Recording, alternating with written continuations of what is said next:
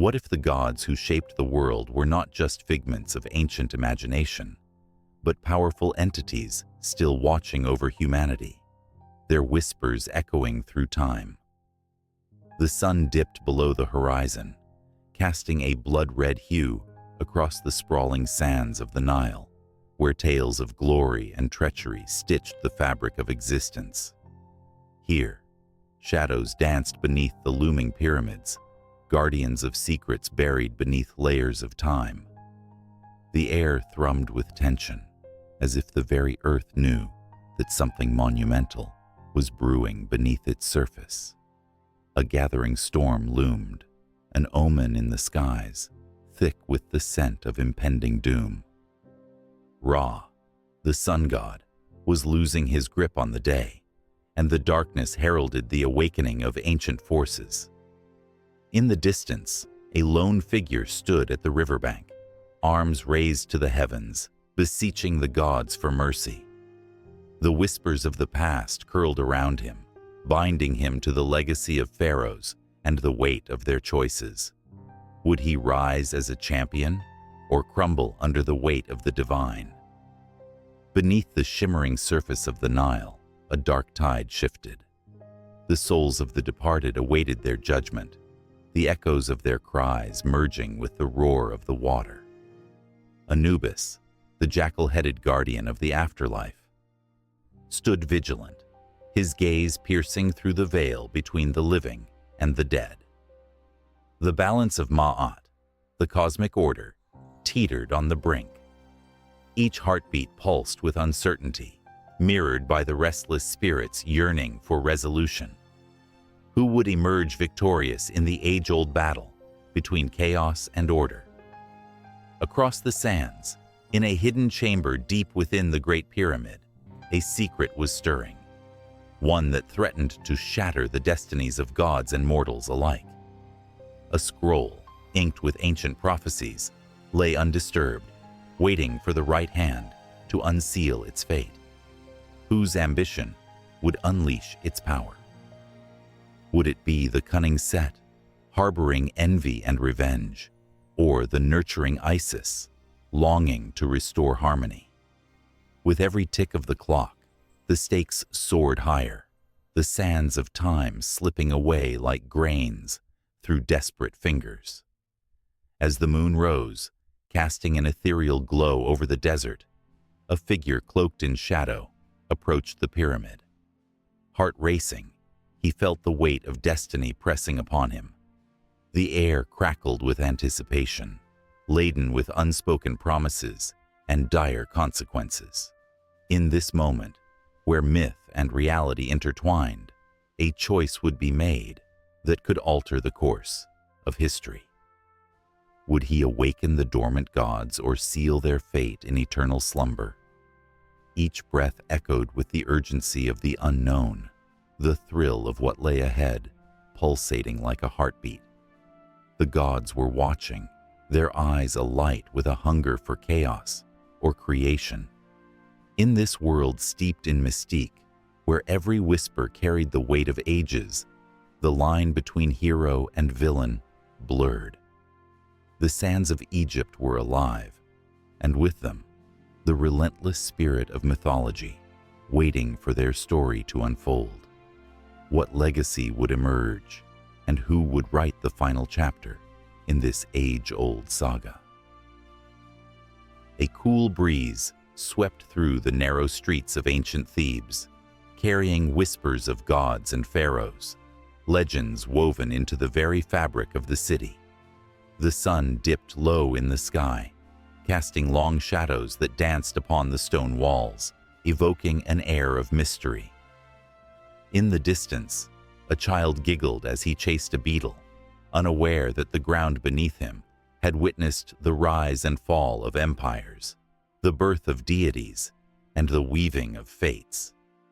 Each grain of sand held stories, stories that echoed through time, waiting for someone to listen. The gods were powerful, but they were also fragile. Ra, the sun god, rode his golden chariot across the sky, illuminating the world below. Yet, As the day faded, he would face the dangers of the night, battling the serpent Apophis, who sought to engulf the light. This eternal struggle mirrored the challenges faced by mortals, who looked up at the heavens, seeking guidance, protection, and a glimpse of the divine. Every dawn, the people of Egypt would gather by the banks of the Nile, their hearts filled with hope and reverence. They prayed to Osiris, the god of the afterlife, believing that he would guide their souls to eternity. The river, a lifeline that nourished their lands, was also a pathway to the afterlife, its waters a bridge between the living and the dead. The air hummed with the scent of offerings, fresh fruits, fragrant flowers, and sweet breads, all laid before the altars in hopes of securing favor from the divine. But within this paradise, shadows lurked. Sekhmet, the fierce lioness goddess, roamed the deserts, a symbol of both destruction and healing. Her dual nature mirrored the unpredictability of life itself. The people revered her, yet they also feared her wrath, knowing that a single moment of anger could unleash chaos upon the world. In the marketplace, tales were spun of her ferocity, captivating listeners with the thrill of fear and admiration intertwined. As day turned to dusk, stories filled the air like the scent of incense. A storyteller, his voice rich and warm, spun tales of Anubis, the jackal-headed god who guarded the realms of the dead. The crowd hung on every word, captivated by the description of his dark, knowing eyes that seemed to see into the very souls of the departed. In this moment, the line between life and death blurred as the listeners felt the weight of their own mortality. Would Anubis be there for them when their time came? Would he guide them safely through the trials of the afterlife? Suddenly, a hush fell over the crowd as a figure appeared in the distance. Clad in white linen, adorned with golden jewelry, she approached with an air of authority. It was Nefertiti, the great queen, her beauty legendary, yet there was a fierceness in her gaze. She was not just a figure of elegance, she was a woman with power, one who could sway the hearts of kings and the favor of the gods. As she spoke, her voice resonated with conviction, reminding all of the balance between love and war, life and death, beauty and power. Meanwhile, whispers of betrayal seeped through the cracks of the palace walls. A scheming priest plotted to undermine the very foundation of the pharaoh's reign. The gods watched with keen interest, their fates interwoven with the decisions of mortals. Would the scales tip towards chaos, or would harmony prevail?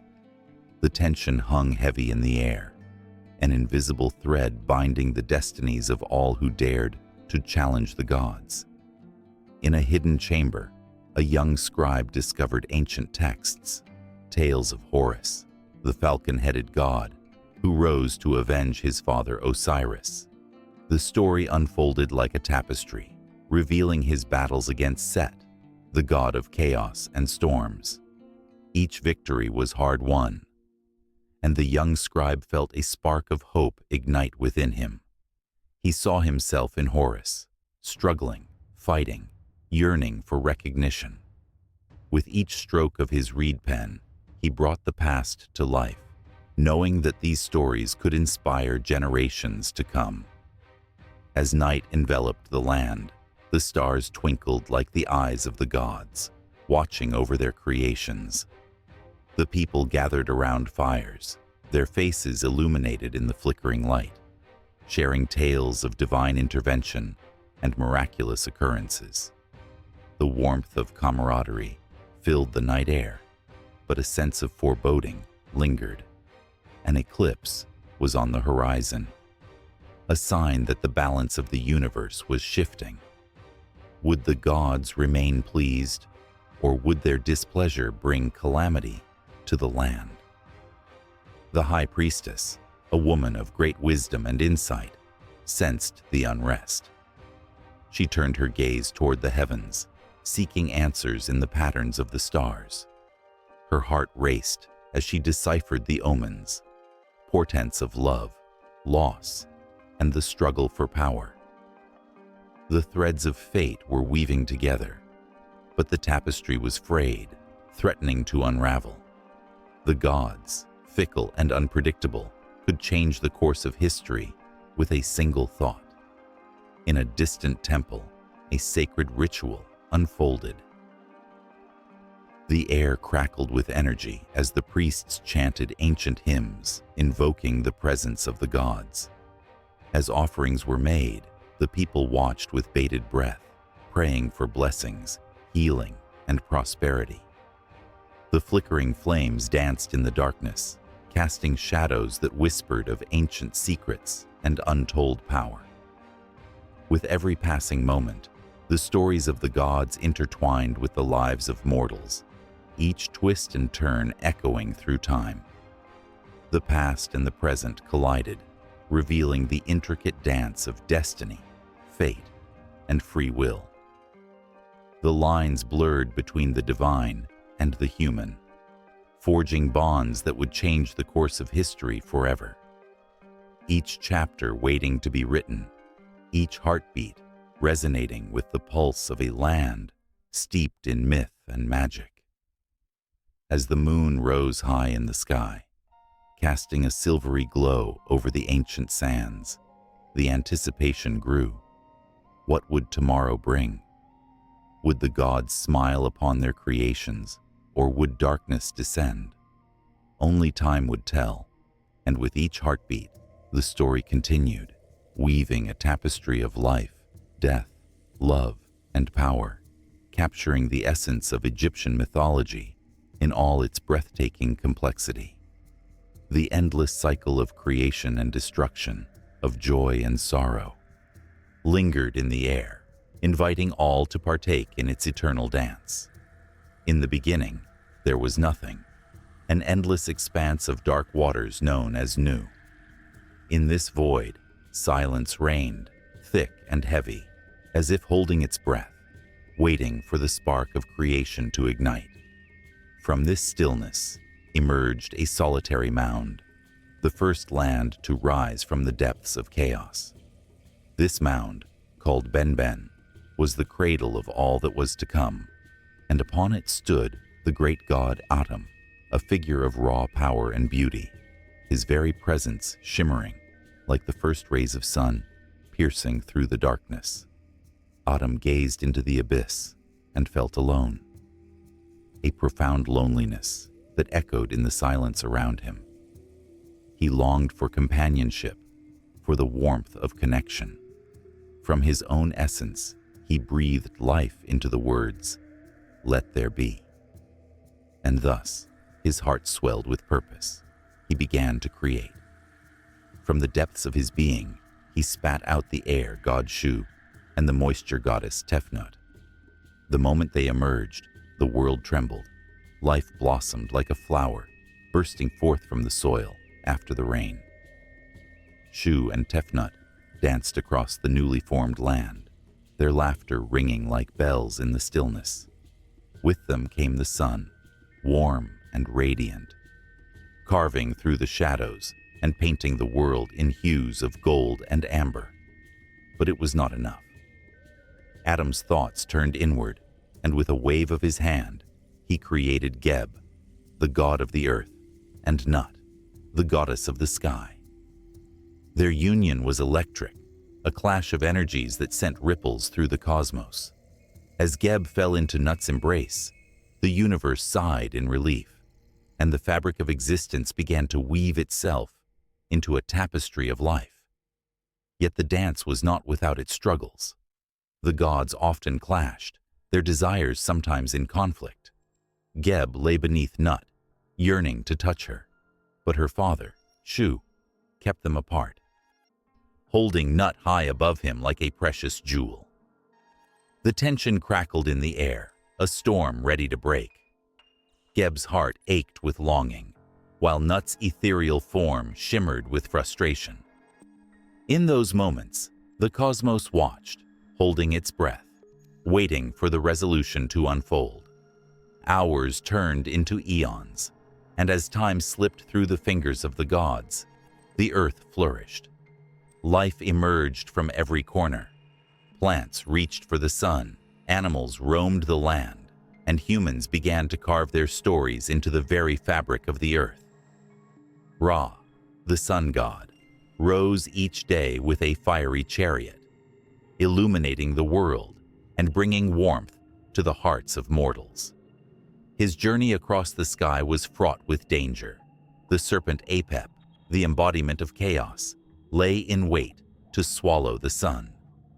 Each day, Ra battled this ancient enemy, an eternal struggle that mirrored the very essence of existence itself, light against darkness, order against chaos. In the quiet moments of dawn, before Ra took to the sky, whispers of creation filled the air. It was said that the first humans were fashioned from the tears of the gods, a blend of divine essence and earthly clay. As these beings blinked their eyes open for the first time, they felt the weight of destiny upon their shoulders. They were not merely creations, they were woven from the fabric of the cosmos, imbued with the essence of the gods themselves. They had the power to shape their own destinies, a gift bestowed upon them that would spark both awe and fear. As the humans flourished, their hearts filled with wonder and gratitude. They built temples dedicated to the gods, their prayers rising like incense into the air, mingling with the golden dust of the desert. They sang songs of creation, tales that spoke of the time when nothing existed but new, of how the gods carved the world from chaos and darkness. These stories danced on their tongues, a reminder of their connection to the divine. But with growth came challenges. The world was not merely a place of beauty, it was rife with turmoil. The Nile River, the lifeblood of the land, sometimes swelled with fury, flooding the fields and washing away the homes of those who dared to settle too close. The gods watched from their celestial thrones, their hearts heavy with the burdens of creation. They knew that each act of life came with a price. The chaos that once engulfed Nu was ever present, lurking just below the surface of existence, ready to rise and reclaim what had been crafted with such care. As seasons changed and civilizations rose, stories of creation morphed and intertwined. Some spoke of Ptah, the god of craftsmen, who molded the world with his thoughts. Others spoke of the Ennead, a divine council of 9 gods, who together shaped the universe like potters at a wheel. Each tale carried a thread of truth, yet also a hint of uncertainty. What if the balance tilted too far toward chaos? In the quiet corners of their minds, the people wondered, what lay beyond the horizon of the known? What ancient gods watched over them, unseen but felt? The night sky, speckled with stars, became a canvas for their dreams and fears. They imagined stories of creation that stretched beyond the confines of their earthly existence, tales that whispered of the afterlife and the promise of rebirth. As the sun set, casting a golden glow over the land, the boundaries between the divine and the mortal began to blur. The air became thick with anticipation, a feeling that something monumental was about to unfold. In the shadows, the whispers of the ancients called out, intertwining with the lives of the people. Every heartbeat, every breath, became a note in the grand symphony of creation. A reminder that the cycle of existence was never ending. The gods watched, their eyes gleaming with pride, and the people rejoiced, knowing that they were part of a greater story, woven together by the threads of eternity. In the ancient sunlight of Heliopolis, where the Nile whispered tales to the wind, the statues of gods stood tall, their stone faces bearing witness to the lives of mortals below. Each morning, the sun god Ra soared across the sky, a fiery chariot blazing through the blue expanse, while the people of Egypt bowed in reverence, praying for his warmth and light. But in the shadows of the great temples, a deeper story pulsed with life, a tale woven from the essence of 9 divine beings known as the Ennead. At the center of this divine circle was Atum, the creator god, whose very breath gave life to the universe itself. With a wave of his hand, he shaped the earth from chaos, his essence mingling with the primordial waters of Nun. In the depths of that infinite dark, he found solitude and power, crafting a world filled with light, life, and endless possibility.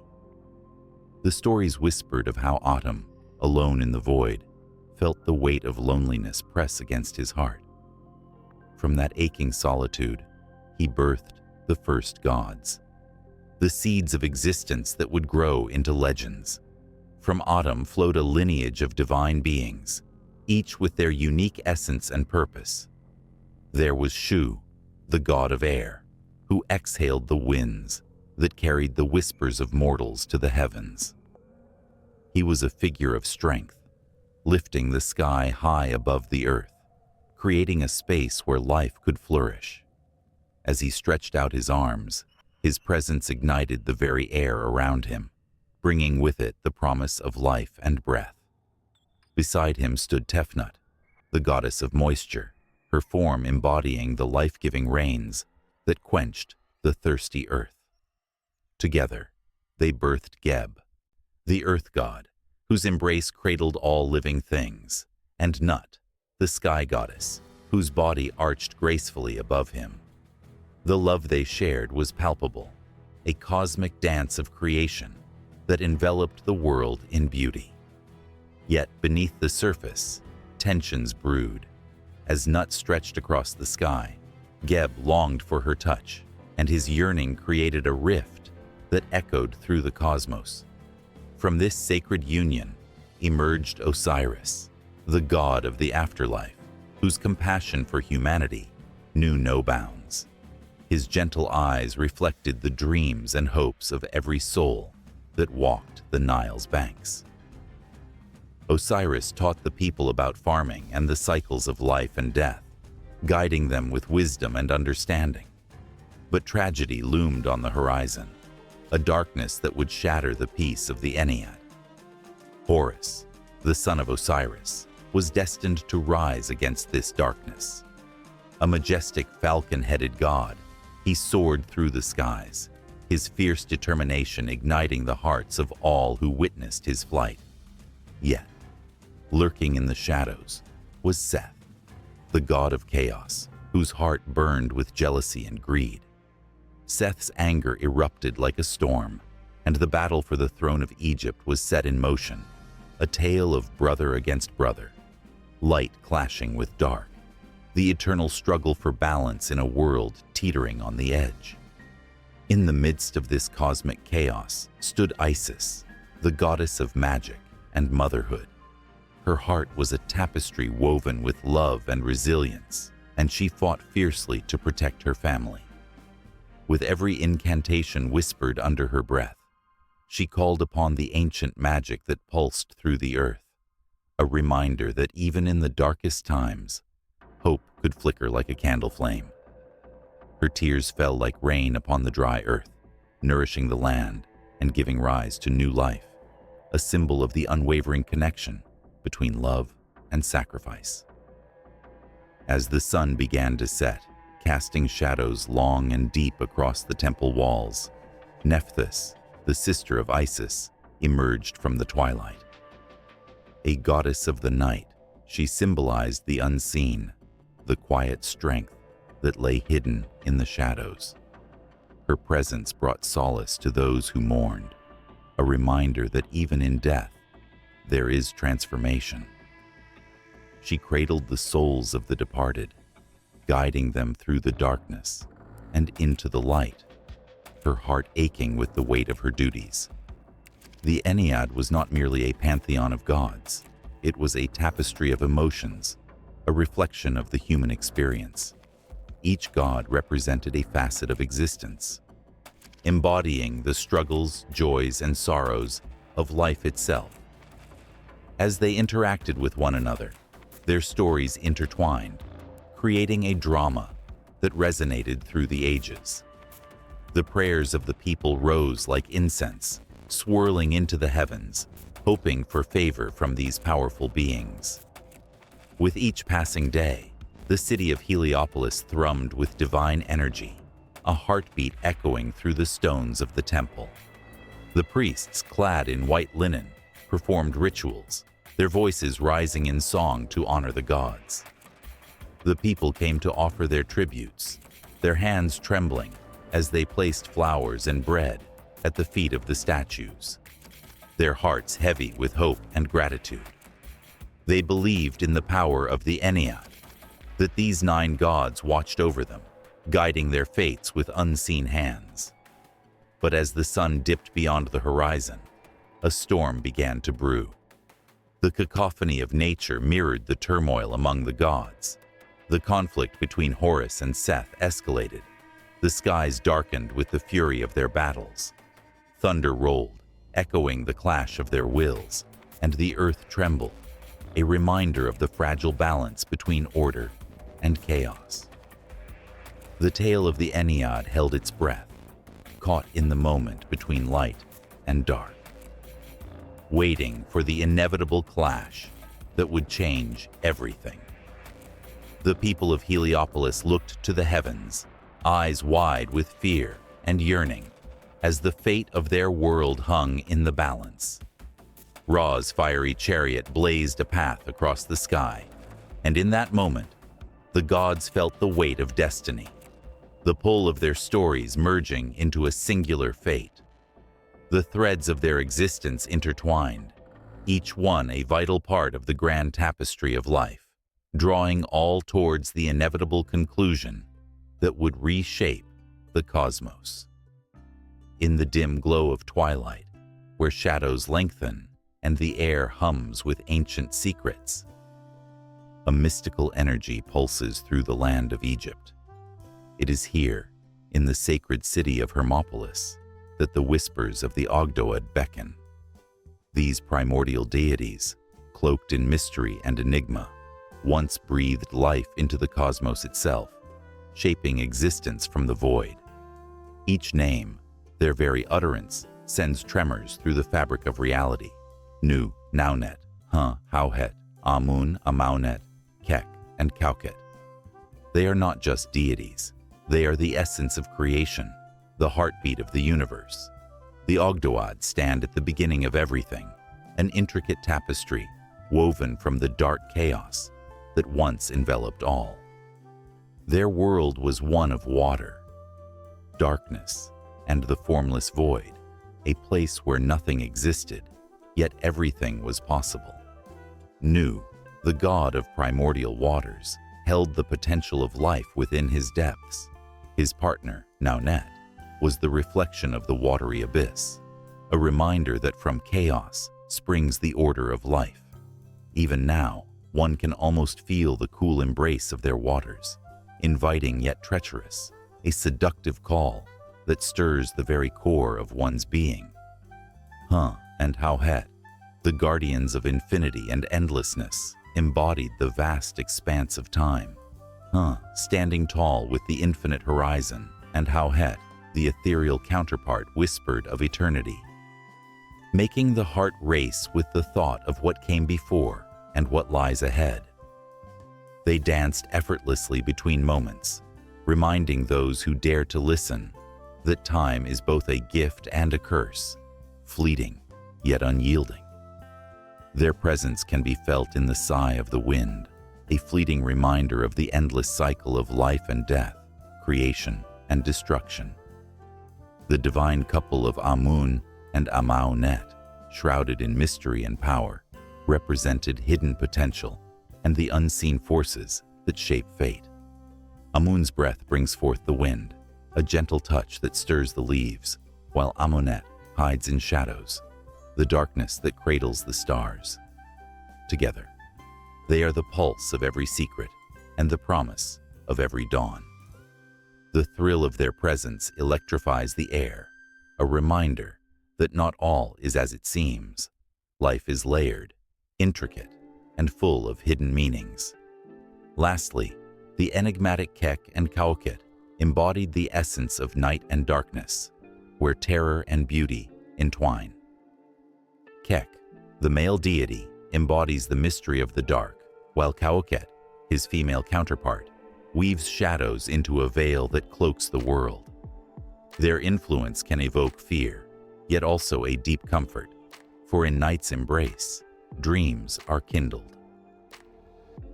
The frisson of anticipation dances through the air as stories unfold in the darkness, where hope flickers like a candle flame against the encroaching shadows. As the Ogdoad wove their tales into the fabric of existence, they created a universe filled with possibilities, each god a note in a cosmic symphony, resonating with the pulse of life.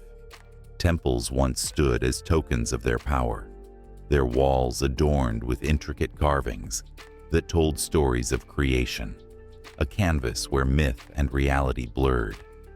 Worshippers would gather in reverence, their hearts full of awe and wonder as they sought favor from these enigmatic beings.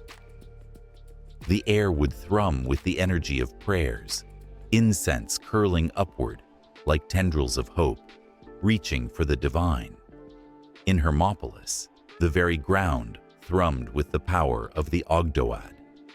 The city itself was a sanctuary, where the sacred and the mundane intertwined. Festivals erupted into life, bursting with color and sound, celebrating the duality of chaos and order. People adorned their bodies with symbols of the gods, their hearts racing as they danced under the watchful gaze of the stars, feeling the pulse of the universe move through them. In those moments, the line between humanity and the divine blurred, a tantalizing connection that stirred the soul. But with power comes tension, and the whispers of the Ogdoad grew in intensity. As creation thrived, so too did the darkness that lurked, eager to claim its place. The balance was delicate, like a tightrope suspended over a chasm of chaos. With each heartbeat, the gods felt the pull of opposing forces, the push and pull of light against dark, chaos against order. In sacred rites, the priests and priestesses called upon the Ogdoad's wisdom, seeking guidance to navigate the turbulent waters of existence. Their hearts were filled with fear and hope, trembling under the weight of their connection to the divine. As the moon cast its silvery light upon the sacred city, the stories of the Ogdoad lingered in the air. Tales of creation danced in the minds of the people, intertwining with their dreams and fears. Children were named after these primordial beings, a way to invite their essence into their lives.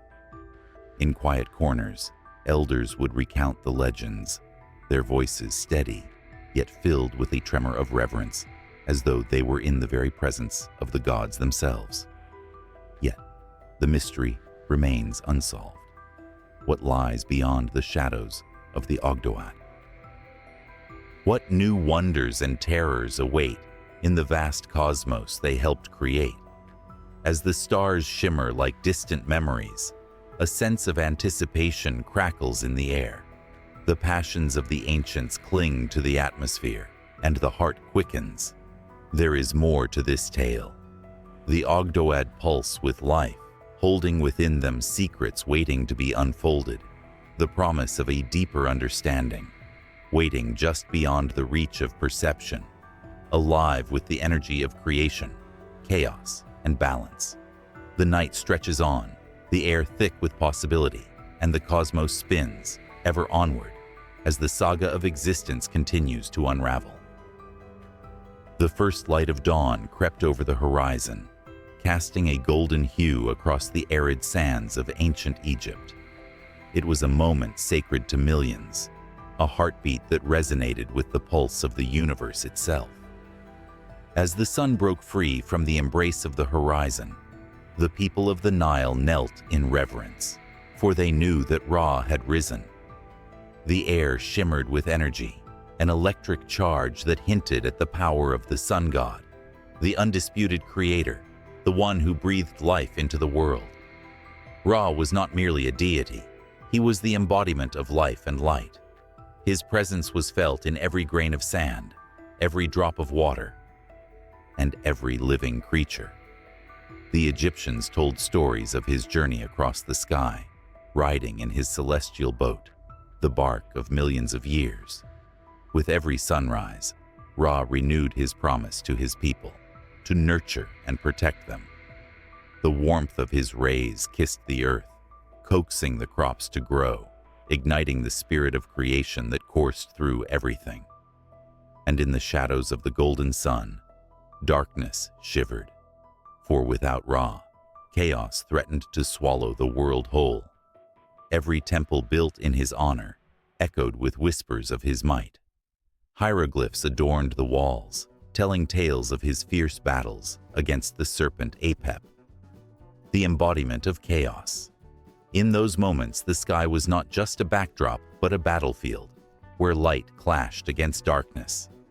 The Egyptians watched in awe as storms brewed, clouds roiling ominously, mirroring the strife between good and evil. Their hearts raced.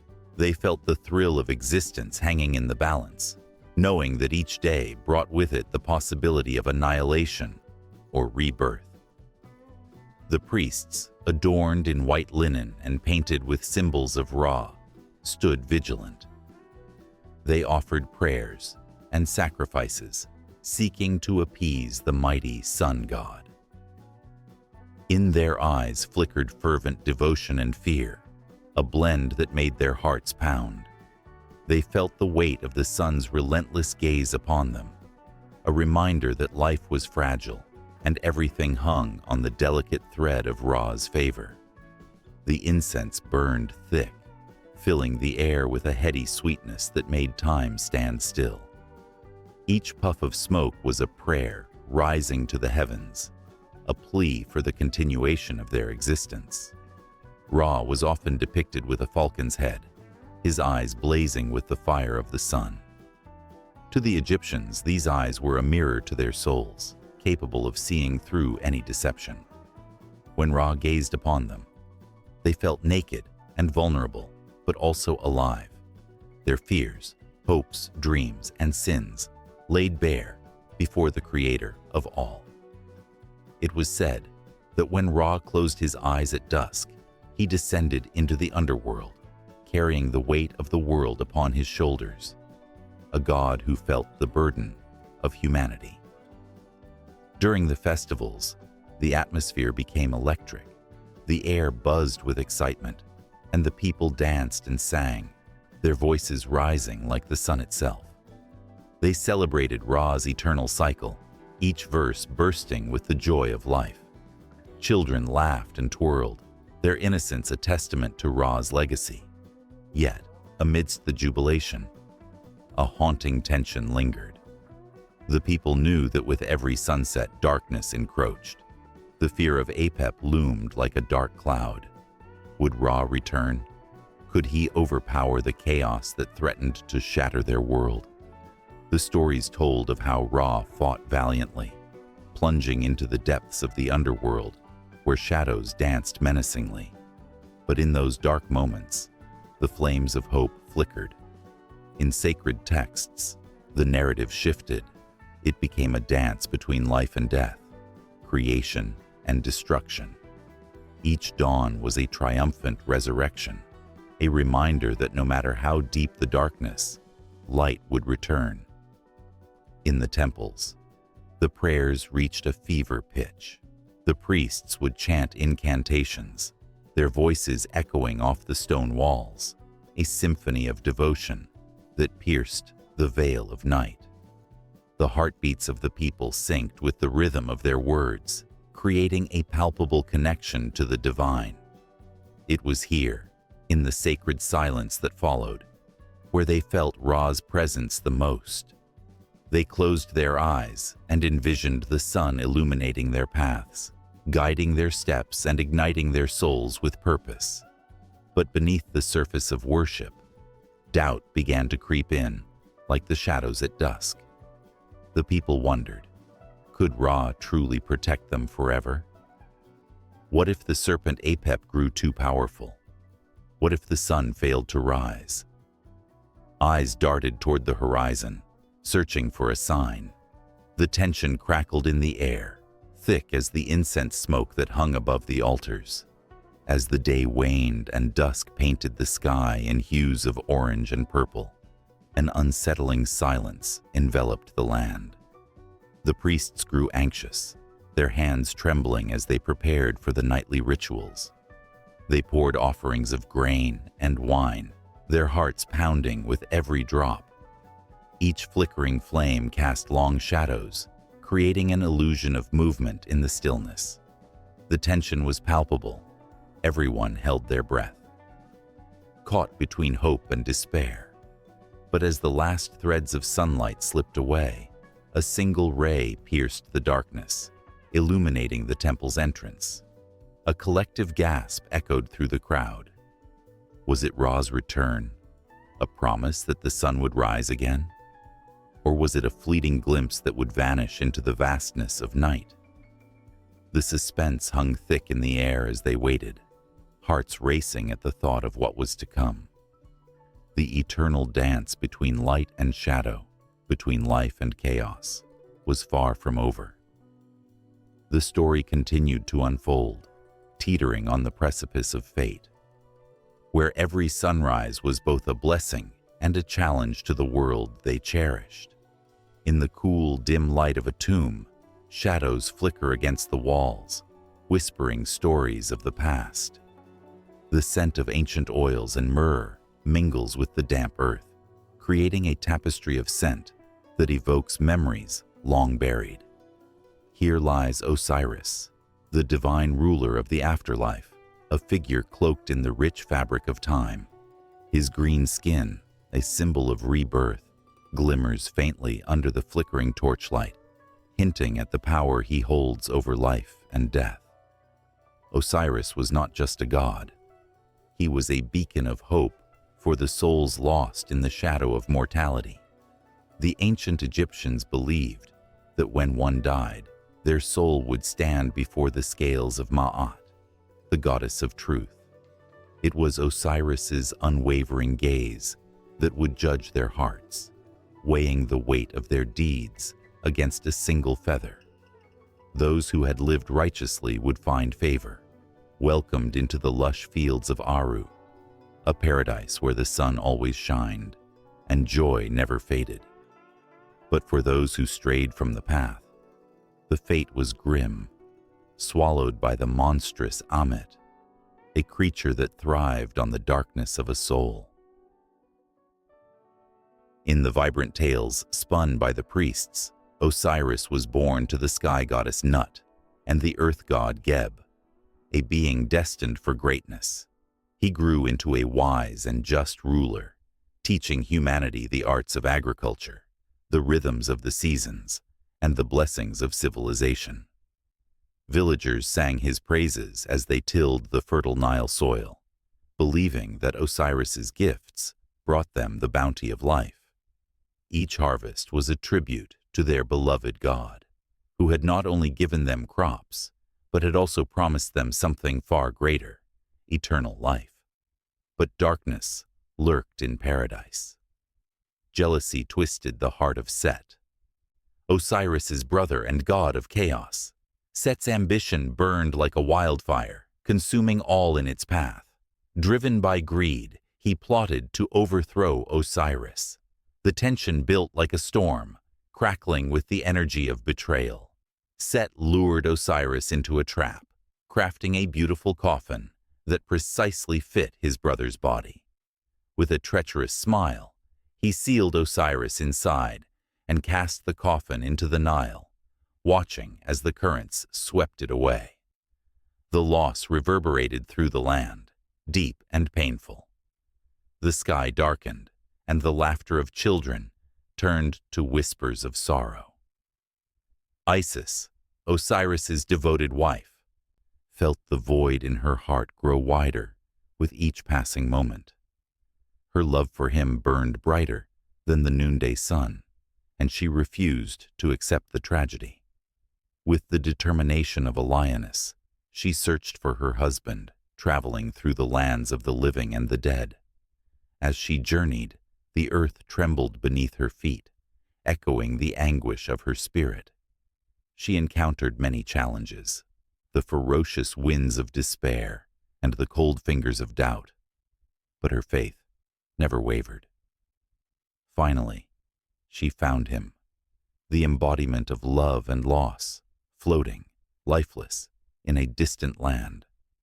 In a moment of pure desperation, she resurrected him with the magic of her love and knowledge, stitching together the fragments of his broken body with care and tenderness. The moment Osiris awoke was electric. Life surged back into him, vibrant and powerful, though he would never walk the earth again. Instead, he became the ruler of the underworld, the wise guide for souls crossing over. His presence infused the afterlife with hope, a promise that death was not an end, but a transformation.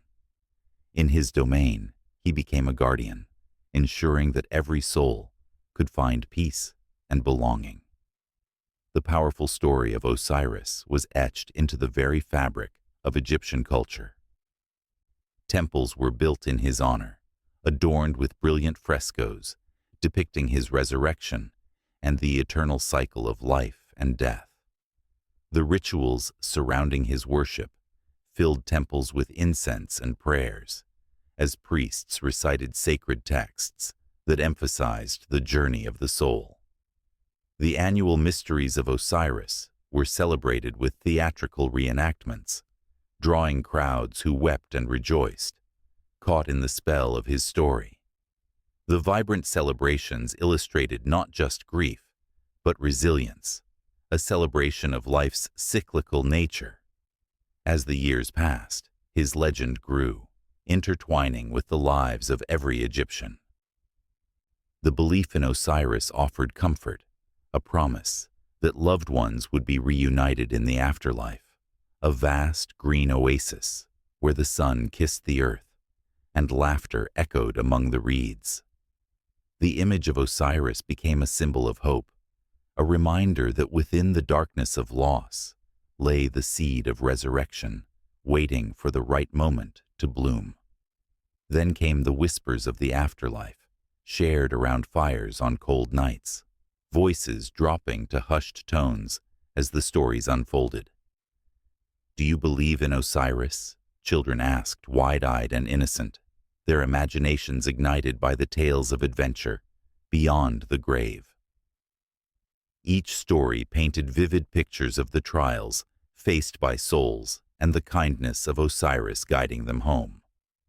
The very air seemed to shimmer with the anticipation of life beyond the grave, a tantalizing glimpse into the unknown. As the priests performed their sacred rites, the people felt the pull of Osiris's spirit in their hearts. They fashioned amulets in his likeness, believing that his protection would guide them through the treacherous waters of the afterlife. The hope for eternal life became a thread woven into the tapestry of Egyptian existence, a light that shone brightly even in the darkest times. And so, the legend of Osiris endured, echoing through the ages, a tale that would never die. His legacy lived on in the hearts of those who dared to dream of what lay beyond the final breath, a constant reminder that death was not the end, but merely a passage to something greater. The pulse of life and death intertwined, crafting a story that would resonate through centuries, an unbreakable bond between the living and the dead, forever whispering, forever guiding, forever waiting. Under the grand sunlit skies of ancient Egypt, a river flowed with the whispers of forgotten tales. The Nile, a lifeline for a civilization, also carried secrets of gods and mortals alike. In this majestic landscape, the story of Isis unfolded, a figure who transcended mere mythology to embody the very essence of love and protection. She was not just a goddess. She was the heartbeat of the people, the mother who held their sorrows and joys, the protector wrapping her arms around them like a soft, comforting blanket. Isis's presence could be felt in the gentle rustle of the papyrus reeds, in the soft glow of the moon reflecting on the water's surface. She was depicted as a woman with an elaborate throne upon her head, symbolizing her power and status. But it was her nurturing spirit, her fierce determination to defend and care for her loved ones, that captured the hearts of those who worshipped her. Her story began with love, betrayal, and a resolve that no force could extinguish. In a time long past, the world was shaken by the tragedy of Osiris, her beloved husband, a god of the afterlife and agriculture. He was cut down by his envious brother Set, who thrived on chaos and destruction. It was a harrowing night, dark and foreboding, when Set's treachery unleashed a storm of despair. As the whispers of violence echoed through the land, Isis, a beacon of hope, could not be silenced. She gathered her strength, her heart pounding with urgency, her mind racing. How could she save her husband? How could she restore life to the one she loved? The burden of grief weighed heavily on her.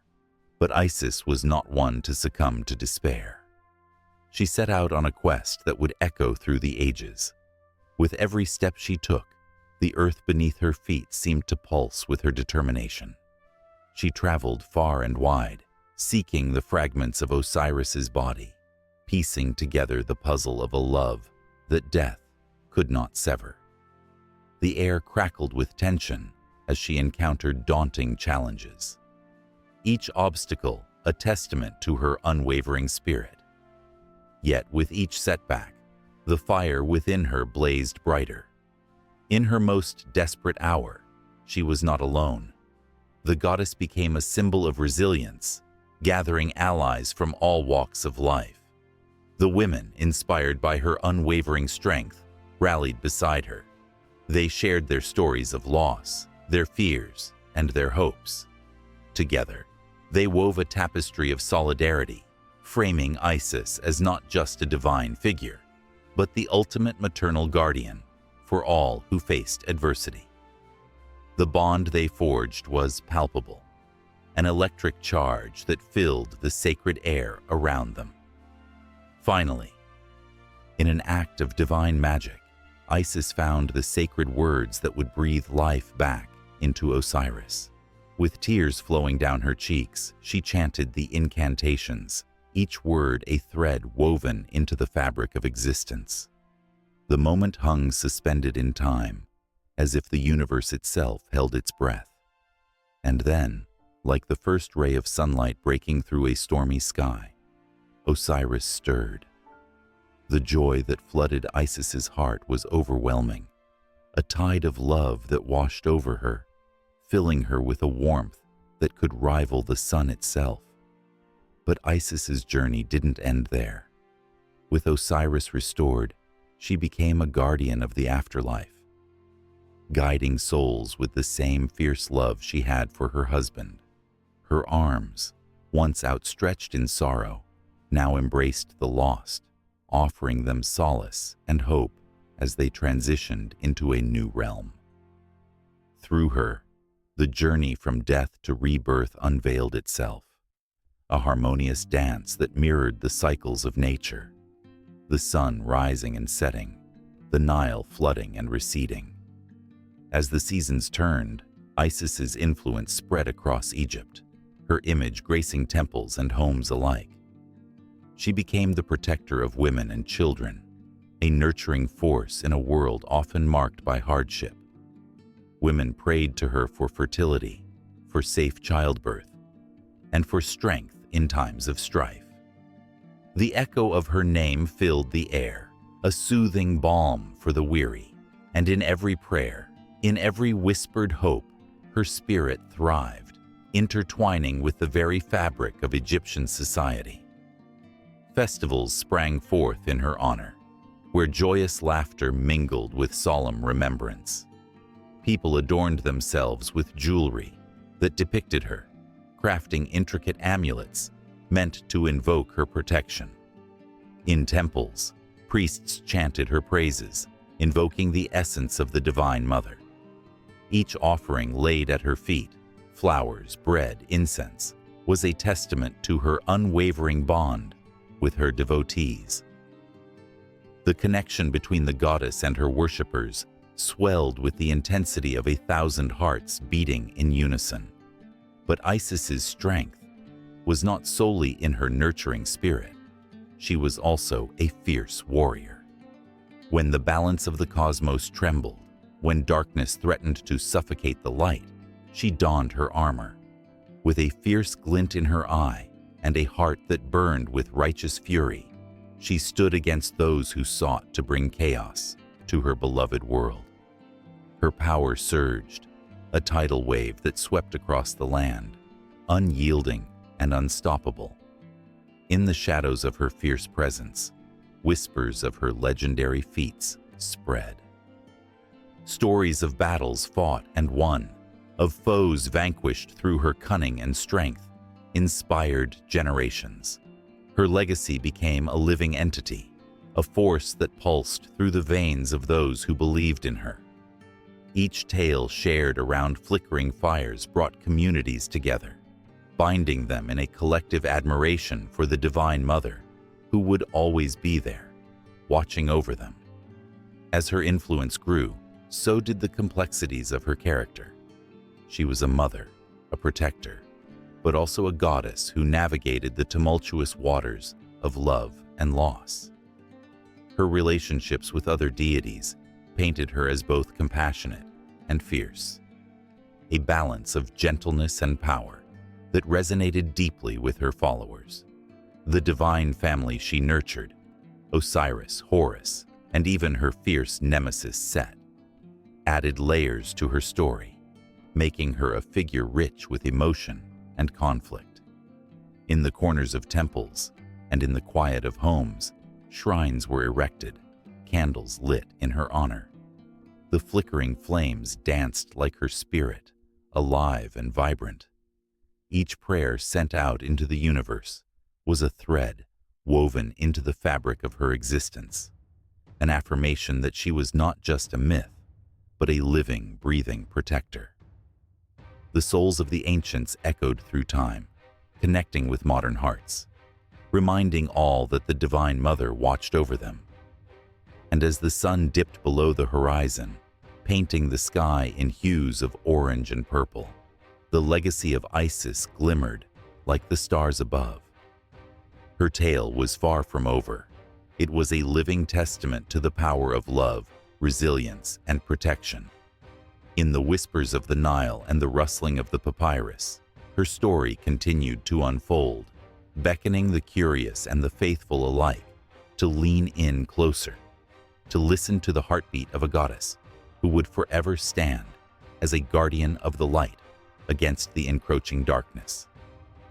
Set, the ancient Egyptian god of chaos and conflict, loomed large in the pantheon of deities, an ever-present force in the balance of life and death. His name alone sent shivers down the spines of mortals and gods alike, reverberating through the ages as a reminder of the thin line between order and turmoil. Picture a storm brewing on the horizon, dark clouds swirling ominously, lightning flashing, a harbinger of the upheaval that Set embodied. In the ancient city of Thebes, the air crackled with tension as whispers of his name fluttered through the streets. Set's presence lingered in the shadows, a constant reminder that conflict was as inevitable as the Nile's rise and fall. Farmers, weary from the summer's heat, paused in their fields, eyes darting toward the sky. They felt it, a primal instinct warning them of the unseen forces at play. The balance of Ma'at, harmony and order, teetered precariously.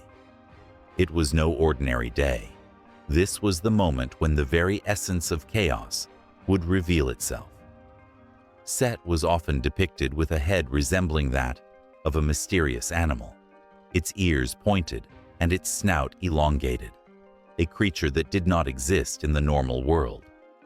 This bizarre form symbolized his otherness, his detachment from the harmony of the other gods. He was not just the god of the desert storms. He was the storm itself, raging, unpredictable, and filled with turmoil. His connection to violence and upheaval was underscored by the tales that echoed through the temples, recounting how he fought fiercely against his own brother, Osiris. Blood was shed, and deceit danced in the moonlight as Set plotted his siblings' demise. The pain of betrayal struck deep, leaving scars that would never truly heal. As years turned into centuries, the people of Egypt learned to both fear and respect Set. They offered him sacrifices, hoping to appease the god of chaos. In the flickering candlelight of dimly lit temples, priests chanted prayers and offered up the blood of animals, believing that these offerings would calm his tempestuous heart. The tension between worship and dread hung heavy in the air, a constant reminder of the power Set wielded over both life and death. One fateful day, a group of warriors gathered under the towering palm trees lining the banks of the Nile. Their armor glinted in the sun, and their hearts raced with a mixture of dread and excitement as they prepared for battle. They fought not just for land or glory, but against the chaos that Set represented.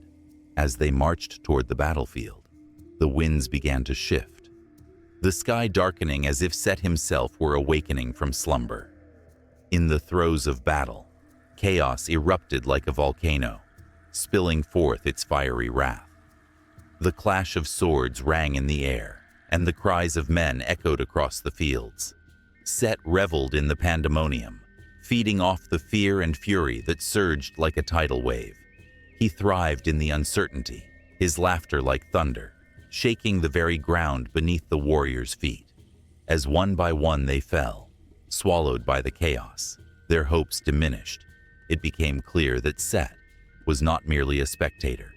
He was the architect of their destruction. Amidst the swirling chaos, a young warrior named Ahmose felt the weight of despair settling on his shoulders. He had watched friends fall, their dreams extinguished in an instant. The shadows of Set loomed large, and even the bravest hearts quaked in fear. Yet, in that moment of despair, a flicker of resolve ignited within him. Ahmose knew that to confront Set was to confront his own inner demons, the conflict that raged not just in the world around him, but within his very soul. He drew his sword, its blade gleaming with determination, and faced the tempest head-on. With every strike, he fought not only against the chaos of Set, but against his own doubts. His heart raced as he summoned all his strength, battling the currents of fear that threatened to consume him. Each swing of his sword was a declaration of defiance, a rebellion against the chaos that sought to claim him. Set, ever watchful, felt the shift in energy. In Ahmose, he saw a reflection of himself, an embodiment of chaos that could not be easily subdued. The god roared with delight, for even in the midst of conflict, he found beauty. A dance of destruction and creation unfolded as Ahmose's bravery awakened the latent chaos within the hearts of his comrades. They rallied around him, their fear transforming into a fierce camaraderie, a bond forged in the fires of battle. As the tide of battle surged and ebbed, the landscape transformed, painted with the colors of blood and valor. In the distance, the Great Pyramids stood as silent witnesses to the chaos beneath them, their stones imbued with the history of conflict, stories of battles won and lost, the struggle to maintain Ma'at in a world rife with discord. Each grain of sand carried the weight of those who had fallen, and the air was thick with the echoes of their sacrifices. In the aftermath, when the dust settled and the cries faded into a haunting silence, the warriors emerged, scarred but unbroken. They had faced Set and danced with chaos, each heart beating as a testament to their resilience. Yet, the specter of conflict lingered. Though they had fought valiantly, the god of chaos would never be fully vanquished. He was a part of them now. The scars of battle marked their skin, but more importantly, the scars of conflict etched themselves deep within their souls. Ahmose looked around at his comrades, the flames of determination still burning in their eyes. He knew that while they had stood against Set, the chaos he represented would always be a part of their lives. The struggle between order and conflict was eternal, a dance as old as time. As night fell, the stars shimmered overhead, a reminder that even in the darkest of times, hope could flicker like a candle in the wind. And so, they stood together, united in their shared experience, knowing that the battle against chaos is never truly over. The sun broke over the horizon, casting a golden glow upon the land of Egypt, illuminating the stark contrast between the rich, fertile banks of the Nile and the harsh desert beyond. In this world, where gods walked among men and tales of valor painted the tapestry of history, there existed a figure of unparalleled power, Horus, the falcon god. His piercing eyes gleamed with the brilliance of the sun, fierce and unyielding, a symbol of protection and royalty, but also an avenger, cloaked in the shadows of vengeance. As the temple bells tolled, the people gathered, their hearts racing with both fear and reverence. They spoke in hushed tones, recounting the age-old tale of Osiris, Horus's father, who had been brutally slain by his own brother, Seth. The air crackled with energy, a palpable tension that echoed through time, carrying the weight of betrayal, loss, and the burning desire for justice. They knew that Horus was not just a deity, but a warrior, a beacon of hope for those longing for retribution against the forces of chaos that threatened their very existence. Horus stood on the edge of the desert, wings outstretched, feeling the warm breeze ruffle his feathers. The scent of the Nile mingled with the dust of the earth, a reminder of the life he had come to protect. Beneath him, the land teemed with life, pulsing with the heartbeat of his people. Yet, there was a storm brewing, a darkness that sought to swallow it whole. He had watched helplessly as his father fell, as the light of the world dimmed, and the laughter of children turned to whispers of fear. Now, it was time to reclaim what was lost. The sun soared higher, igniting a fire within Horus that could not be quenched. His resolve hardened like granite, for he knew that to avenge his father, he must confront Seth. The very thought sent shivers down his spine. Seth was a formidable foe, a god of chaos, whose strength was matched only by his cunning. The stories of their battles were legendary, filled with tales of epic clashes that shook the heavens and sent tremors through the earth. But Horus was not just fighting for himself. He was fighting for every soul that had suffered under Seth's reign of terror. As Horus took to the sky, the world below transformed into a vast canvas of color and motion. He soared above the fields, past the bustling markets, where merchants called out to one another, their voices blending into a symphony of life. Each face he saw reminded him of his purpose. From the children playing with sticks, imagining themselves as warriors, to the elders sharing stories of the gods by flickering torchlight, every moment fueled his determination. But lurking in the shadows was Seth, ever watchful and plotting. He thrived on fear, feeding off the chaos that he created. In his fortress of darkness, he could almost taste victory, relishing the despair that bound his brother's soul. The echoes of past battles haunted him, and yet he was confident. Why wouldn't he be? The son of Osiris had been a child when he last faced him. Would he truly be a match for the god of the desert, the one who commanded storms and chaos itself? The air crackled with anticipation as Horus descended, landing with a grace that belied the power within. He summoned the strength of the sun, feeling it ignite every fiber of his being. He was not merely an avenger, he was the embodiment of justice. With each flap of his wings, he drew closer to his destiny, the cries of his people echoing in his ears.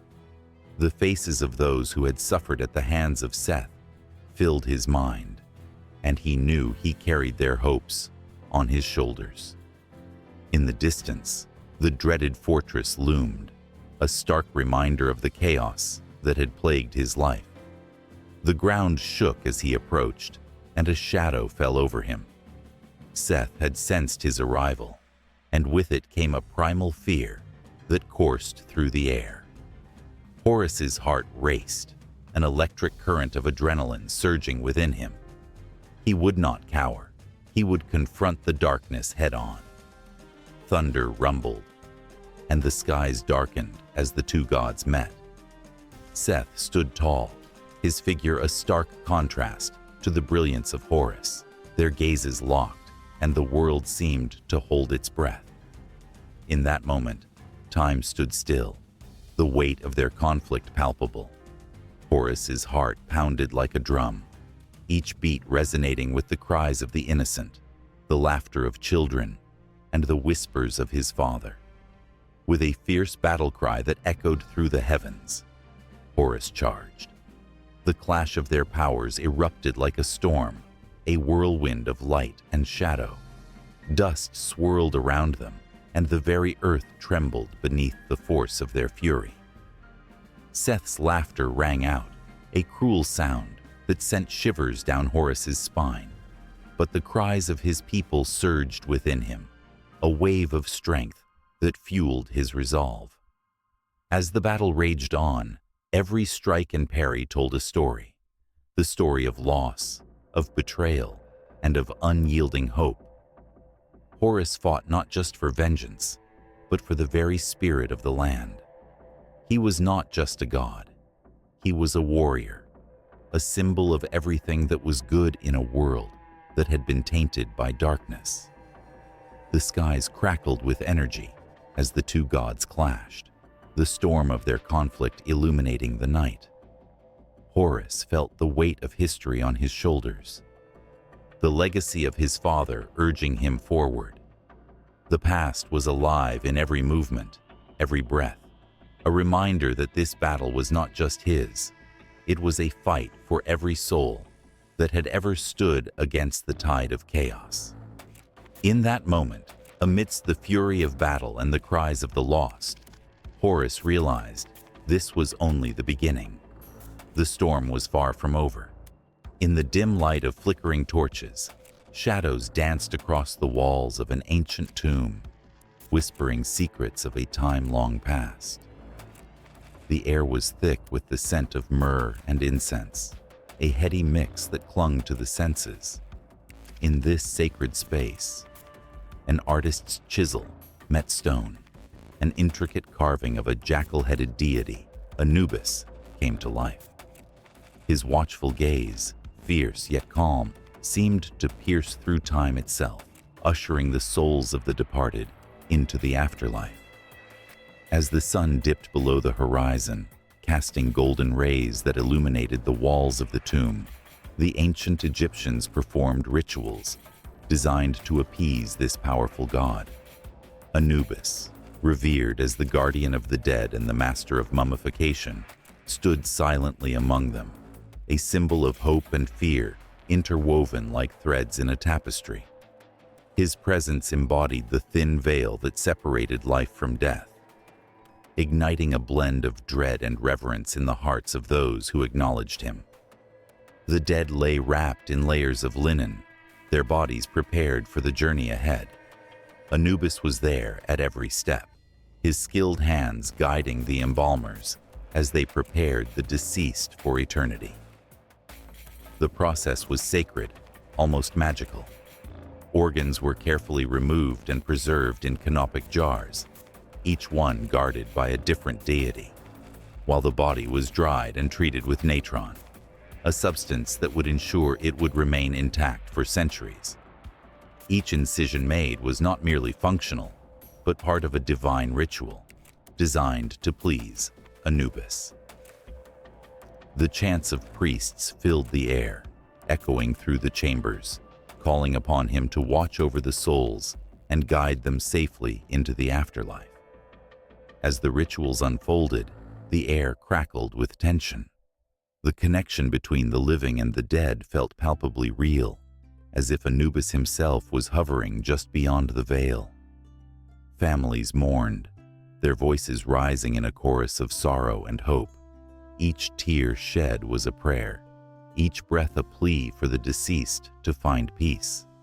The people understood that in this life, they could do little to avert fate, but perhaps, with the favor of Anubis, their loved ones would be spared the trials of the underworld. Under the weight of his responsibility, Anubis felt the pressure of his divine role. He watched over those who crossed the threshold into Duat, the Egyptian underworld, guiding their hearts through the trials that awaited them. Here, the souls would face the judgment of Osiris, the god of the afterlife. The famed heart-weighing ceremony was tense, the heart of the deceased placed on one side of a scale, against the feather of Ma'at, symbolizing truth and justice, on the other. Anubis's steady hands ensured the balance was true.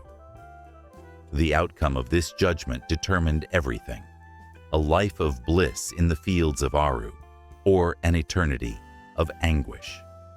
As the scenes unfolded, the tomb itself became a living entity, pulsating with energy and emotion. The walls echoed with the voices of loved ones, the air thickening with their grief. Anubis, ever watchful, felt the weight of their souls resting on his shoulders. The fear of what lay beyond gnawed at them, alive in their whispers. Would they be found worthy? Would they meet their loved ones again?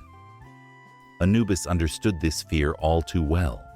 He had seen countless souls tremble at the gates of the afterlife.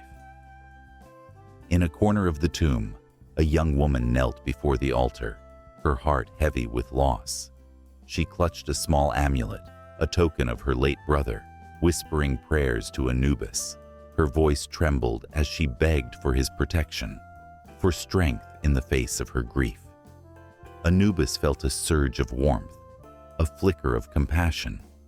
He stepped closer, his ancient heart resonating with her sorrow. Though she could not see him, he was there, a guardian in the shadows, a promise that her brother would not be alone in the afterlife. Suddenly, the atmosphere shifted. A low rumble echoed through the tomb, as if the underworld itself stirred in response to her hope. Anubis, sensing the tremors of fate, prepared himself for the souls that would soon cross over. He recalled the stories of the brave, those who had faced their fears and emerged victorious. Yet, he also remembered the tragic souls who faltered, trapped in their own despair. The weight of these memories pressed upon him, a constant reminder of the stakes involved in his sacred duty. As the moon rose high in the sky, bathing the tomb in silver light, another soul was brought forth. The body lay still, wrapped in ornate linens. adorned with jewels that sparkled like stars. Anubis approached, his heart heavy with the knowledge of what lay ahead. The family gathered, their faces etched with worry, eager to know the fate of their beloved. The moment was electric, a blend of terror and hope that crackled in the air. He placed his jackal snout close to the body, feeling the pulse of life that once was, now stilled. Through the eyes of Anubis, the world shifted into focus. Each heartbeat, every memory, a thread in the tapestry of existence. The mourners held their breath, waiting for a sign, for a glimmer of reassurance. Would this soul pass the test? Would Anubis guide them through the treacherous waters of the underworld? The scene became heavier, the weight of time hanging like a veil of mist. Anubis stood at the threshold between worlds, a silent witness to the fear and hope swirling around him. The heart of the deceased beat in rhythm with those still living, a reminder that life is fragile, every moment precious. He cast a glance at the family, their eyes widening as the scale began to tip. In that moment, everything hung in balance. Anubis held the weight of the world on his shoulders, knowing that the outcome of this judgment could change everything. The thrill of the unknown coursed through him, the promise of eternity on the edge of his fingertips. As the feather hovered, poised against the heart, the air crackled with anticipation. Time itself seemed to still, and Anubis felt the collective breath of the world around him, a moment suspended in both fear and hope, an eternity waiting to be decided. In the shadowed corridors of ancient Egypt, where the sun's rays battled the coolness of the Nile's embrace, a figure stood tall, cloaked in mystery and wisdom. Thoth, the god of wisdom and writing, was not merely a deity. He was the very essence of thought, the heartbeat of knowledge that pulsed through the civilization, like the flowing river itself.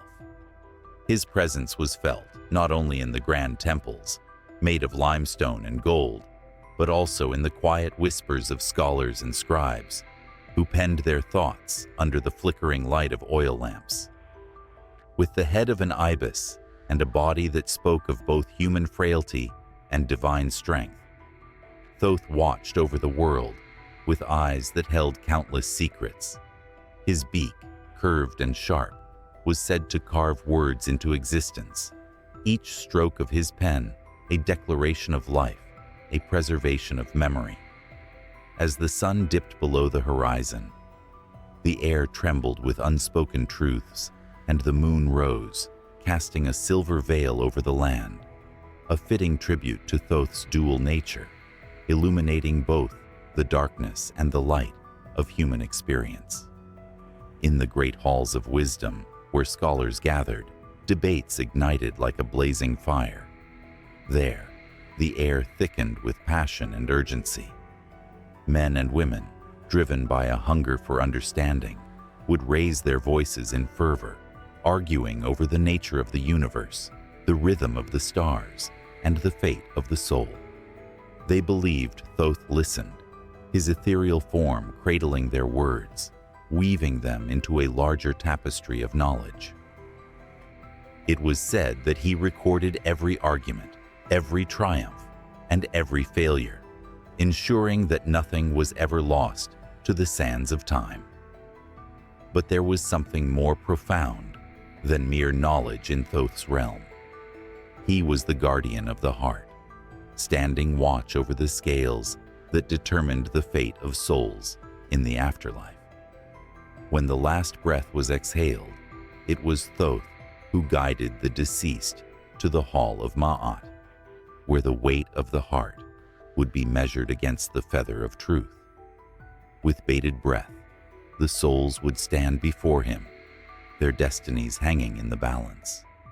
Would they be deemed worthy, or would the darkness of their deeds consume them? Thoth, with his infinite wisdom, would make the final call, his pen poised, ready to inscribe their fate on the eternal scrolls. As night cloaked the land, the whispers of gods echoed through the firmament. Thoth was often found in the company of other deities, like Isis and Osiris, sharing tales of creation and the cyclical nature of life and death. In their conversations, shadows danced, revealing glimpses of the ancient past and the future yet to unfold. They spoke of the Nile's floods, the growth of crops, and the wisdom that flowed from the gods to humankind, a divine gift that sparked innovation and art. One fateful evening, as a storm brewed on the horizon, an urgent message reached Thoth. A new pharaoh was to be crowned, but whispers of betrayal lingered in the air. The heart of Egypt trembled as the loyal and the treacherous prepared for the transference of power. Thoth felt the weight of the moment, knowing that the direction of the nation hung in the balance. He gathered the scribes, their fingers itching for parchment, and began to etch prophecies of the impending chaos that would unfold if wisdom did not prevail. The storm broke, rain pouring like tears from the heavens. As Thoth's words echoed through the halls, each prophecy was a drop in the ocean of time, rippling forward and calling upon those who would heed his warnings. The scribes worked feverishly, their ink-stained fingers dancing across the surfaces, breathing life into Thoth's insights. The gods themselves seemed to pause and listen, the world teetering on the edge of fate. In the flickering candlelight, Thoth's presence enveloped the room, a palpable force that animated every word on the page. A sense of urgency gripped the scribes, their hearts pounding as they penned the weight of their nation's future.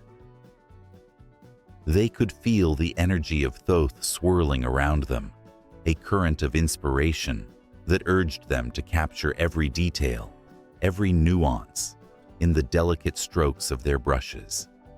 They could not fail. History depended on their devotion. Outside, the storm raged, as if the very elements responded to the divine call for justice and wisdom. The winds howled, carrying with them the cries of the people, caught in the crossfire of power and greed. Thoth, with his ever-watchful gaze, saw their struggles, their hopes and fears. He felt the pulse of Egypt beneath his feet, a rhythm that mirrored the heartbeat of the nation itself.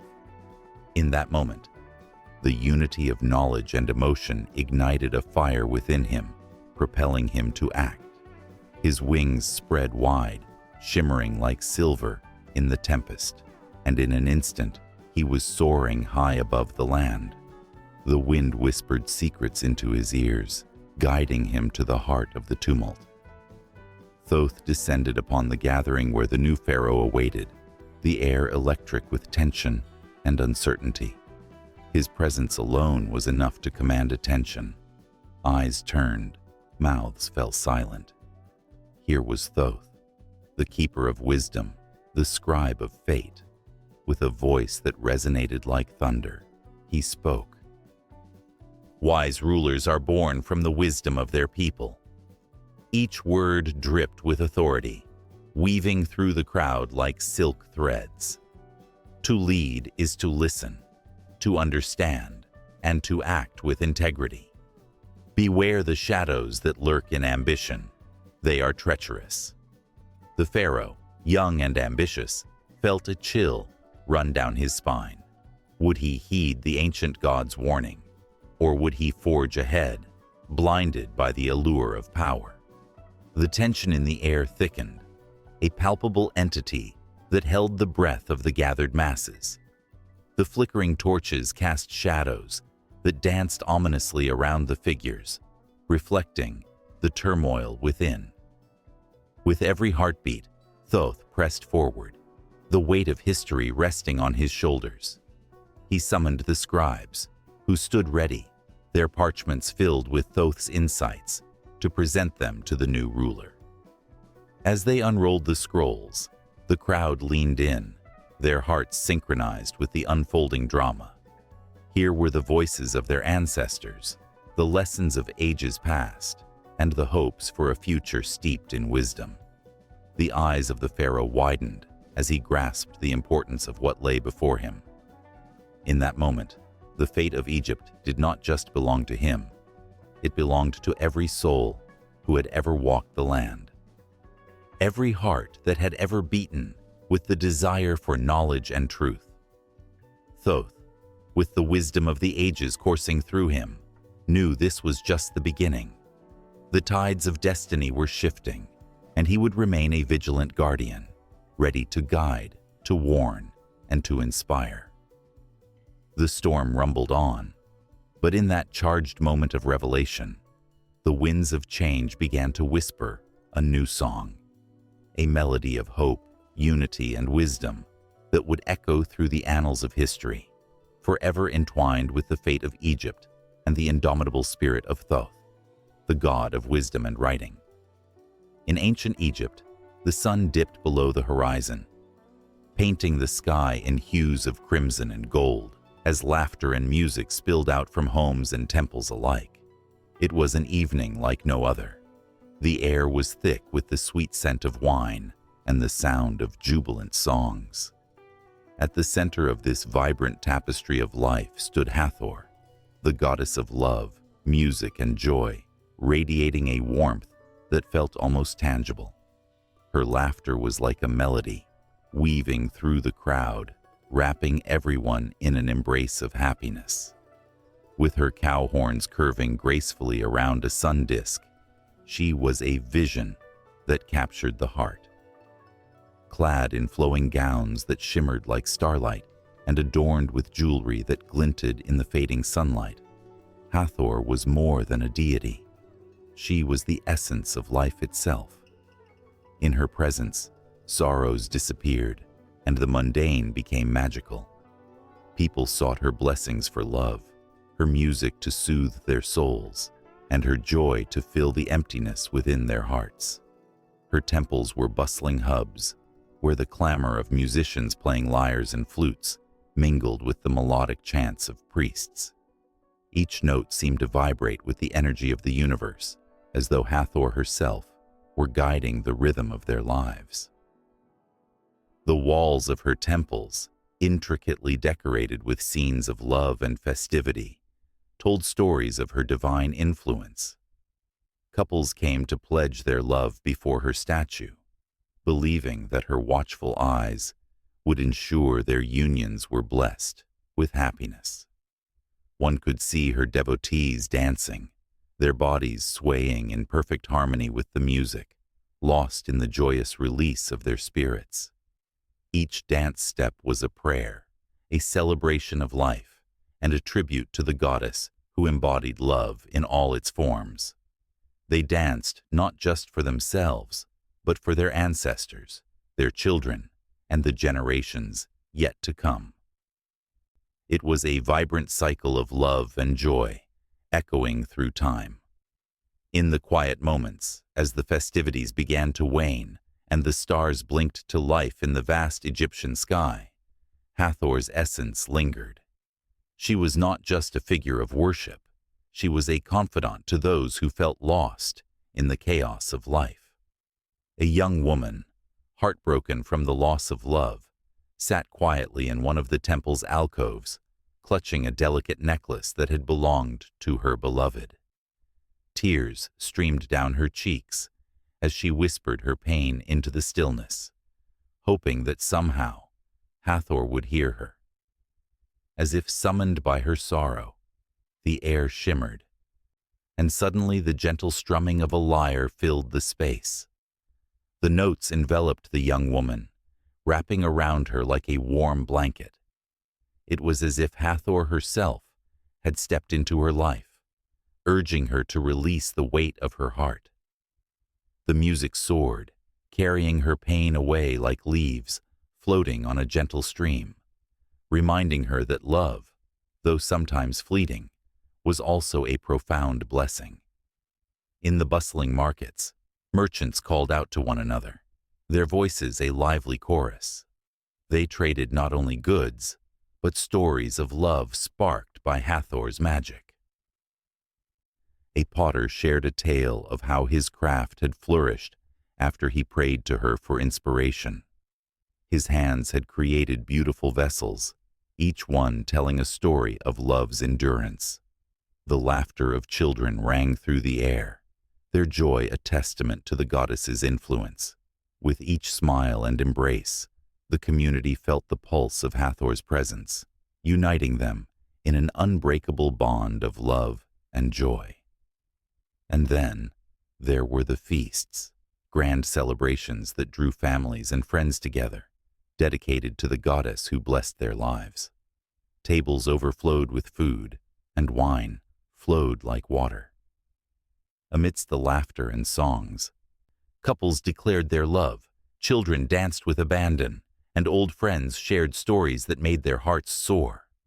In those moments, time seemed to stand still, captured by Hathor's divine touch.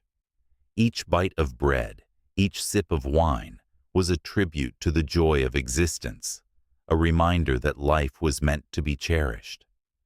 As the festivities reached their peak, the night burst into a frenzy of color and sound. Torches flickered, casting shadows that danced along the temple walls. A group of musicians, fueled by the spirit of celebration, began an intoxicating rhythm that called everyone to the dance floor. Feet pounded against the earth, echoing the heartbeat of the community. With each movement, they channeled their devotion to Hathor, their goddess of love, infusing the air with palpable energy. Yet, behind this exterior of joy, lay whispers of longing. Love was not always easy.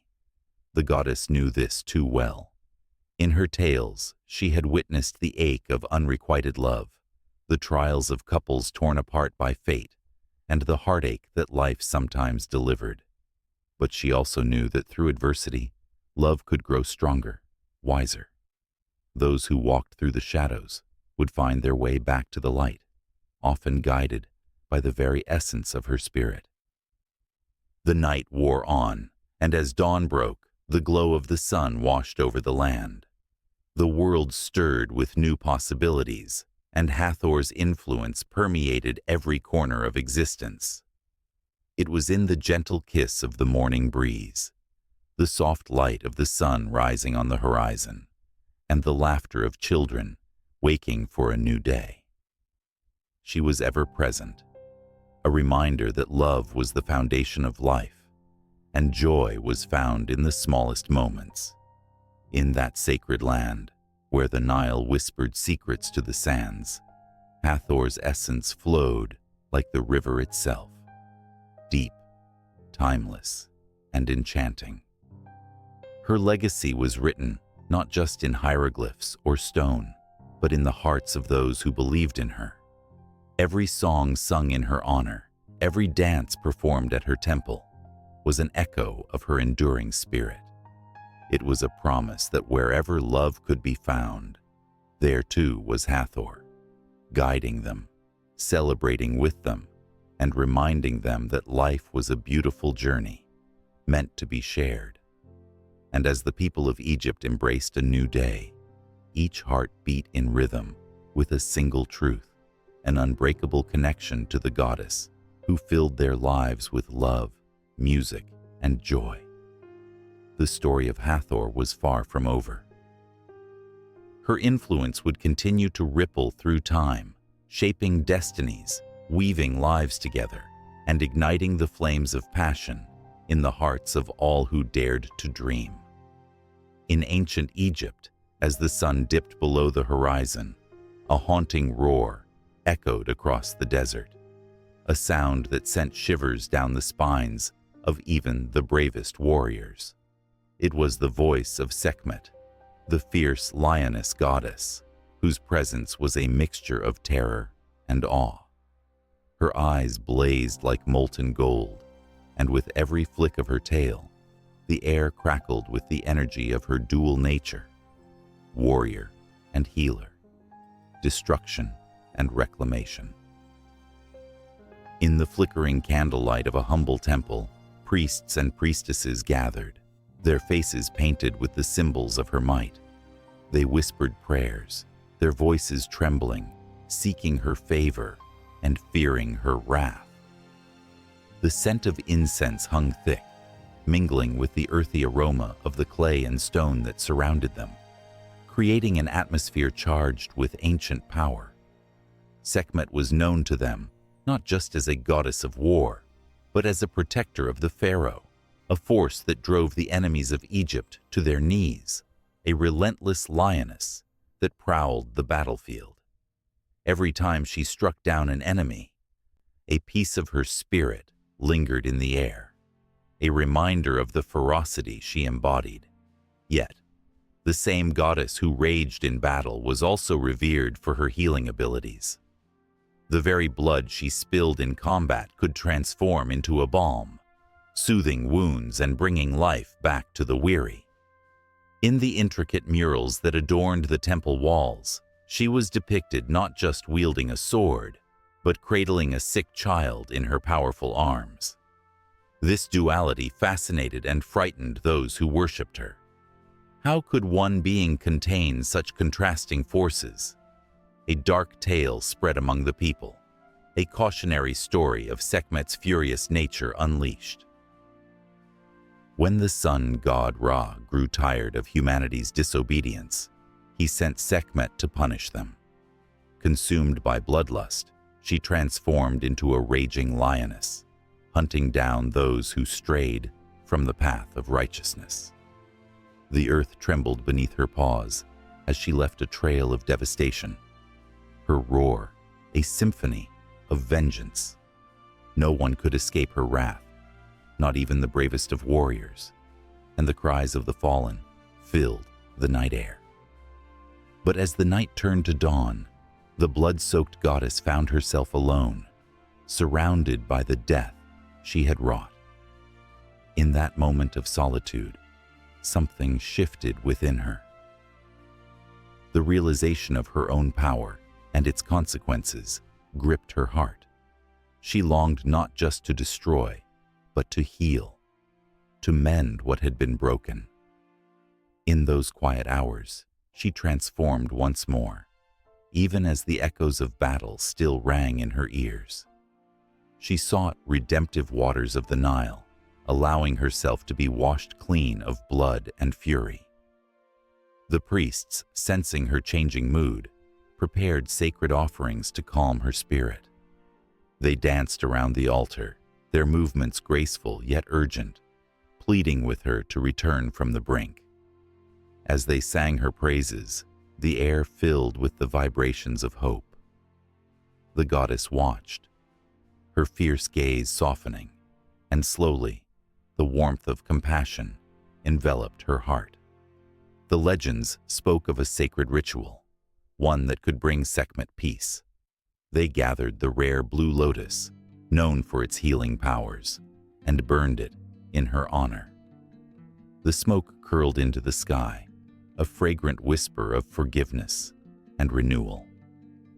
As it rose, Sekhmet felt the weight of her actions lift, her spirit soothed by the love of her people who knew both her wrath and her gentleness.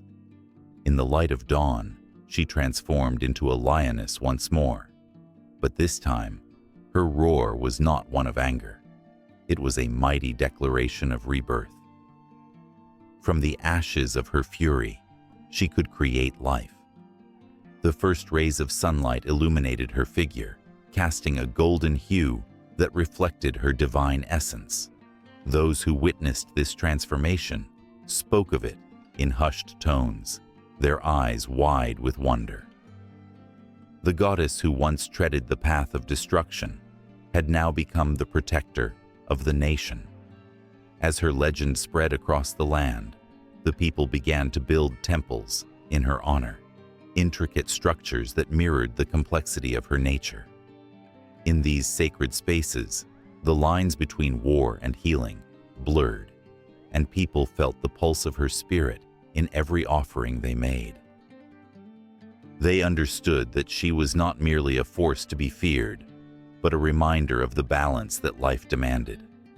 The joy and sorrow, the chaos and calm, it all danced together in a divine rhythm, echoing the essence of Sekhmet. As the years passed, the pharaohs would call upon her name in times of war and peace. They would wear amulets bearing her image, believing that her spirit would protect them in battle and guide them through times of strife. Yet, deep down, they knew that she was more than just a guardian. She was a reflection of their very own struggles, their battles to find strength in vulnerability, to rise from despair and embrace healing. On a fateful evening, beneath a sky painted with the colors of dusk, a young warrior found himself at the foot of her temple, trembling as he sought her guidance. He had seen the horrors of war, felt the weight of loss, and now stood at the crossroads of vengeance and mercy. The flickering torches illuminated the walls, casting shadows that seemed to come alive, whispering stories of those who had come before him. With every heartbeat, he felt Sekhmet's gaze upon him, beckoning him to choose wisely. Would he follow the path of destruction, or would he embrace the healing power within him? The decision hung heavy in the air, and as he knelt before her, he felt a surge of fierce energy, a connection to the very essence of the goddess herself. In that moment of vulnerability, the boundaries between fear and strength, war and healing, blurred into one. To the warrior, Sekhmet was not just a goddess. She was a mirror reflecting his own internal struggles, a fierce lioness waiting to guide him through the darkest nights towards the dawn of hope and compassion. The connection deepened, the tension palpable, and the weight of destiny hung in the air, awaiting its dramatic unfolding under the watchful gaze of the lioness goddess. In the flickering twilight of ancient Egypt, shadows danced across sun-beaten walls, casting an ethereal glow over the bustling lives of its people.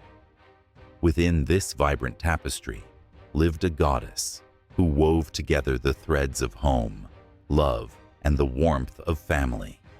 Bastet, the cat goddess. Her presence entwined with the very essence of life, she was a protector of the hearth and a nurturer of motherhood, embodying the delicate balance between fierce strength and gentle affection. The soft purring of a cat echoed through the sunlit streets, its sleek form weaving between the legs of villagers. To them, it was just an ordinary feline. But to those who knew the stories whispered through generations, it was a sacred creature, a messenger of Bastet herself. The guardianship of the home rested upon her shoulders, and in every cat's eyes glimmered the spirit of the goddess, a promise of protection and comfort against the chaos of the world outside. In the homes adorned with colorful pots and woven baskets, women prepared meals with tender care, their hands moving rhythmically as they hummed ancient songs. The aroma of spices filled the air, a heavenly blend that spoke of family bonds and shared laughter. Bastet watched over these moments, her love infusing every bite. Every giggle shared among children playing in the sun. Her spirit lingered in the safe corners of these homes, ensuring that love blossomed and flourished. As the sun dipped below the horizon, casting a serene twilight glow, shadows deepened and the air thickened with the scent of night-blooming jasmine. The warmth of the day faded into a cool embrace as twilight unveiled a different aspect of Bastet, one of ferocity and protection. In her lioness form, she roamed the desert under the silver gaze of the moon, fierce and untamed. Villagers whispered tales of her bravery, recounting how she defended the weak and stood against darkness.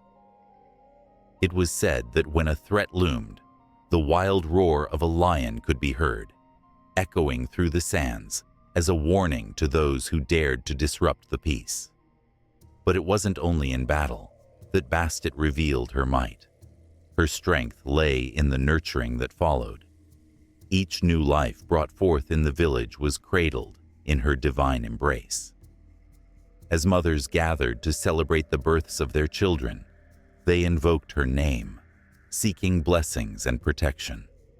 It was Bastet who smiled upon the newborns, filling their futures with joy and laughter. The sound of tiny giggles filled the air, a symphony of innocence ringing out as Bastet ensured that love and safety surrounded every family. In temples adorned with intricate carvings and vibrant paintings, priests and priestesses paid homage to Bastet, offering gifts of flowers and sweet incense. The air was thick with devotion as they chanted prayers, hoping to invoke her presence. They believed that in every flick of a cat's tail, in every gentle nudge against a leg, lay the essence of her spirit, watchful, loving, and fierce. The temple echoed with the soft patting of paws as cats roamed freely, revered as sacred beings. These cats, descendants of Bastet, were guardians of the sacred spaces, watching over the faithful as they sought solace and connection with the divine. But not all was serene. Whispers of discontent emerged from the shadows as rival deities plotted their schemes. As the moon waxed full, an ominous storm brewed on the horizon, threatening to disrupt the harmony Bastet fought so hard to maintain. The villagers could sense the change in the air, a tension that crackled like static electricity. Tales of a dark force growing in power sent shivers down their spines, and with every flicker of lightning, they sought the comfort of home, praying to Bastet for protection. In a moment of hushed desperation, a mother cradled her child, her heart pounding with fear. She whispered the sacred names of the gods, invoking Bastet's strength to shield her family from harm. The child, sensing her worry, looked up with innocent eyes, their trust unwavering. It was in that moment, as time seemed to stand still, that the essence of Bastet flickered alive. The air shimmered with a warmth that surrounded them, washing away the impending dread. As the storm raged outside, its fury was met with an unyielding calm from within the home. The flickering flames of the hearth danced in defiance of the darkness beyond, and the soothing purr of a cat curled at their feet filled the room with a sense of safety. The echoes of Bastet's laughter mingled with the sound of rain against the roof, a reminder that love and protection would always triumph over fear. But shadows loomed larger. The storms grew in strength, not just outside, but in the hearts of those who feared the darkness that would encroach upon their beloved homes. The villagers began to turn to the tales of the goddess. They painted her image on their walls, adorned their necks with amulets bearing her likeness, and filled their pockets with small feline statues, hoping to carry her protection with them wherever they went. As the winds howled and the lights flickered, the villagers gathered in the temple, united in their prayers. They called upon Bastet, desperate for her guidance and strength. It was in the heartbeat of that collective hope that the goddess revealed her power. The very ground beneath their feet trembled as her energy pulsed through the temple, resonating with the love and fear of her people. A crash of thunder echoed like a roaring lion, igniting a fierce energy that surged through the temple. Bastet's spirit awakened. Her presence illuminated the shadows, sending waves of warmth cascading through the hearts of the faithful. They felt her beside them, fierce yet motherly, reminding them to stand strong in the face of adversity, to protect what they held dear with the fierceness of a lioness defending her cubs. But just as quickly as the tension had risen, the storm began to change. The winds shifted, and the air filled with a different kind of energy. The villagers could feel it, the warmth spreading from their hearts through their hands, igniting a spark of unity. Solidarity began to weave through their spirits, transforming fear into courage and doubt into resolve. The burgeoning light of hope flickered in their eyes, igniting a fire that could never be extinguished. Bastet had not merely watched, she had listened, and as the storm raged on, the villagers, strengthened by her presence, began to rise, ready to face whatever came next. In the vast expanse of the ancient Egyptian cosmos, two divine figures stood in eternal embrace. Nut, the celestial goddess, and Geb, the earthly god. Their love story echoed through time, a powerful testament to the delicate balance between the sky and the earth. Even in the quiet moments before dawn, their presence could be felt. A whispering breeze, a rustling leaf, a star twinkling with secrets. Nut arched over the land, her body a tapestry of stars, while Geb lay beneath her, a fertile expanse, his skin rich with the hues of earth and life. The sun had just begun its ascent, casting a golden hue upon the sand dunes, when Geb sighed, a sound that reverberated through creation. He longed for the touch of Nut, whose bright form stretched endlessly above him. Their love, however, was forbidden. The ancient stories told of a great separation, decreed by their father, the god Shu, who had thrust himself between them. This separation birthed despair, but also a longing that ignited the universe. Geb, with his strong hands, held the weight of the earth, but his heart craved the warmth of Nut's embrace. Nut, shimmering like the night sky, felt that ache. Her eyes, vast and deep, reflected every star. Yet she could never forget the weight of her loneliness. Each time the sun dipped below the horizon, taking with it the warmth of day, she felt the pinch of absence. The moon became her solace, a cool companion in the midnight hour, but it could never replace the vibrant energy of her lover. The stories spoke of Nut's nightly ritual. She would swallow the sun, drawing it into her womb, only to give birth to it anew each dawn. This endless cycle was a testament to her eternal love and pain, a bittersweet dance between light and darkness. As the sun spilled its golden light over the fields, Geb stirred, his heart thrumming with longing.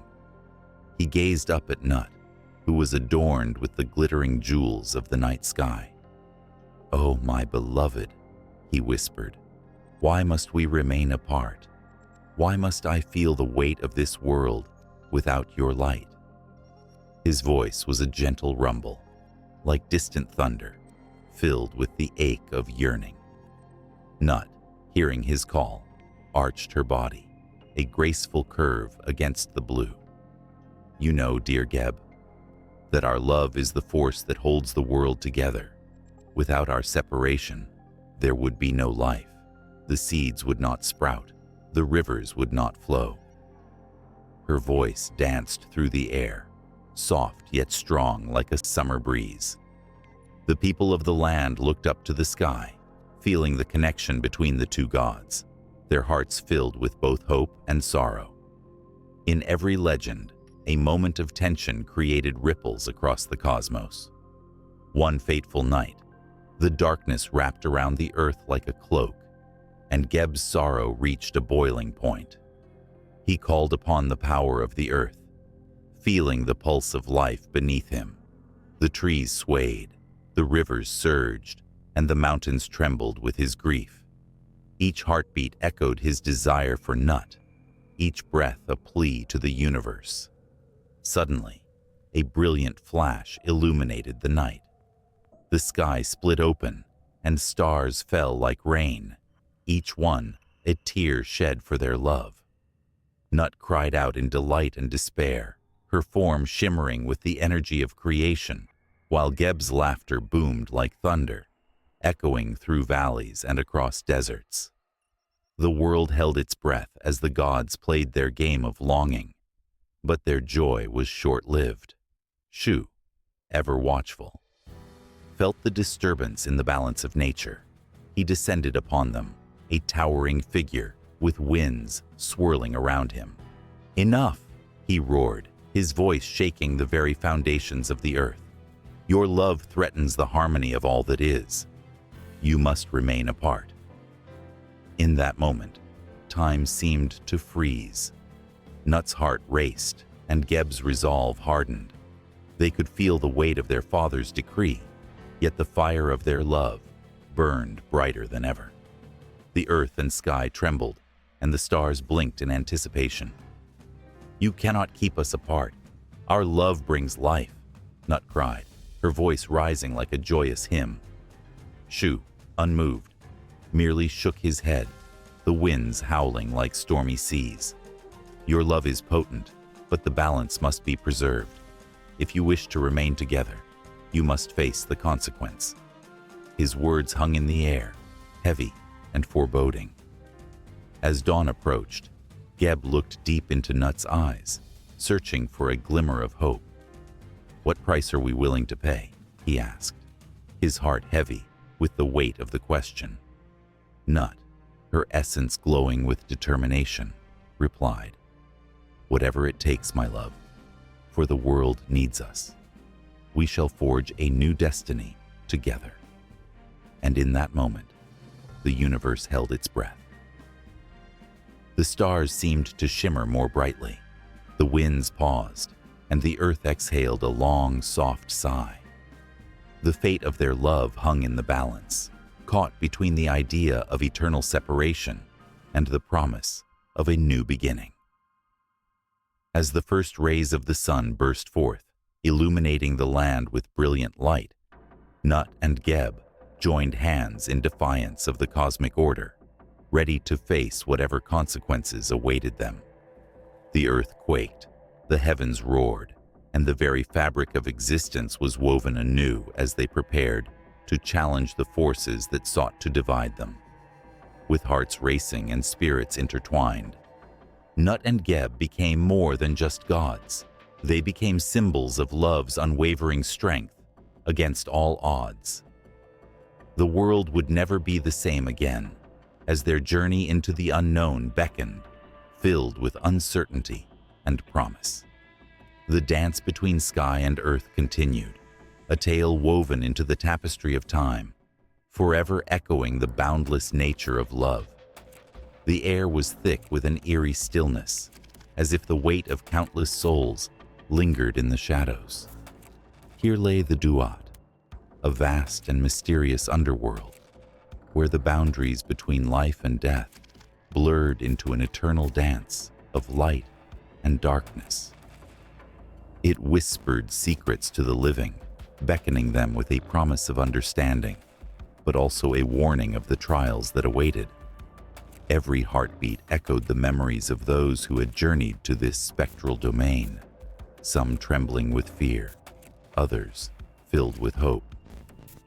In the depths of the Duat, a winding river flowed, known to the ancient Egyptians as the Nile of the Dead. Its dark waters, thick with the essence of the departed, snaked through an endless landscape of surreal beauty and terrifying peril. Here, the souls of the deceased drifted, their ethereal forms flickering like candle flames in the wind. They were not alone. They were accompanied by the guardians of the underworld, formidable deities who watched with both mercy and judgment. Anubis, with his jackal head, roamed the banks, his eyes glinting with wisdom and warning. He guided the souls, preparing them for what lay ahead, the way-in of the heart. As souls approached the hall of Ma'at, their hearts were placed upon a delicate balance, countered by a single feather, the feather of truth. It was a moment filled with palpable tension. The air crackled with anxiety. Would the heart, heavy with burdens and regrets, outweigh the feather? Would the soul be deemed worthy or cast into the jaws of Ammit, the devourer of the damned? Those who failed the test felt an icy grip of despair. The echo of their hopeless cries reverberated in the air, while the victorious ascended onward, bathed in the golden light of the afterlife. Among the souls, a young woman named Tia stood, her heart racing. She had lived a life of kindness, yet shadows of doubt lingered in her mind. Could her good deeds outweigh her moments of anger and sorrow? The fear of Amit loomed large, but the flickering promise of eternal peace kept her steady. As she stepped forward, her heart felt like an anchor, both a weight and a comfort. Anubis, ever watchful, nodded in understanding, as if he knew the struggles that clung to her spirit. Suddenly, the atmosphere shifted. A gust of wind swept through the hall, and the feather teetered dangerously on the scale. Tia's breath caught in her throat as the balance hovered. The moment stretched into infinity, a heartbeat echoing in the silence, drawing forth memories of laughter, tears, and the fleeting moments of love that defined her life. In that breathless moment, she understood. Each heartbeat was a story, woven with threads of both light and dark. As the balance finally tipped, Tia felt an overwhelming rush of relief and joy.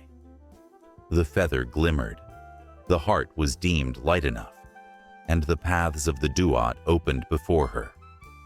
Lush fields of reeds emerged, bathed in the warm light of the sun, a paradise painted with hues of gold and green. She stepped forward, her spirit soaring, as the warmth enveloped her like a long-lost embrace. But not far behind, others remained, their struggles still unfolding in the depths of the duat. A man named Kem, burdened by a lifetime of greed and envy, watched in horror as his heart outweighed the feather. The jaws of Amit gaped wide, hungry and merciless. Terrified, he pleaded for a chance to prove his worth. But the waters of the river churned ominously, echoing his despair. The darkness around him thickened, suffocating, as he grappled with the haunting choices of his past that had led him to this moment. Across the hall, shadows danced, whispering of lost opportunities and crushed dreams. The weight of regret was a palpable force, heavy in the air, as souls confronted their pasts. They recognized faces of loved ones and remembered the moments that shaped their lives. Laughter echoed, mingled with sorrow, creating a haunting melody that seemed to resonate through the very fabric of the duat. The land of the dead was not merely a place of judgment, it was also a canvas of possibility. As Tia stepped into the lush paradise, she felt a surge of energy pulsing through her. Here, she would not just exist, she would thrive. The fields opened up into a vast expanse, dotted with blooming lotus flowers, each one a memory waiting to be cherished. The air was fragrant with the scent of life, a stark contrast to the chill of the judgment hall. In this realm, the sun shone brightly, illuminating the paths of the blessed. They were free to wander, to connect with one another, to dance in the eternal embrace of love and light. Tia's laughter mingled with the songs of the departed, a symphony celebrating their shared existence. Yet, even amidst the joy, a shadow loomed, a reminder that not all souls would find peace so easily. For the souls trapped in the depths of despair, the duat harbored danger. Creatures of darkness prowled the edges, embodiments of the fears and regrets that clung to every spirit. Hades, the dread of an unresolved life, stalked the corridors, blending seamlessly with the shadows. The souls who had not reconciled their past suffered in silence, their voices swallowed by the night. In a parallel world, a fierce battle unfolded. Osiris, the god of resurrection, and his loyal followers waged war against the forces that sought to claim the lost souls. Their cries filled the air, a rallying call against the encroaching darkness. This was not just a fight for the souls. It was a fight for the essence of life itself, a struggle that echoed through the ages. Tia, now aware of the struggle that raged beyond her newfound paradise, felt a tug at her heart. She understood that her journey was not over. The Duat was a living tapestry of stories, and her thread was woven into the very fabric of its existence. She turned back, drawn to the whispers of those still trapped in the corridors of judgment and despair. The appeal was undeniable. The pull of empathy and the need for connection beckoned her. As she made her way back towards the hall, the flickering lights of the souls in transition shone brighter. Each step echoed with determination, a promise to stand with those who faced their own darkness. The river of the dead whispered her name, a reminder that her journey had only just begun. She was not alone, and the Duat held within it the possibility of redemption, love, and the eternal struggle between light and dark, a dance that would never end. In the dim glow of eternal twilight, where shadows danced and whispers of the departed lingered like a fading melody, souls gathered in silence, awaiting their fate. The air was thick with anticipation, an electric tension that hummed with every heartbeat. Here, in this realm beyond the living, the profound moment of reckoning awaited.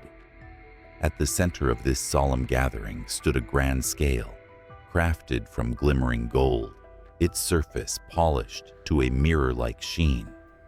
On one side of the scale lay a heart, heavy with the weight of a lifetime. It was not just any heart. It was the heart of a man named Khepri, who had lived long and loved fiercely. Yet, as he stepped forward, dread crept into his chest. Would his heart bear the burdens of his choices, or would it be light enough to float toward paradise? The great god Anubis, guardian of the underworld, stood tall beside the scale, his jackal head keenly observant. His gaze was penetrating, filled with wisdom that spanned eons. He held in his hand a feather, pure and white, the feather of Ma'at, the goddess of truth and justice. It was the ultimate arbiter of a soul's worth, a delicate balance against which Khepri's heart would be weighed. The crowd of souls, both hopeful and terrified, watched with bated breath. Each soul knew that this moment was the culmination of their earthly deeds, a reckoning where every whisper of kindness, every act of malice, would echo through eternity. Would Khepri's heart rise like a feather, or would it sink under the weight of guilt? As the weighing began, Khepri's heart pulsed rhythmically, a steady reminder of his existence. Memories flooded his mind, laughter shared with friends, tears shed for lost loved ones, and moments of selfishness that pierced his soul like daggers. He could almost hear the voices of those he had wronged, echoing in his ears as the scale trembled ever so slightly. Anubis's eyes narrowed, a knowing look passing over his face. "Speak your truths," he commanded, his voice resonating like thunder in the stillness. "Let the heart be laid bare before the judgment." The air shifted, and Khepri found himself reliving his life in fragments. The joy of a child's laughter, the warmth of a lover's embrace, but interwoven were the threads of betrayal and neglect. With each memory, he felt the weight of his heart grow.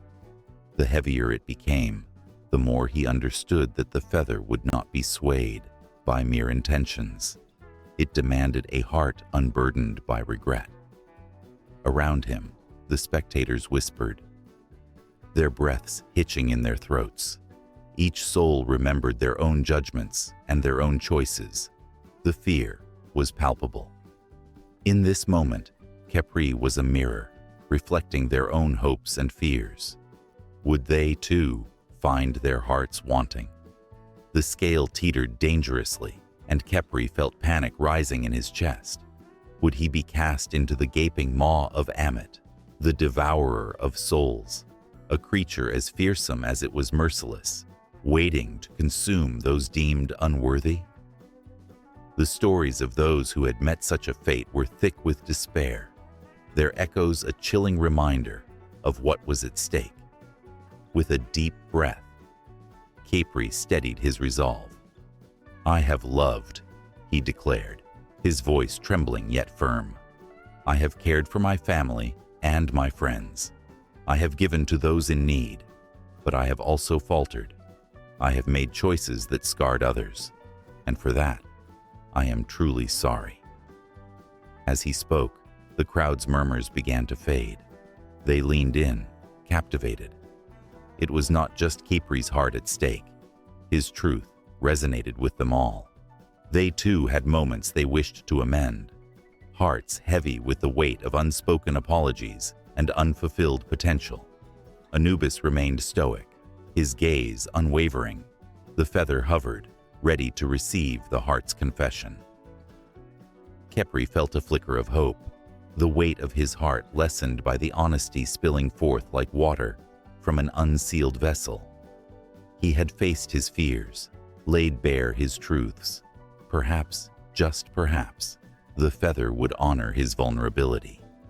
Yet before the scale could settle, a deep rumble echoed through the shadows. A figure stepped forth, veiled in darkness, a reminder of the lurking dangers of the afterlife. This was Duat, the haunting embodiment of all the choices gone awry, the specter that thrived on regrets and unfulfilled dreams. With a flick of his wrist, he loomed over them, a harbinger of despair. "Do not be deceived," Duat hissed, his voice slithering through the air. "Your heart may be filled with remorse, but the past cannot be undone. The weight of your actions will forever linger." Fear gripped Khepri anew, but as he looked at Anubis, a glimmer of determination ignited within him. Anubis raised the feather, unwavering, a beacon of hope against the darkness. "It is not mere reflection of the past that will guide your fate, but the strength of your spirit to rise from it," he stated, voice penetrating the air with authority. Khepri stood tall, heart racing. Time slowed as he gathered the courage to confront his fears, the memories of joy and sorrow intermingling. He reached for the feather, a symbol of truth and balance, grasping it in his mind. It represented the possibility of redemption, the chance to rise above the shadows.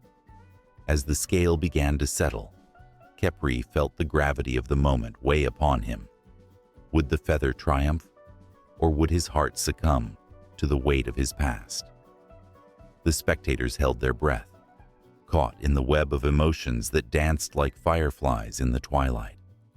And in that pregnant silence, Khepri realized that judgment was not merely a destination. It was a path. A path lined with the echoes of every soul who had walked before him, forged from choices made in love, fear, and regret. As the balance hung in the air, the tide of destiny surged forward, ready to sweep them all into the embrace of whatever lay beyond. In the hushed shadows of ancient Egypt, where the sun kissed the horizon and the Nile whispered tales of gods and men, a chilling betrayal echoed through the golden sands. Osiris, the beloved god of the afterlife, stood tall and radiant, a beacon of hope and harvest, revered by all. His laughter rang through the temples, a melody of joy and abundance. Cherished by mortals who relied on his gifts for fertility and sustenance. Little did he know that envy brewed in the heart of Set, his own brother. Darkness concealed behind a veil of false smiles. Set, god of chaos and storms, had long lived in Osiris's shadow, his heart twisted by bitterness. The air crackled with tension as he plotted a cruel deception. What if I could steal his light? He mused, the corners of his lips curling in an eerie smile. The betrayal was not just born from jealousy. It was an insatiable hunger for power and dominance that gnawed at his core. Under the glow of the moon, Set devised a wicked plan, weaving darkness into the fabric of their family ties. As Osiris returned from distant lands, laden with the blessings of harvest, his heart was light, oblivious to the storm brewing within his brother. The banquet set for his return was a scene of joy, laughter echoing through the grand halls of their kingdom. Set welcomed him with open arms, but coldness lingered beneath the facade. "Come, brother, let us celebrate," Set urged, his voice smooth like silk, hiding the venomous intent that pulsed just beneath the surface. In the dim torchlight, Set unveiled a beautifully crafted chest, ornate and gleaming. "Climb inside, brother, and see if it fits you," he taunted. Osiris, trusting and unaware of the impending doom, climbed inside, laughter still dancing on his lips. As the lid slammed shut, darkness enveloped him, his fate sealed by the betrayal of kin. Set's laughter, a chilling echo of triumph, reverberated through the halls as he cast the chest into the Nile. The river swallowed Osiris whole, carrying him away like a lost soul. The world outside dimmed, colors fading as darkness wrapped itself around him. In that moment, Osiris felt the cold grip of despair. He was a god, yet the weight of betrayal pressed down harder than any mortal chain. It was an agony that seeped into every fiber of his being, a wound that ran deep into the heart of existence. Isis, his devoted wife, grieved inconsolably, her heart breaking as whispers of betrayal reached her ears. She sought her husband with relentless determination, a lioness in search of her lost cub. Night after night, she scoured the banks of the Nile, tears mingling with the water, calling out his name. "Osiris!" Her voice echoed against the silent reeds, stirring the currents with an emotional turmoil that made even the gods weep. In her quest, Isis uncovered the truth, a dark revelation that ignited a fire within her. With her magic, she transformed into a hawk, soaring above the land, eyes sharp and fierce. The whispers of the wind guided her, leading her to a distant shore where the chest had washed ashore, caught in the embrace of the reeds. There she found her beloved, lifeless but still a god, a radiant essence trapped in death. With each heartbeat, she poured her magic into him, her love a powerful force that defied the very laws of nature. She called upon the spirits, the ancient deities who had watched over them, invoking their power in a desperate plea. As the stars aligned in a celestial dance, they listened. The air shimmered with energy, an electric pulse of hope and desperation. But Set was not done with his treachery. He learned of Isis's search and, filled with rage and jealousy, he unleashed a torrent of chaos. His minions, dark and twisted, sought to thwart her efforts. The night became a battleground, a clash of light and dark. Isis, fueled by love, against Set, consumed by hatred. Each spell cast and each incantation spoken was a heartbeat in this cosmic struggle. As the final words of her spell echoed against the heavens, a brilliant light enveloped Osiris.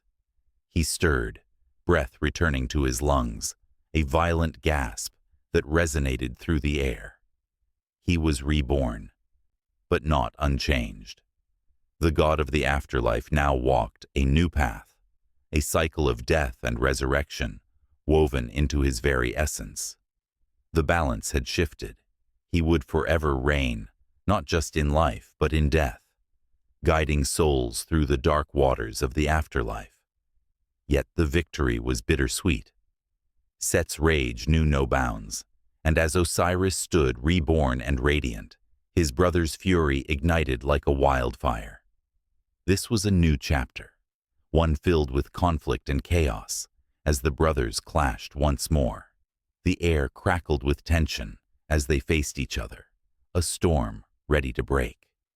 The echoes of betrayal still lingered, shadows dancing at the edge of their confrontation, hinting at the battles yet to come. As Osiris took his place in the divine realm, he became not just a god, but a symbol of hope and rebirth for the people of Egypt. His story intertwined with the very fabric of their lives, a reminder that even in the darkest times, light could return. But the saga was far from over. It was a cycle, a loop of passion, conflict, and eternal struggle, where love battled against the shadows of betrayal. The sun set over the Great Pyramids, casting long shadows across the land. The whispers of the Nile curled around the ancient stones, carrying with them the weight of a story that would never truly end. The saga of Osiris, of death, betrayal, and resurrection, echoed in the hearts of all who believed, inviting them to witness the unfolding of divine drama that transcended time. And as the stars blinked into existence, a new chapter awaited, filled with the mysteries of life, love, and the relentless quest for power. In a quiet village nestled between two ancient hills, the air thrummed with anticipation. The sun dipped low, casting a golden hue over the fields where villagers gathered, faces aglow with excitement and reverence. Each year, as the first shoots of spring peeked through the thawing earth, the people prepared for the festival of the Great Mother, a celebration rooted in tales as old as time itself. Here, myths weren't just stories, but the very fabric that stitched their lives together, a bridge between the past and the present, the sacred and the mundane. As the village square filled with vibrant colors, and the scent of sweet cakes and roasted meats wafted through the air, one could feel the heartbeat of tradition. An elder, with skin like weathered parchment, stood at the center, his voice booming like a thunderclap. He began weaving the tale of the Great Mother, a deity who had once walked among them, nurturing the land and its people.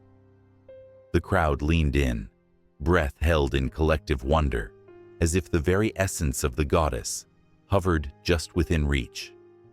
The children, wide-eyed and entranced, listened closely. Their imaginations painted vivid pictures of the Great Mother, her hair flowing like streams of water under the moonlight, her laughter echoing in the rustle of leaves. The stories breathed life into their world, transforming the ordinary into the extraordinary. This bond between the villagers and their myths was not merely for entertainment. It was a lifeline, a reminder of their roots and the forces that shaped their existence. As the sun set, the mood shifted from the quiet reverence of storytelling to a crescendo of joyous celebration. Drums began to beat, deep, resonant sounds that pulsed through the very ground they stood on. The villagers danced, a wild, uninhibited expression of joy, each movement a tribute to the tales of old. With each twirl and stomp, they channeled the spirits of their ancestors, embodying the legends that had been passed down through generations. The rhythms seemed to awaken something primal, something that whispered of ancient fires and the warmth of their ancestors gathered around them. In another corner of the village, preparations for the evening's feast were underway. Tables laden with food told stories of abundance and gratitude. The act of sharing a meal was sacred, a ritual that honored both the earth and their myths. As they passed dishes filled with hearty stews and freshly baked bread, the villagers exchanged not just food, but memories, binding them together in a tapestry of shared experience. It was in these small moments that the myths transformed. The Great Mother wasn't merely a figure of the past. She lived in each bite, each laugh, and every heartfelt word shared among friends and family. In the midst of the festivities, a hush fell over the crowd as the elder signaled for silence. With a knowing smile, he recounted the tale of the great harvest, a story of struggle, sacrifice, and resilience. The villagers felt a chill run down their spines, a collective shiver as they remembered the harsh winters and the battles fought to protect their land. The elder spoke of the spirits of the harvest, of how the grains whispered to the soil and the sun danced with the rain. They could almost hear the echoes of the past, the voices of those who had come before them, urging them to remember the delicate balance of life. As he spoke, the villagers lit candles, their flickering flames a testament to hope and remembrance. The night sky, now littered with stars, seemed to lean closer, listening to their stories. In that moment, the line between the living and the mythical blurred. They were not just participants in a celebration, but guardians of a legacy, keepers of a truth that transcended time. With each flicker of candlelight, shadows swayed as if they were part of the dance, weaving through the memories shared in hushed tones. The older generations looked on, faces illuminated by the glow, their eyes reflecting a mixture of pride and nostalgia. They remembered their own childhoods, the warmth of the stories that had molded them, the myths that had guided their choices. The night unfolded with laughter and music, a symphony of life that echoed through the valley. Yet, beneath the joy, a current of tension lingered. The villagers knew that the old tales, while beautiful, also contained warnings. Myths served as reminders of what could be lost if the balance was not maintained. The story of the Great Mother was not just one of nurturing, but also of wrath. A cautionary tale of drought and despair when her gifts were taken for granted. As the festivities continued, families began to share their own stories, personal myths woven into the evening's narrative. A widow spoke of her late husband, recalling how he had planted the first seeds of their garden, whispering promises to the earth. A young girl shared a dream she had, where she had danced with the Great Mother herself, and the villagers listened, their hearts swelling with emotion. These stories, both joyful and sorrowful, were the lifeblood of their community, each one a thread that pulled them closer together. The festival reached its peak, and an air of intensity enveloped the crowd as they prepared for the final ritual, an offering to the Great Mother. The villagers gathered their most cherished possessions, items that represented their love, their hopes, and their dreams. As they laid these offerings at the base of an ancient tree, its gnarled roots twisting deep into the earth, a quiet reverence settled over them. They prayed for blessings, for protection, and for the wisdom to honor the myths that shaped their lives. In that sacred moment, a powerful understanding hung in the air. These rituals weren't merely acts of devotion. They were a symbiotic dance with the forces of nature and the universe. As the flames from the bonfire crackled and leaped into the night sky, it felt as though the Great Mother herself was watching over them, her spirit woven into every flicker of light. And as the night deepened, the villagers felt something shift. The stories of old echoed in their hearts, intertwining with their dreams and aspirations. They were not just participants in a festival. They were the living embodiment of myth itself, each person a character in a never-ending story that spanned generations.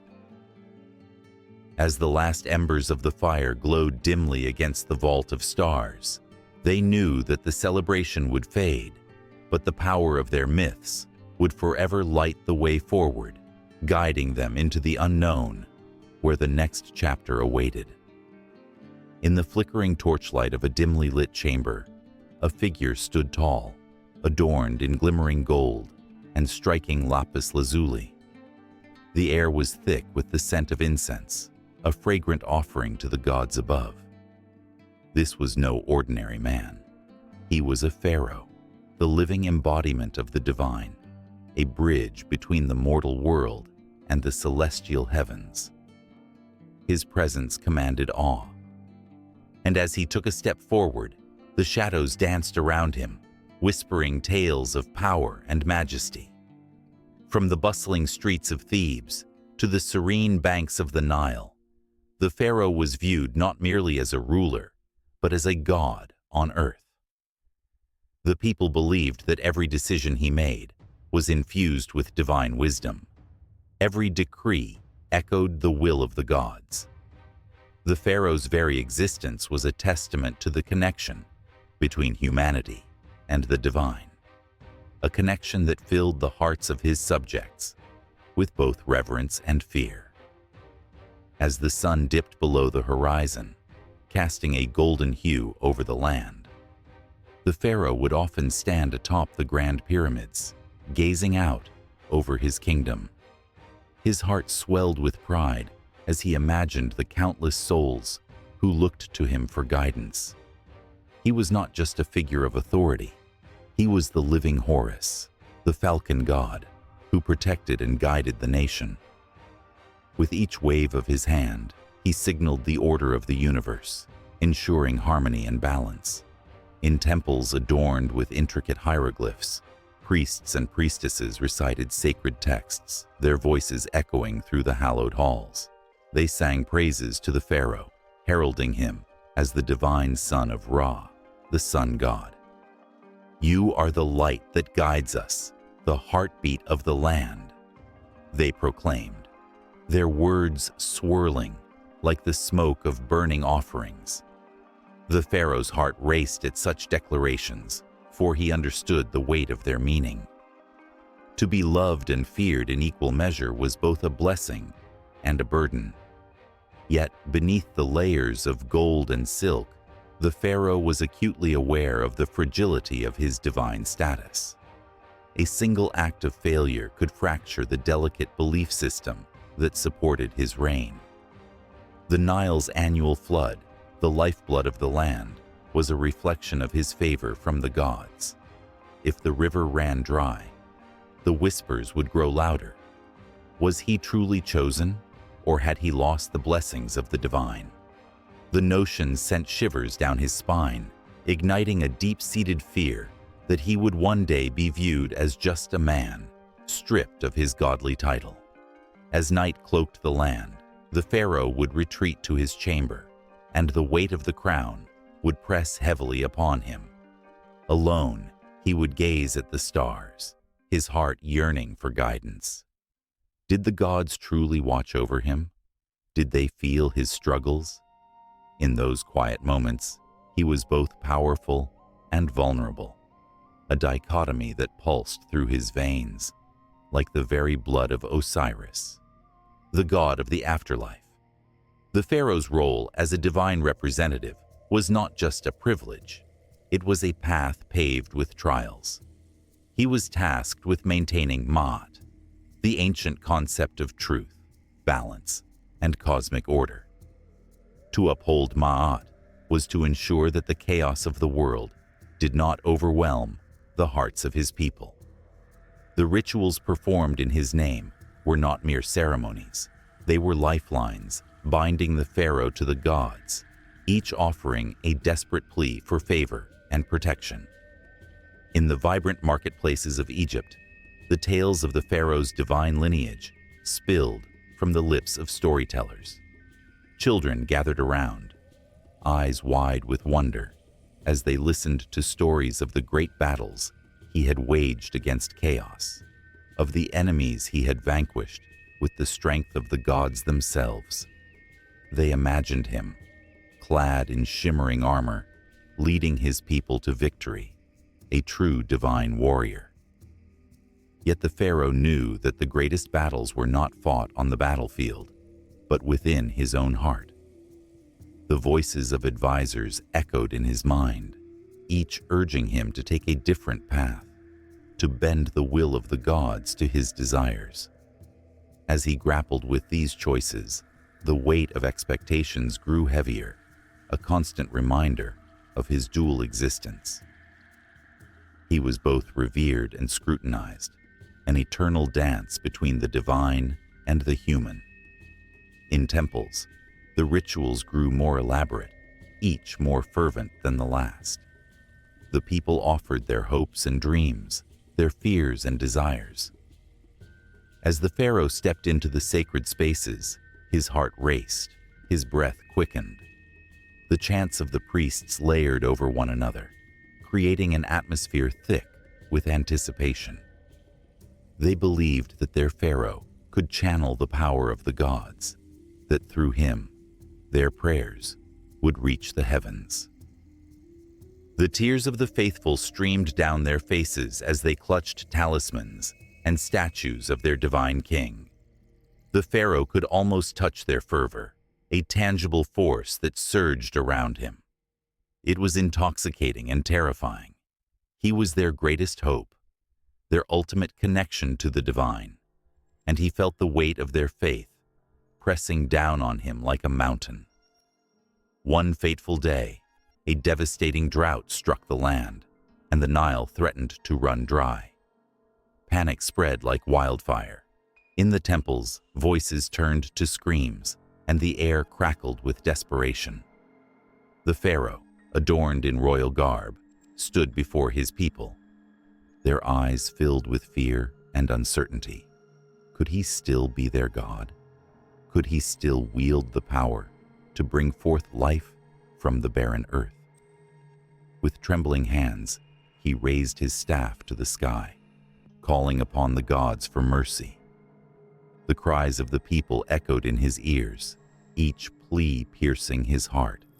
He could feel their faith wavering, and in that moment, he became acutely aware of the fragile thread binding him to the divine. The challenge was greater than he ever imagined, and as the sun set over the parched land, the fate of an entire kingdom rested on his shoulders. The air was thick with tension, and the pharaoh's heart raced as he prepared to make the ultimate sacrifice. The weight of his lineage pressed down upon him, a reminder that he was not just any man. He was the divine representative of the gods. The moment stretched, caught between hope and despair, as the people held their breath, waiting for the miracle that he must summon from the heavens above. The sun dipped below the horizon, casting a golden glow over the vast desert, where the air shimmered with enchanting tales of a world long gone. In the distance, the pyramids rose like ancient sentinels, their silhouettes etched against a canvas of fading light. These monumental structures, crafted with precision and purpose, held within their stone walls the dreams and desires of a civilization obsessed with the afterlife. The very ground pulsed with the echoes of the past, whispering secrets of kings and pharaohs who once ruled with divine authority.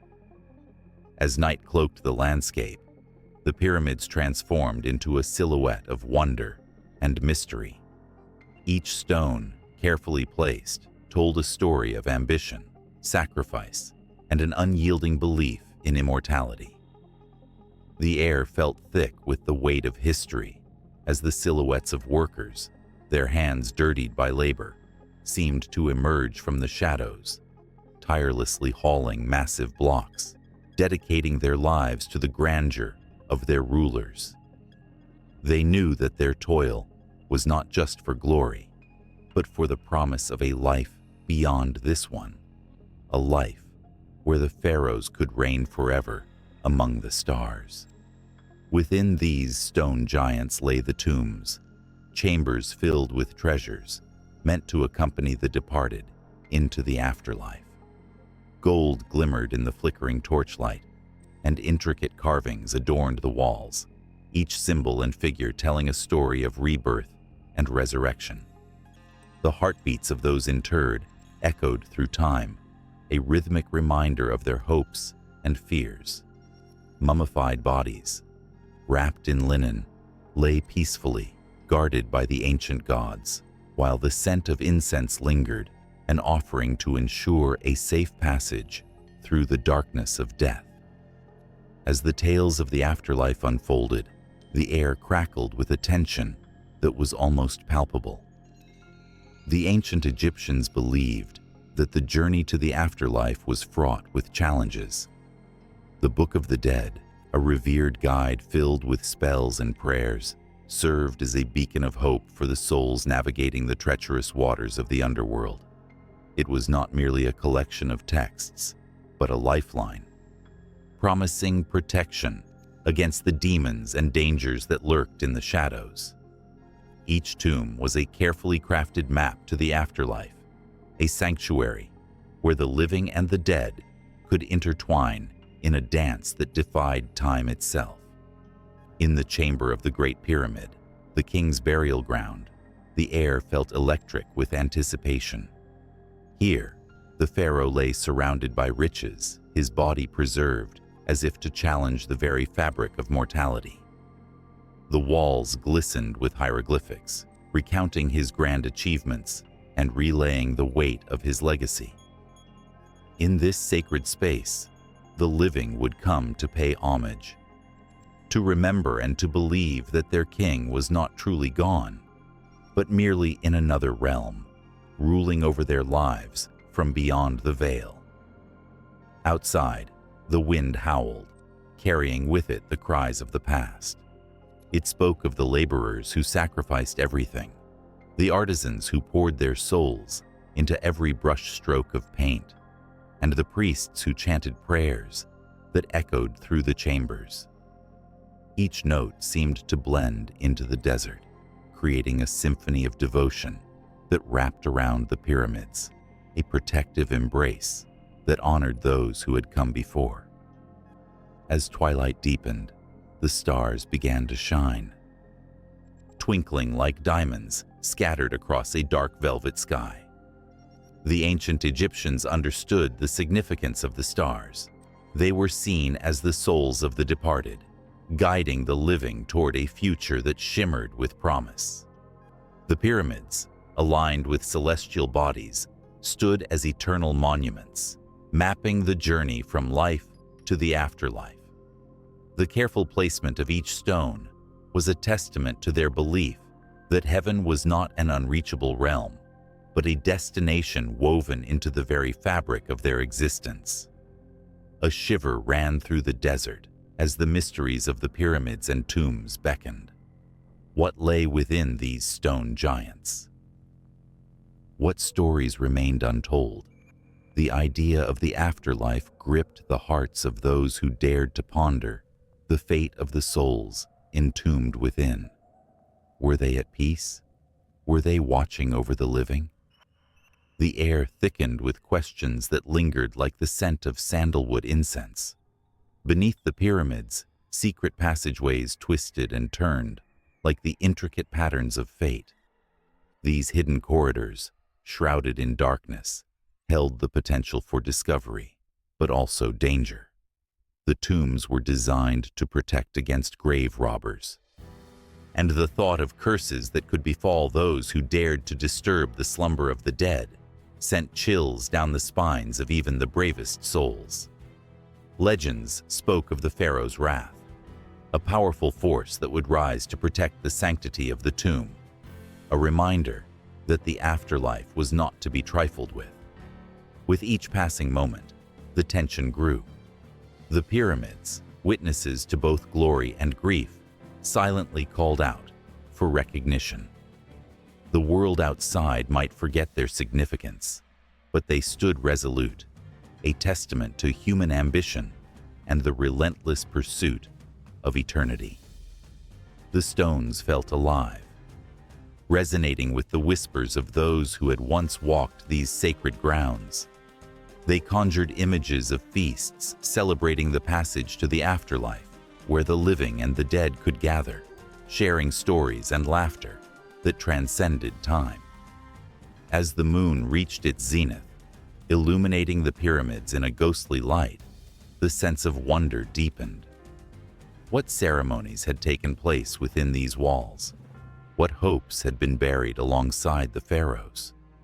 The spirit of ancient Egypt lingered in the air, a reminder that the past was not lost, but rather woven into the very essence of the present. With every beat of the heart, as the stars twinkled and the wind whispered, the pyramids and tombs stood unwavering, a bridge between worlds, where life and death met in a dance of eternal significance.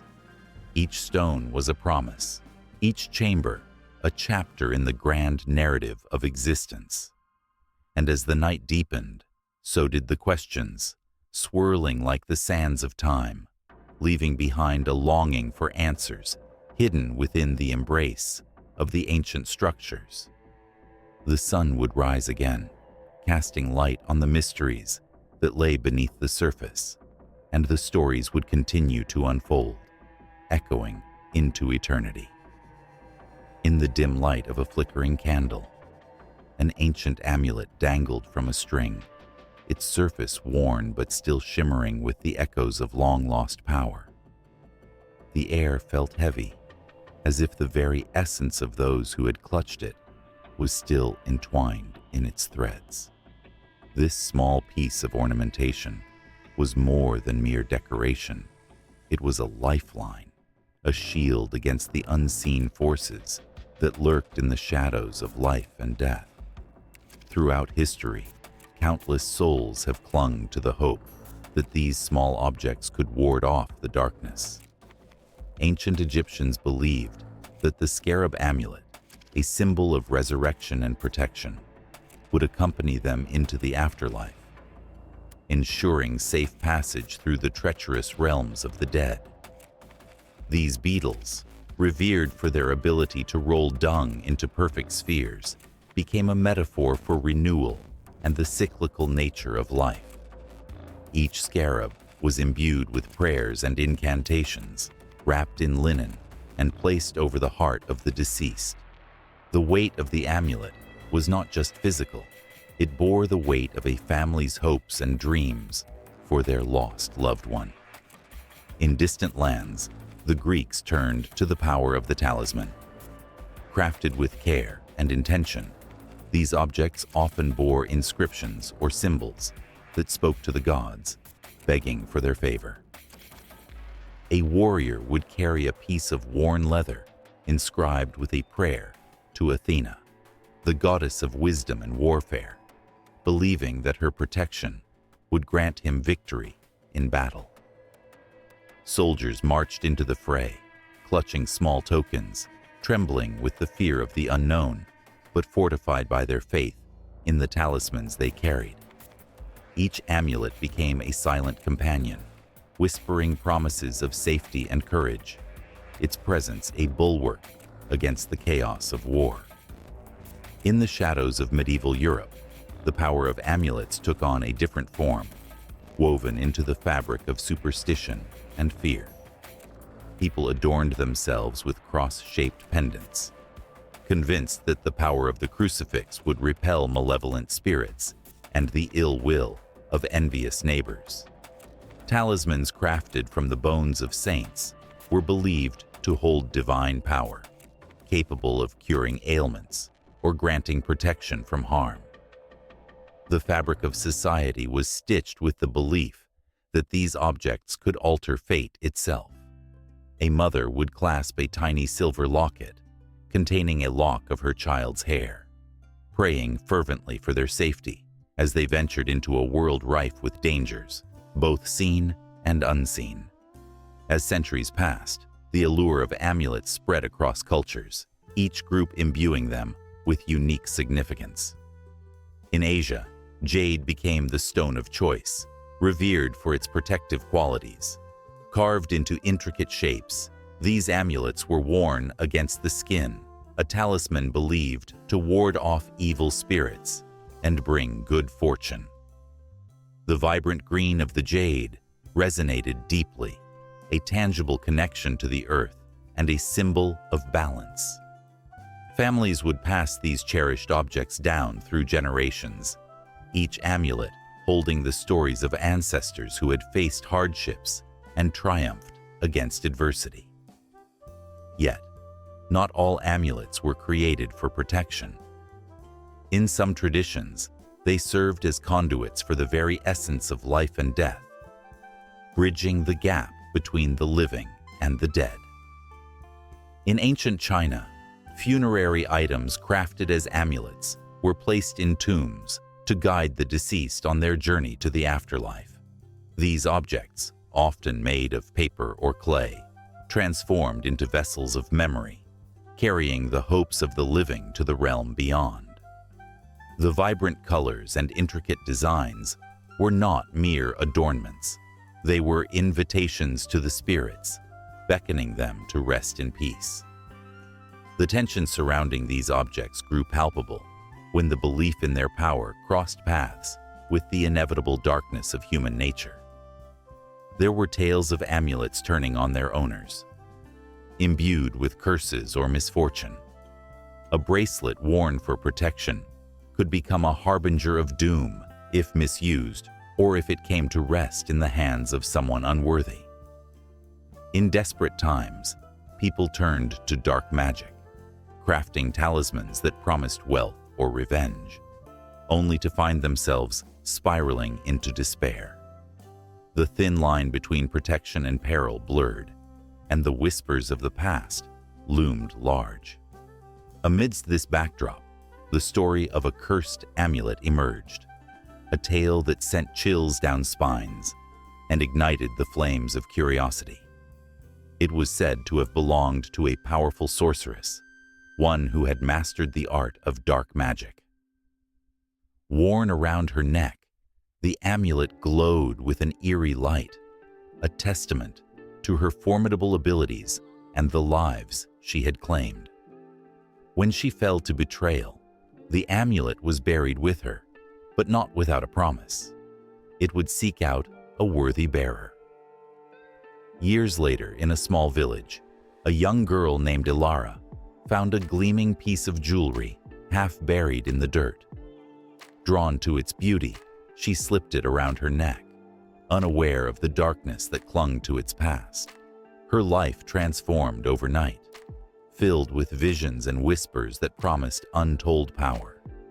As her abilities grew, so did the weight of the amulet, a constant reminder of the sorceress's lingering presence. Night after night, Ilara grappled with dreams of shadows and the haunting visage of her predecessor, a tug-of-war between light and dark that left her breathless. The villagers, once enchanted by her gifts, began to fear her. Whispers filled the air, rumors of curses and spells, tales of misfortune befalling those who crossed her path. Ilara's heart raced as she clutched the amulet, teetering on the edge between protection and destruction. The very thing that had given her power, now threatening to consume her. In the eternal dance between life and death, the amulets and talismans stood as both guardians and gatekeepers. Each told a story, holding the weight of history within their delicate frames. They were silent witnesses, bearing the echoes of prayers, dreams, and fears. As Ilara faced her own destiny, she couldn't shake the feeling that the amulet was not just an object, but a living entity, a link to every soul that had ever sought its protection. The energy crackled in the air, charged with anticipation, as she prepared to confront the darkness that awaited her. Unbeknownst to her, fate had a way of intertwining all tales, leading her deeper into a web spun from the very threads of history itself. In the flickering torchlight of ancient temples, the air buzzed with an energy both electric and sacred. The rhythmic chant of priests mingled with the rustling of feathers and the soft padding of paws on cool stone. Shadows danced across murals depicting gods and goddesses, their forms intertwined with the animals they revered. Here, in this hallowed space, the line between the divine and the earthly blurred, and the sacred animals of Egypt roamed not just in the minds of the people, but in the very essence of their beliefs. The Nile flowed, a silver ribbon twinkling under the sun, its waters cradling secrets as old as time. Crocodiles basked on its banks, their eyes glinting like emeralds. To the ancient Egyptians, these creatures were not simply beasts of the river. They were embodiments of Sobek, the god of the Nile. With each flick of a tail, they told tales of fertility and power, of life and death.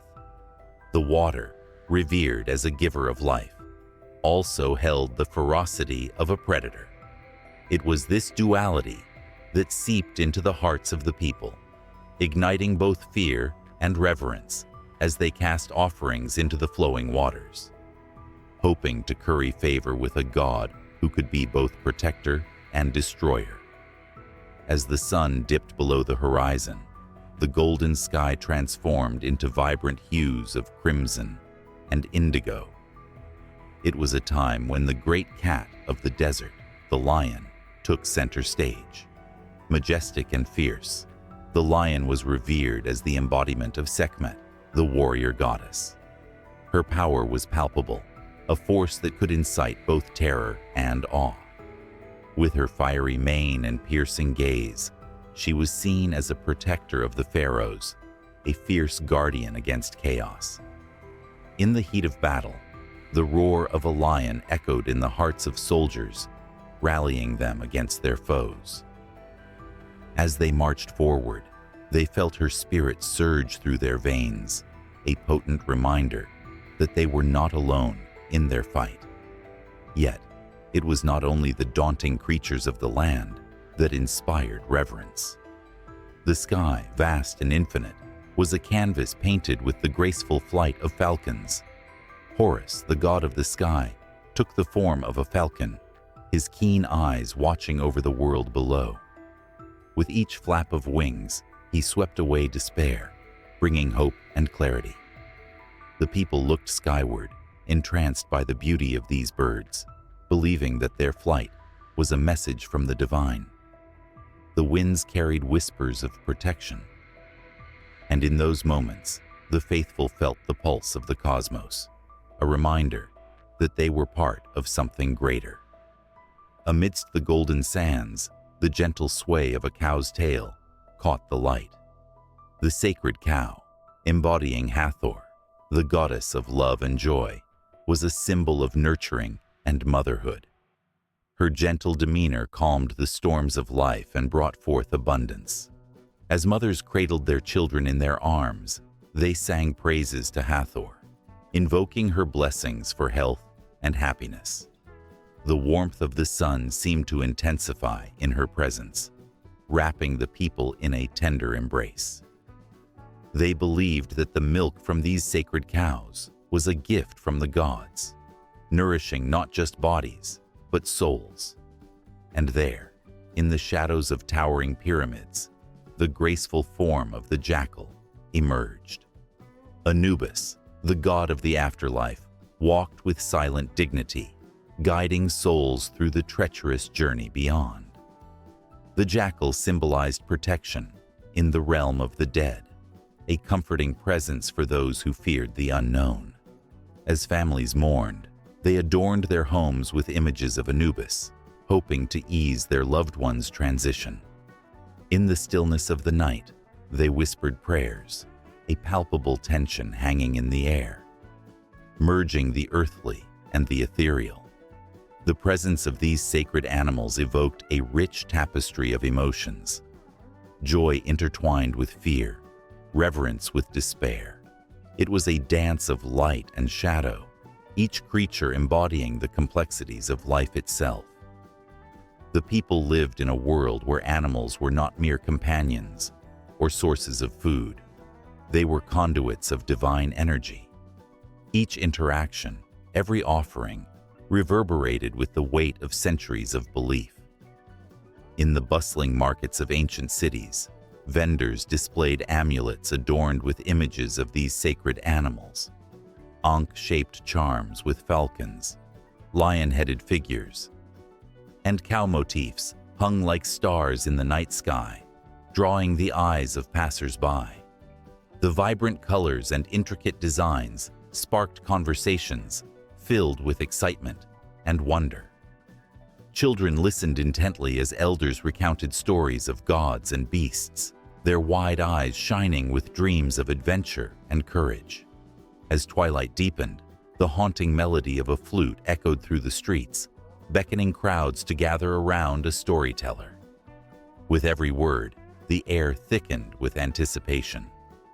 Tales of Sobek's flooding Nile, Sekhmet's wrath, and Horus's watchful gaze flowed like the waters of the river, each narrative igniting a fire in the hearts of listeners. They were transported to a world where sacred animals walked among the gods, their spirits entwined with the fate of humanity. The tension of belief curled around them like a warm blanket, wrapping them in comfort even as it drew forth their fears. What lay beyond the horizon? What awaited them in the afterlife? The sacred animals not only embodied the divine, but also mirrored the struggles and hopes of a people navigating the complexities of existence. In every heartbeat, in every prayer, they felt the pulse of the universe, a rhythm that echoed through time and space. And just as the night reached its zenith, a sudden hush fell over the crowd. The storyteller paused, eyes glimmering with a knowing glance. What would come next? What revelation awaited them? It was in this moment of silence, filled with anticipation and breathless wonder, that the veil between the mortal and divine fluttered. The dance of the sacred animals continued, their spirits entwined with the very fabric of creation, whispering secrets that only the bravest dared to uncover. The air thickened with possibility, shadows deepened, and the unseen threads of fate began to weave a new chapter, pulling them ever deeper into the sacred embrace of mythology. In the flickering light of the fire, shadows danced around an ancient cave where the air was thick with the scent of smoke and the whispers of forgotten stories lingered. A woman, adorned in the simple garb of her tribe, cradled a child in her arms while the elder recounted tales of fierce goddesses and nurturing spirits. Her eyes sparkled with the embers of imagination and yearning, reflecting the power and pain of her ancestors. This moment encapsulated the timeless bond between women and the myths that shaped their worlds. From the dawn of humanity, women have held a sacred place in the tapestry of myth and religion. In the Neolithic era, evidence of goddess figurines suggested a reverence for fertility and the earth's nurturing qualities. These figures, with their exaggerated features, celebrated the essence of womanhood, life, creation, and the cycle of seasons.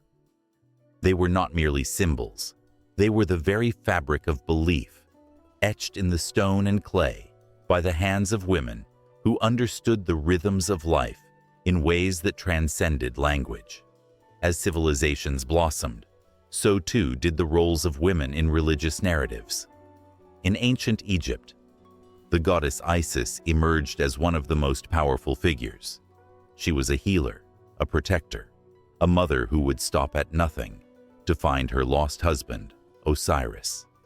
Her story wove itself through the fabric of society, inspiring women to embody her resilience and strength. Temples dedicated to her worship sprung up like wildflowers in the desert, where women gathered to seek her guidance in the trials of life. They whispered their prayers, hoping to channel her power, and in doing so, they found a voice in a world often dominated by men. Across the Mediterranean, the ancient Greeks honored goddesses like Athena and Demeter, who represented wisdom and agriculture, respectively. Athena sprang forth from the head of Zeus, a symbol of intellect and strategy, yet her birth was a reflection of the complexities of femininity.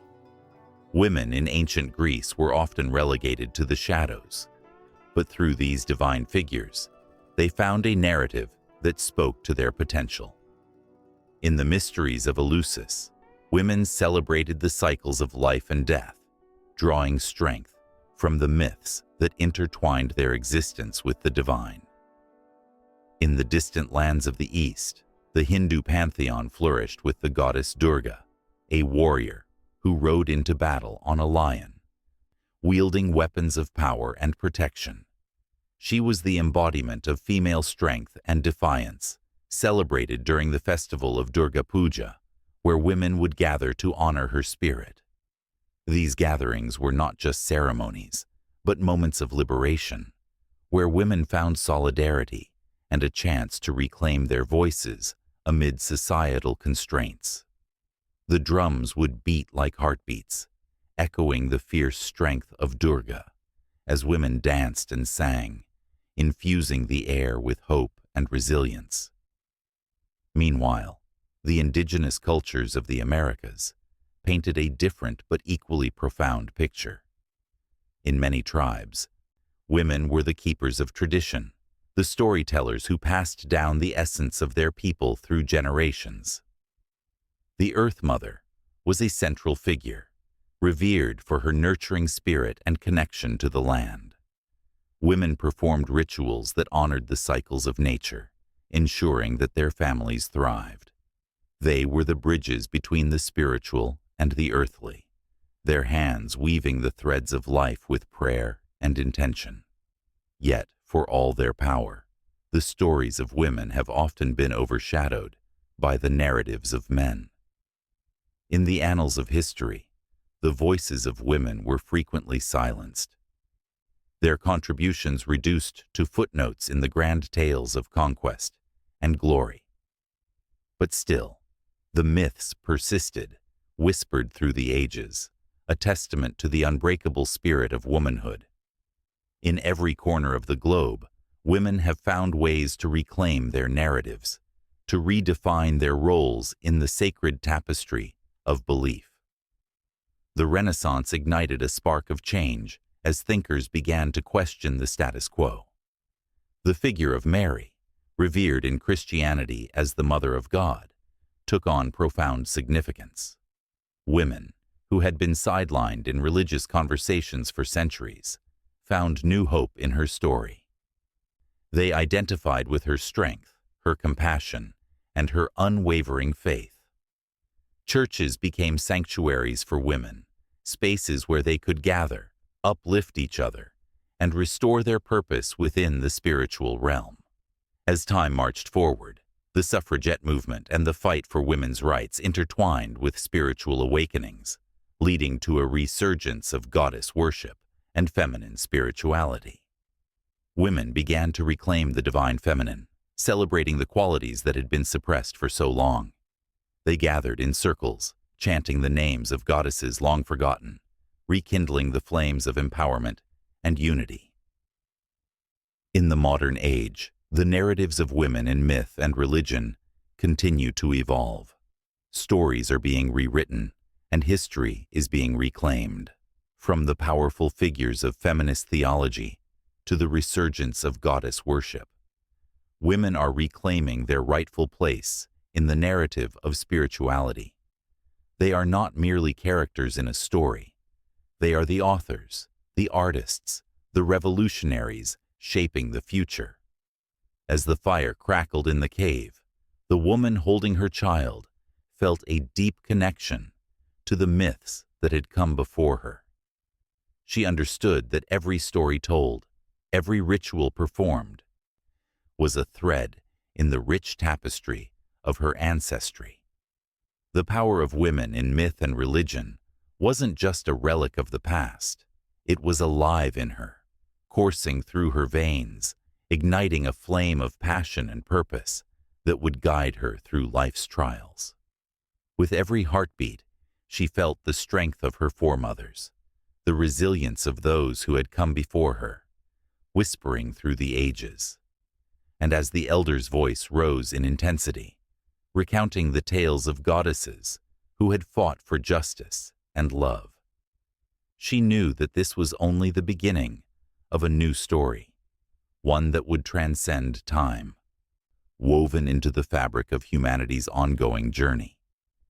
The fire flickered, illuminating the path ahead, where the stories of women would rise once more, urging everyone to listen closely, for the echoes of their power were just beginning to resound across the ages. The sun dipped low over the horizon, casting a golden glow across the sands of ancient Egypt, where the majestic pyramids stood like sentinels, guarding the secrets of eternity. This was more than just a land of pharaohs and desert. It was a cauldron of stories that spilled over into neighboring cultures, igniting imaginations and shaping beliefs far beyond its borders. There was a whisper in the wind, a haunting echo of gods and goddesses that traveled through time and space, entwining themselves into the very fabric of civilizations that dared to dream. As the Egyptian civilization flourished along the banks of the Nile, their mythology reached out like a long, graceful arm, touching the peoples of Mesopotamia, the Levant, and beyond. The stories of Osiris, the god of the afterlife, and Isis, the devoted wife and mother, resonated in the hearts of those who longed for tales of love, loss, and resurrection. In the busy marketplaces of ancient Palestine, traders exchanged goods, but more importantly, they exchanged stories, and through those stories, the echo of Egyptian deities transformed into new local legends, blossoming in the fertile soil of new beliefs. In the land of Canaan, the goddess Astarte emerged, vibrant and fierce, with roots deeply intertwined with the nurturing figure of Isis. Astarte, often depicted on a chariot, wielded power over war and fertility. The Canaanites, moved by the tales of Isis's care for the dead and her powerful magic, infused their own beliefs with her spirit. They whispered prayers under the stars, hoping for her protection and guidance, feeling the pulse of Egyptian mystery in their veins. The influence was subtle yet profound. Familiar tales of life and death, repackaged and reshaped, breathing new life into ancient fears and hopes. To the east, the Mesopotamians watched the Nile swell and recede, with each passing season, mirroring the cyclical patterns of their own gods. The majestic Tigris and Euphrates rivers whispered stories of creation and destruction. The Epic of Gilgamesh, that ancient tale of friendship and the quest for immortality, felt the warmth of Egyptian mythology as characters like Enkidu echoed the stories of Thoth, the god of wisdom. This was a world where the lines between divinity and humanity blurred, where mortality danced uncertainly in the shadows of the eternal. Mesopotamians embraced the notion of an afterlife, a concept deeply rooted in the Egyptian faith, where the heart would be weighed against a feather, and the soul would embark on a journey through the Duat, a journey that inspired countless tales of heroism and courage in the face of the unknown. As the sun rose and set over these lands, the influence of Egyptian mythology continued to weave its way through the fabric of cultures, reaching the Greeks, who would later tell their own stories of gods and titans. The tales of Osiris and Set became ingrained in the Greek psyche, morphing into their gods of Hades and Zeus, where the struggle between light and darkness, life and death, echoed the eternal battle between Osiris and his treacherous brother. The Greeks were captivated by the drama, their theater filled with tragic tales of love and betrayal that mirrored the legends of ancient Egypt. They viewed the Egyptians with both reverence and curiosity, drawing parallels that made the divine feel accessible, relatable. In the bustling cities of the Mediterranean, merchants and scholars alike spoke of the marvels of Egypt. The pyramids, those enormous tombs built for kings, symbolized not only power, but also the deep-seated belief in the afterlife. The Greeks, enamored with these colossal structures, began to envision their own grand monuments, inspired by the Egyptian quest for immortality. The idea that one could be remembered forever kindled a fire in the hearts of many, and soon temples and statues popped up in every corner, each creation a tribute to the gods, some reflecting the powerful deities of Egypt, while others spun entirely new myths. While the Greeks were infatuated with their interpretations, the Romans watched and learned from afar. They were keen observers, absorbing the rich tapestry of Egyptian beliefs and practices. The Roman elite found a fascination with the exotic, and as they expanded their empire, they imported Egyptian art, architecture, and deities. The worship of Isis and Osiris began to surface in the grand city of Rome, where temples rose to honor these foreign gods. The Romans, who had their own pantheon, found new meaning in the Egyptian stories of rebirth and love. The annual celebrations of Isis became a vibrant spectacle, showcasing rituals that echoed the ancient practices along the Nile. The energy pulsated through the crowds, hands raised in prayer, hearts filled with hope and longing, a beautiful blend of cultures entwined in shared belief. In the whispers of the night, the remnants of Egyptian mythology lingered in the air, even in unexpected places. The intertwining of these tales breathed life into the narratives of early Christianity. The imagery of resurrection, so central to the story of Jesus, found subtle hints in the transformation of Osiris, who rose from the dead, forever changing the lives of his followers. One could almost feel the tremors of these ancient legends ripple through generations, forging connections between belief systems and giving birth to new ideas steeped in the history of the Nile. The sun continued its relentless journey across the sky, casting shadows that danced upon the ancient stones of temples and monuments.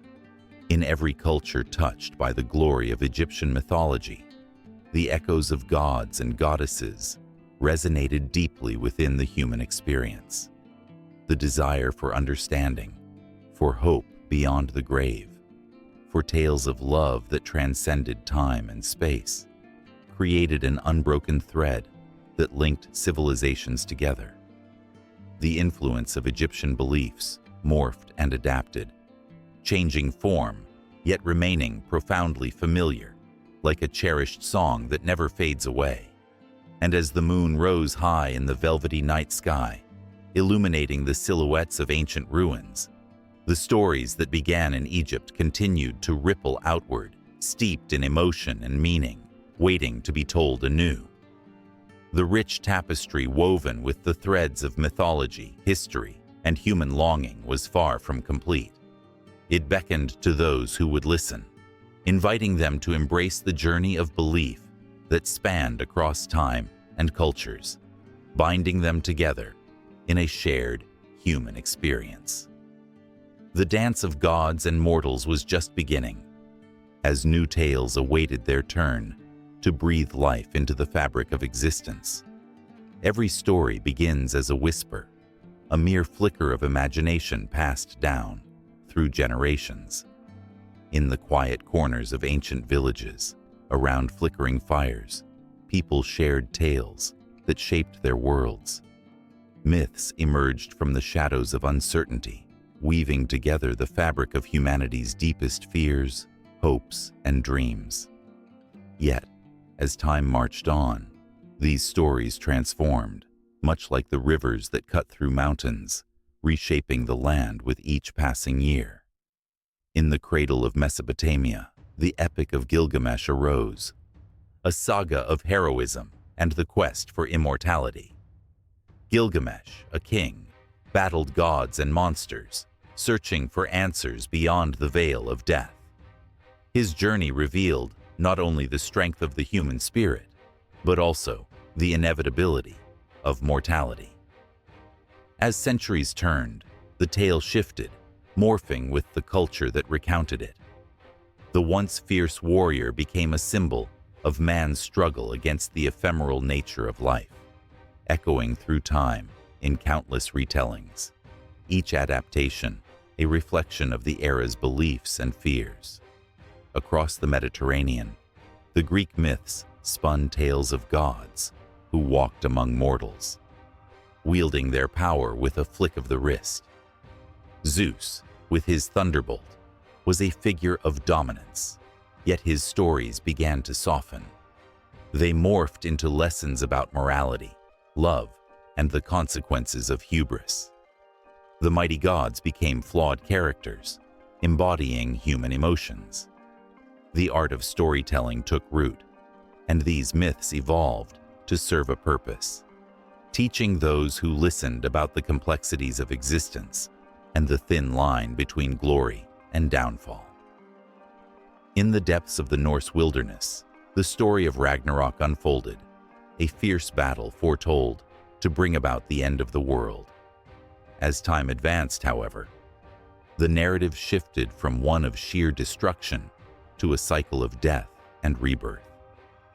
What was once a stark prophecy changed into a testament of resilience, echoing the harsh realities of life in the Scandinavian frost. The gods became symbols of bravery in the face of inevitable doom, reminding people that within the ashes of the past, new beginnings could flourish. The tales of ancient Egypt, steeped in mystique, spoke of gods who governed the cosmos and judged souls after death. Osiris, the god of the afterlife, was once viewed solely as a figure of divine justice. Yet, with each retelling through the ages, he transformed into a symbol of hope, a reminder that life continued beyond the grave. His resurrection became an inspiring motif, as the ancient Egyptians sought comfort in the belief that love and legacy could transcend even death itself. In the Americas, the legends of the Maya and Aztecs carved rich tapestries of creation and destruction. The story of Quetzalcoatl, the feathered serpent, was a powerful tale of knowledge and enlightenment. Initially depicted as a god who gifted civilization, he evolved into a tragic figure who struggled against the darkness of human folly. His transformation resonated with the people, reflecting their own struggles against the forces they could not control. The myths shifted, showing how light and darkness coexisted within every heart. As the centuries rolled onward, the advent of written language allowed myths to be captured, yet even in text, they were not static. The ripple effects of conquest and colonization introduced new characters and conflicts. In the 16th century, European explorers imposed their narratives onto the indigenous stories of the lands they invaded, often twisting them into parables of moral superiority. Many myths faded into obscurity, while others were resurrected and altered, blending cultures in ways that sparked both conflict and unity. The Renaissance saw a rekindling of classical myths, reinterpreted in art and literature. Artists painted divine scenes that breathed new life into ancient tales, while writers crafted poems and plays that echoed with the wisdom of the past. As the Enlightenment dawned, the emphasis on reason led to a re-examination of these stories. Some myths began to fade, dismissed as mere superstition, while others found refuge in the hearts of those who sought meaning beyond empirical evidence. The Industrial Revolution brought a different kind of transformation. Myths once grounded in nature and the divine began to intertwine with the emerging modern world. The stories adapted, reflecting the anxieties of a society grappling with rapid change. The monstrous figures of folklore transformed into urban legends, echoing fears of technology and progress. The tales morphed, capturing the essence of a generation caught between the nostalgic past and an uncertain future. In the age of globalization, myths found new life in a world where boundaries blurred. They traveled across oceans, adapting to new cultures while retaining their core truths. The once localized tales of heroes and monsters began to resonate on a universal scale. The legend of King Arthur, once confined to British lore, became a beacon of chivalry and valor across continents, inspiring countless interpretations that spanned from literature to film. As the modern age unfolded, the myths became a reflection of contemporary issues: identity, justice, and the quest for belonging. The heroes of old morphed into symbols of social change, their stories echoing the struggles of marginalized voices.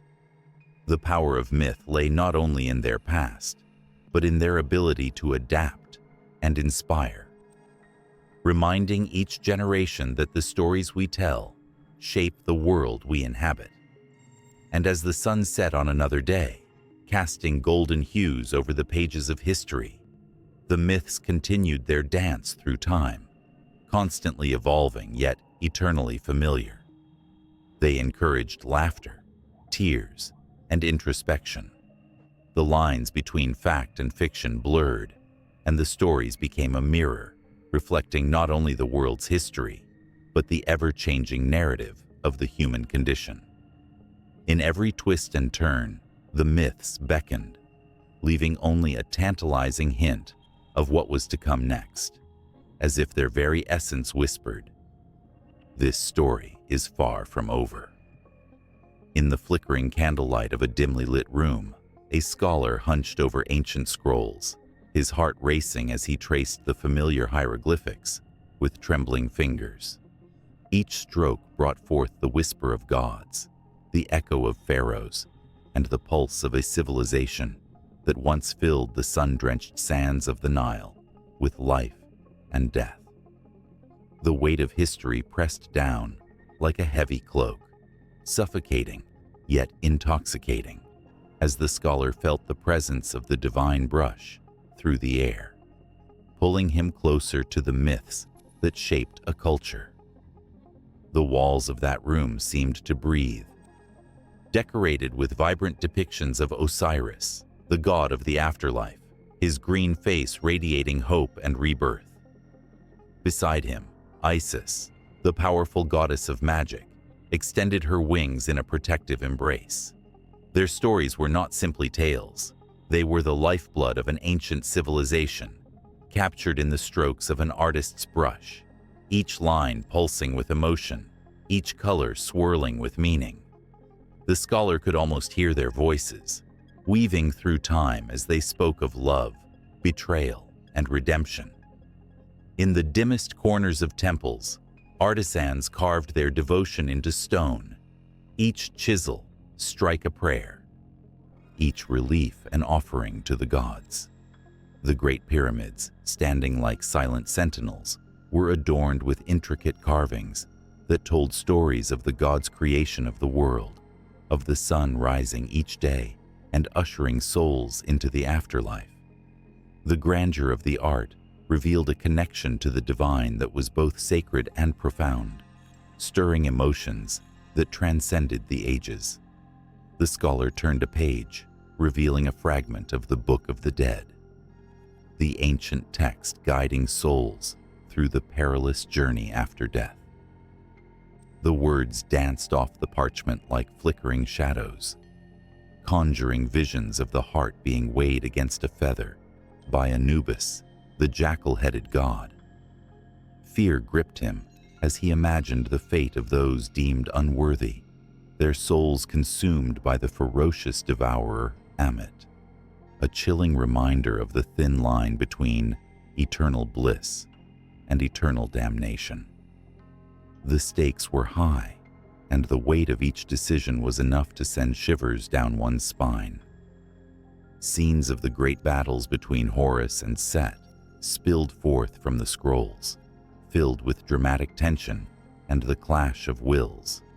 Horus, the falcon-headed god, soared through the skies, fierce and determined, embodying the unyielding spirit of the ancient Egyptians. Set, the embodiment of chaos, raged against him, their conflict symbolizing the eternal struggle between order and disorder.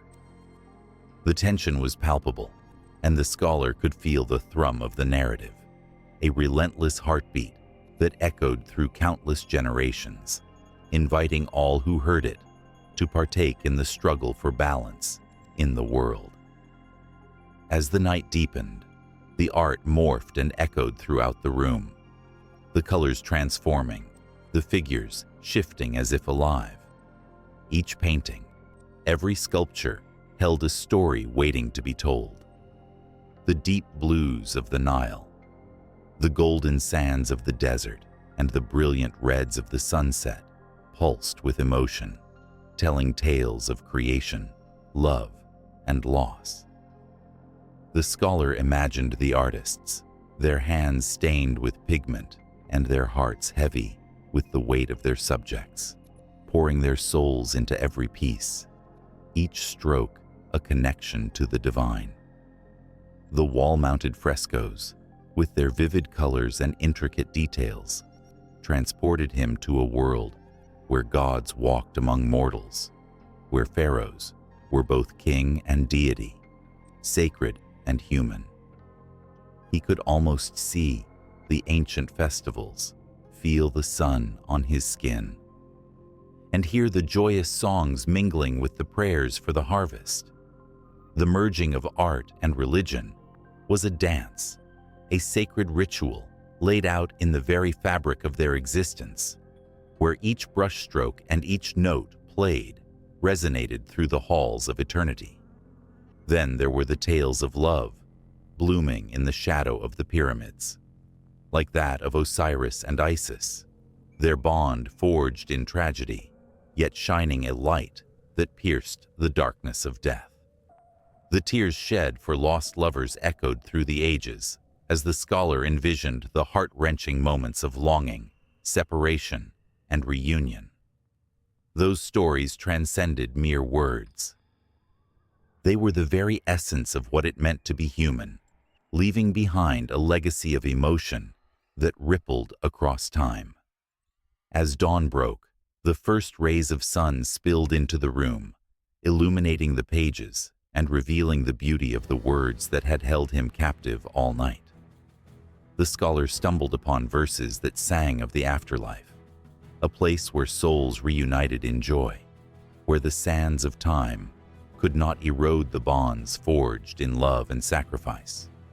The imagery was intoxicating, weaving a tapestry of hope that wrapped around his heart, urging him to share these stories, to let others feel the fire that burned within him.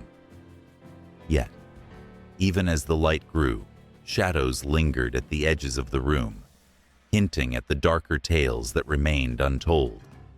What of the pharaohs who turned to treachery, their hearts hardened by power? What of the sacred lands that bore witness to the rise and fall of gods? The tension hung thick in the air, a promise that within the rich tapestry of Egyptian mythology, beauty and horror coexisted, a reminder that from every story of creation sprang forth the inevitability of destruction. The scrolls beckoned, each word a siren's call, urging him to delve deeper, to lose himself in the rich legacy of a culture that spoke of gods, love, war, and eternity. The scholar's heart raced with anticipation, knowing he stood on the brink of uncovering more than just myths. He was on the verge of understanding the very soul of a civilization that had shaped the world, leaving behind echoes that would resonate for centuries to come. In a dimly lit room, adorned with ancient artifacts, a young woman stands transfixed before a massive mural depicting the gods of Egypt. Her breath catches as she gazes upon the vibrant colors and intricate details that seem to pulse with life. There's a heartbeat in the artwork, a whisper from ages long past, calling to her soul in a way she cannot yet understand. This moment is not isolated. It is part of a larger tapestry woven through time, a testament to the enduring legacy of Egyptian mythology that stretches into the lives of countless people today. Each figure on that mural tells a story of Osiris, who was torn apart yet rose again, symbolizing rebirth; of Isis, a devoted mother and fierce protector; of Anubis, who guides souls to the afterlife. These tales, filled with drama and emotion, have transcended their origins to touch modern hearts, igniting imaginations and inspiring countless works of art, literature, and spiritual exploration. The ancient Egyptians understood the power of stories. They believed that their myths were not mere fanciful tales, but essential truths that explained the world around them. As the sun sets in contemporary cities, people unknowingly walk among the echoes of these myths. In the bustling streets of Cairo, children play games inspired by ancient legends, their laughter mingling with the whispers of history. In art galleries around the world, artists draw inspiration from the gods, creating works that evoke the power and mystery of the ancient. Movies and television shows capture the fascination with Egyptian deities, transporting audiences to realms where magic intertwines with reality, evoking both wonder and a deep sense of nostalgia for something long lost, yet deeply familiar. The legacy of Egyptian mythology is not confined to the dusty pages of history books. It lives in the very fabric of modern culture. The symbols of ancient Egypt have found their way into our everyday lives, from hieroglyphics adorning tattoos to motifs in fashion and design. The Eye of Horus, once a symbol of protection and royal power, now graces everything from jewelry to logos, whispering tales of ancient wisdom to those receptive to its call. As people decorate their homes or wear symbols of the past, they unknowingly connect with the spirituality and grandeur of a civilization that thrived thousands of years ago. In literature, the ancient tales have been reimagined and reborn. Fantasy novels weave together threads of Egyptian mythology with contemporary themes, creating worlds where gods walk among humans and magic is a tangible force. Authors breathe life into the stories of Horus and Set, framing their struggles in ways that resonate with modern dilemmas, issues of morality, the fight for power, the quest for identity. Such narratives strike a chord with readers, offering both escapism and reflection, a glimpse into the timeless nature of human experience. The fascination with Egyptian mythology has also found a home in the spiritual practices of many. Modern pagans and spiritual seekers often draw inspiration from the ancient gods, finding in their stories a source of wisdom and guidance. Rituals are constructed around the themes of death and rebirth, echoing the eternal cycles celebrated by the ancients. In meditation, the image of the scarab, a symbol of transformation, is used as a focus for those seeking change in their lives. The lessons from the past resonate now more than ever, as people grapple with their own journeys of growth and renewal. Yet the legacy stretches even further, as the allure of Egyptian mythology has sparked a renewed interest in archaeology and historical research.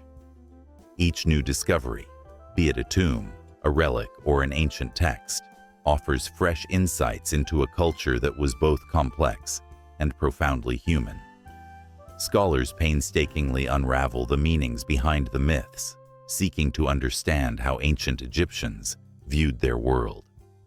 The stories that once captivated a civilization are revisited and analyzed, revealing layers of meaning that continue to inspire inquiry and excitement.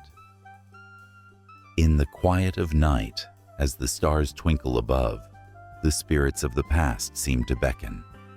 Rituals celebrating the gods are performed in backyards and living rooms, creating a connection that spans millennia. People imbue their lives with intention, drawing strength from the ancient beliefs that have weathered the test of time. There is a sense of unity in these acts of reverence, a collective memory that binds generations, a reminder that though the world has changed, the human need for connection, understanding, and meaning remains constant. These ancient tales, filled with gods and monsters, love and betrayal, hope and despair, serve as mirrors reflecting our own lives. Each story is a thread in a vast, intricate tapestry, interwoven with the experiences of those who came before us. They remind us of our fragility and strength, our capacity for love, and our struggle against darkness. The legacy of Egyptian mythology is alive and well, pulsing through the veins of modern culture, providing not just stories, but a profound sense of identity that weaves together the past and the present. Restless spirits move through the modern age, their stories echoing in the hearts of those who dare to listen. Beneath the surface of everyday life lies a deep well of ancient wisdom waiting to be tapped. Each time a film is made, a book is written, or a ritual is celebrated, a bridge is formed across time, connecting us to the rich heritage of Egyptian mythology. The gods may have walked the earth long ago, but their presence is still felt in every corner of our modern existence, reminding us that the past is never truly gone. It lives on in the stories that shape our lives and our dreams. In a time long past, when the skies were painted with the colors of the gods, and the earth pulsed with the rhythm of ancient drums, the people gathered under the flickering light of torches, their faces illuminated with a mixture of fear and exhilaration. The air was thick with the scent of incense and the sweet notes of offerings. This was the moment when the veil between the mortal world and the divine was at its thinnest. The festivals of the gods were not mere celebrations. They were the heartbeat of civilization, echoing through history like a sacred chant that resonated in the souls of all who participated. As the sun dipped below the horizon, the vibrant colors of the festival sprang to life. Each community, rich in its traditions, transformed their mundane existence into a tapestry of joy, reverence, and sacrifice. Laughter mingled with the cries of the faithful, each sound a note in a grand symphony of devotion. They wore garments embroidered with symbols of their deities, each stitch telling a story of old, woven with the threads of their ancestors' faith and fears. In ancient Greece, the festival of Dionysus erupted like a wild flame. It was a time when wine flowed freely, and the lines between reality and illusion blurred. Men and women donned masks that transformed their identities, allowing them to shed their everyday burdens. They danced through the night, their bodies moving in ways that echoed the primal rhythms of nature, celebrating not just the god of wine, but the very essence of life itself, the joy, the chaos, and the ecstasy. The theater was born from these gatherings, where tragic tales and comedic relief served as a mirror to the human experience, reminding the audience of their own struggles and triumphs. Across the Mediterranean, in the heart of Rome, the Saturnalia festival turned the world upside down. For a brief moment, the rigid social structures collapsed. Masters served their slaves, laughter erupted in the streets, and merriment reigned supreme. The rich and poor exchanged gifts, and the city transformed into a playground of revelry. The boundaries of class dissolved, if only for a heartbeat. And in that fleeting time, humanity remembered its shared spirit. The statue of Saturn, draped in garlands, stood watch over the chaos, a symbol of time's unyielding march that reminded all of their mortality and the joy of living in the present. Traveling east, the festival of Diwali illuminated the nights of India, its lights flickering like stars descended to earth. Homes were adorned with oil lamps, each flame a prayer for prosperity and hope. Families gathered to share sweets, their laughter spilling into the night air, a chorus of love and unity. The goddess Lakshmi was revered, her image gracing every doorstep, inviting blessings and abundance. In this celebration, the darkness was not just a void to be feared. It was an invitation to cultivate light within oneself and to share that light with others. As the sky erupted in a riot of colors with fireworks, hearts soared, encapsulating the human spirit's relentless pursuit of joy amid life's uncertainties. In Japan, the cherry blossoms bloomed like dreams come to life during Hanami, a festival that blended the ephemeral beauty of nature with the enduring essence of human connection. Families and friends gathered beneath the sweeping branches, their laughter mingling with the whispers of the wind. They marveled at the delicate blooms, aware that, like life itself, they were transient, a beautiful reminder of fragility. As petals floated down like soft rain, every shared moment became sacred, a testament to the bonds that grounded them in a world that often felt chaotic. Meanwhile, in the heart of Africa, the Zulus celebrated Umkosi Wokweshwama, the first fruits festival that honored their ancestors and the earth's bounty. The air vibrated with the sounds of drums, and the ground pulsed with energy as dancers performed intricate movements that told stories of creation and survival. Families offered their first harvests to the spirits, a gesture of gratitude and a plea for continued blessings. The colors of their attire burst forth like the earth itself, vibrant and alive, creating a tapestry of culture and legacy that danced through the ages. As the festivals unfolded across continents, a thread of connection wove through each celebration, a shared understanding of humanity's deepest desires: to belong, to be seen, to find purpose.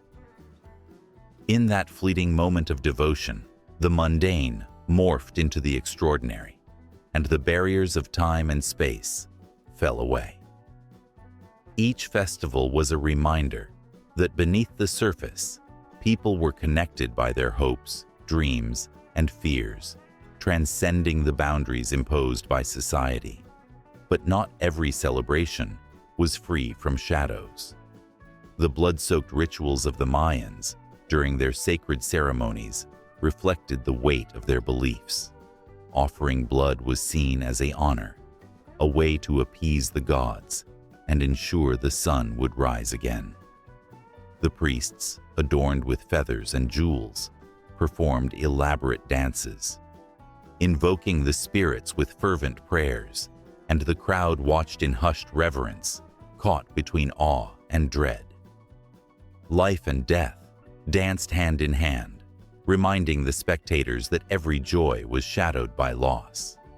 Yet, even in sacrifice, there was a profound beauty, a recognition that life's cycle was sacred, and every ending paved the way for new beginnings.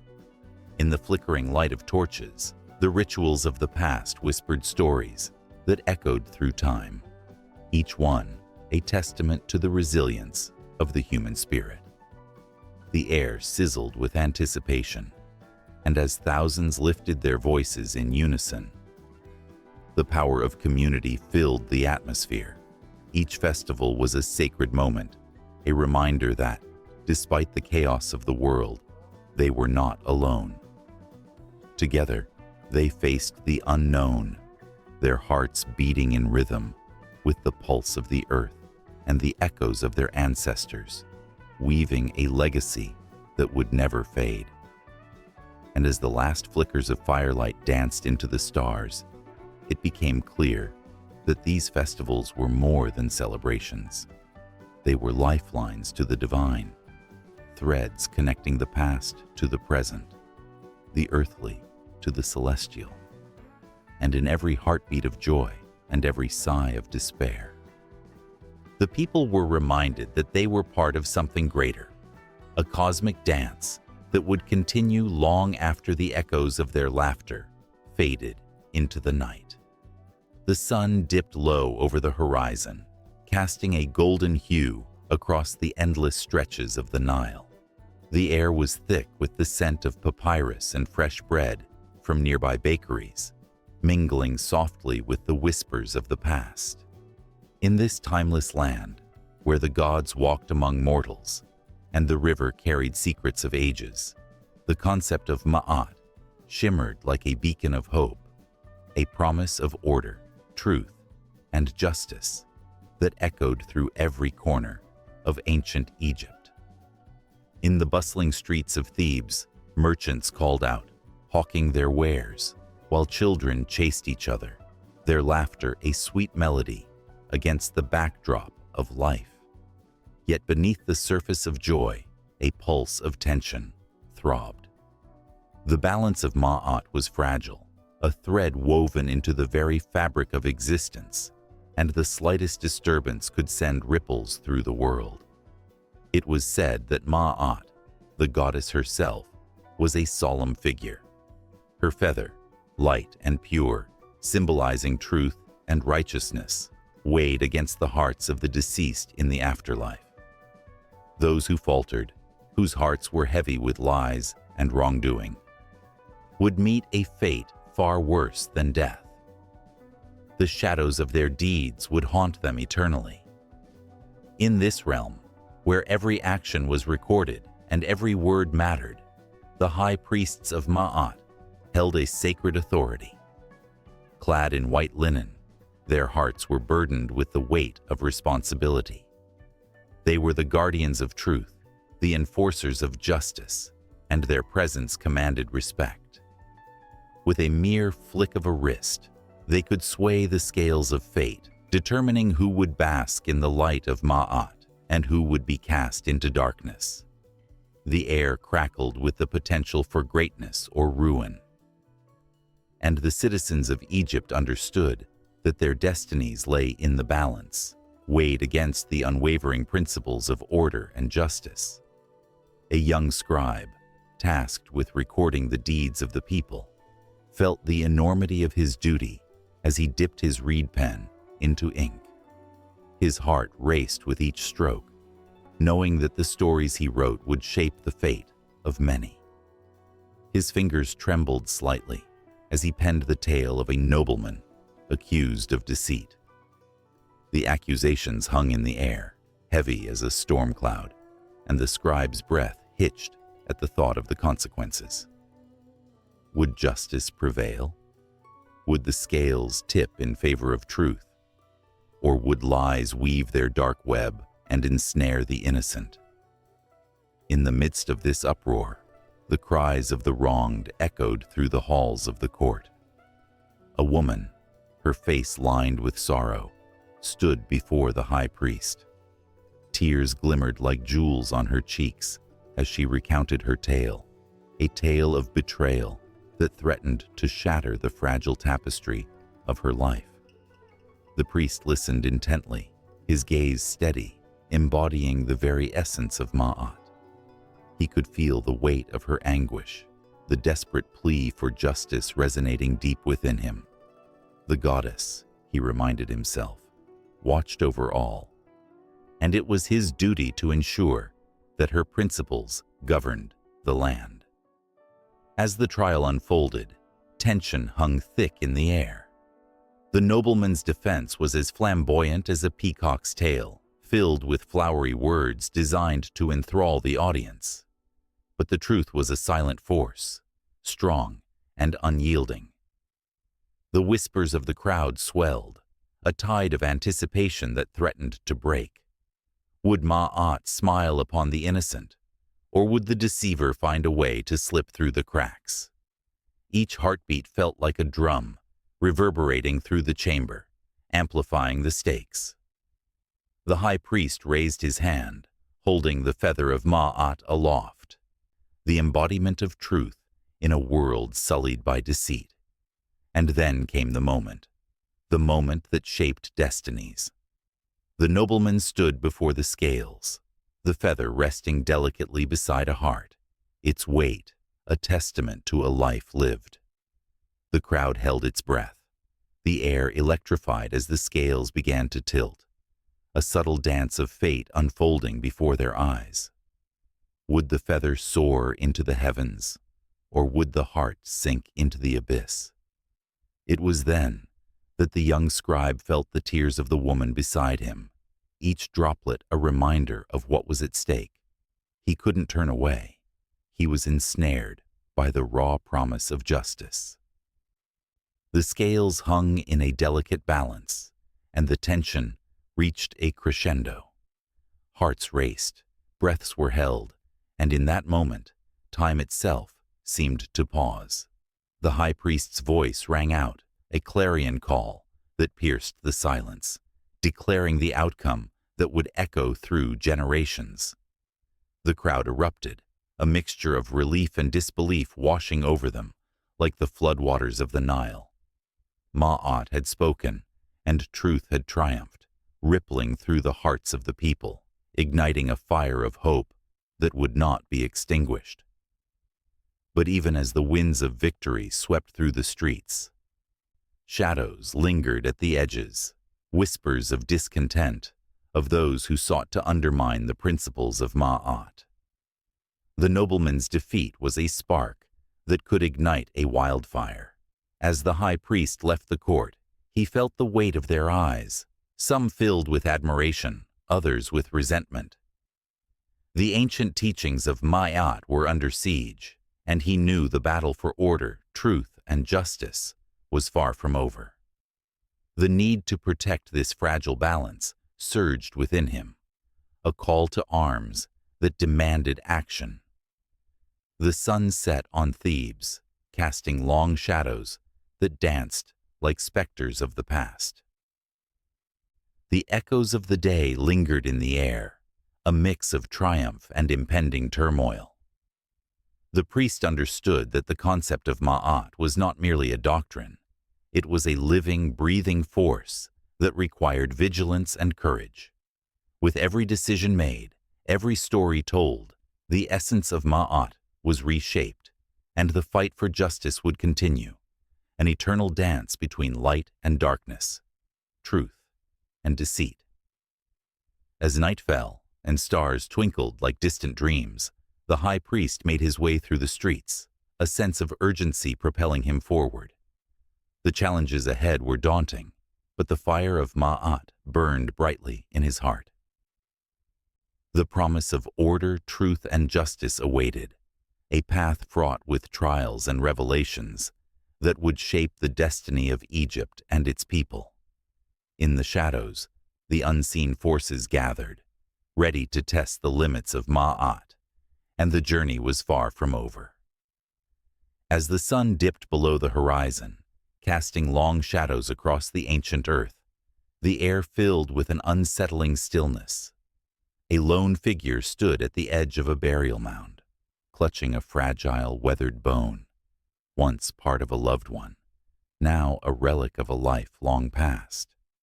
The chilling breeze whispered secrets of the dead, secrets that echoed through the ages. This was not just a grave, it was a sacred space where the living sought to connect with those who had walked among them, wrapping themselves in the tapestry of memory, loss, and belief. From the earliest days of human civilization, the dead have evoked a mix of reverence and fear. Cultures around the world have crafted intricate funerary practices, each reflecting deep-seated beliefs about what lies beyond the veil of death. In the ancient Egyptian world, the dead were not merely buried, they were transformed. Elaborate tombs adorned with hieroglyphs and treasures were built to ensure a safe passage to the afterlife. The weight of a heart was measured against a feather, the divine symbol of truth, in a dramatic moment that determined the soul's fate. Those who had lived righteously soared, while the wicked faced eternal darkness, their hearts fed to the monstrous Amit. In the chilly winds of the Arctic, the Inuit laid their dead upon ice, attired in their finest garments, surrounded by tools and food for the journey ahead. Families sang songs, their voices a haunting melody that drifted into the night sky. They believed that the souls of their loved ones would traverse the great expanse of the afterlife, forever watching over them. Each song was a bridge, a lifeline woven from love and memory, anchoring the living to the departed. In stark contrast, the ancient Celts honored their dead through fire. They believed the flames cleansed the spirit, allowing it to ascend. As the pyres flared and smoke billowed into the night, the mourners chanted ancient verses, the words curling like the smoke that spiraled upward toward the stars. In those moments, they felt a connection, a sacred bond that linked the earthly realm to the mystical.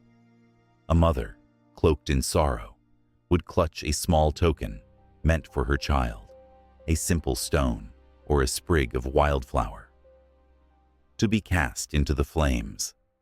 With each flicker of firelight, she whispered promises of remembrance, her voice trembling but resolute. In the dense jungles of Mesoamerica, the Maya constructed towering pyramids, their stone steps bloodied by ritual sacrifice. The dead were not simply mourned, they were revered, called upon for wisdom and guidance. Elaborate ceremonies unfolded, where priests donned the skin of jaguars, embodying the fierce spirit of the predator. Smoke from copal incense curled around the sacred sites, a fragrant offering to appease the gods and the ancestors. In the dim light of the altars, the living sought the favor of the dead, their prayers a heartfelt plea for protection and prosperity. Crossing oceans, the traditions of the Pacific Islanders unfolded in colorful ceremonies, where the dead were laid upon decorated canoes, their bodies wrapped in fine mats. These vessels floated upon the waves, guided to the spirit world by the whispers of the living. Family members adorned themselves in bright flowers, a celebration of life amidst the grief. Their tears mingled with the salt of the sea, a tribute to the journey their loved ones were about to embark upon. As they watched the canoes drift into the horizon, hearts heavy yet hopeful, they believed that their spirits would be reborn among the stars.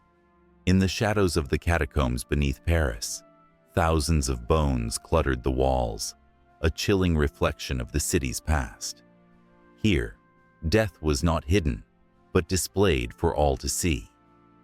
The macabre artistry of the skulls and femurs spoke volumes of the transient nature of life.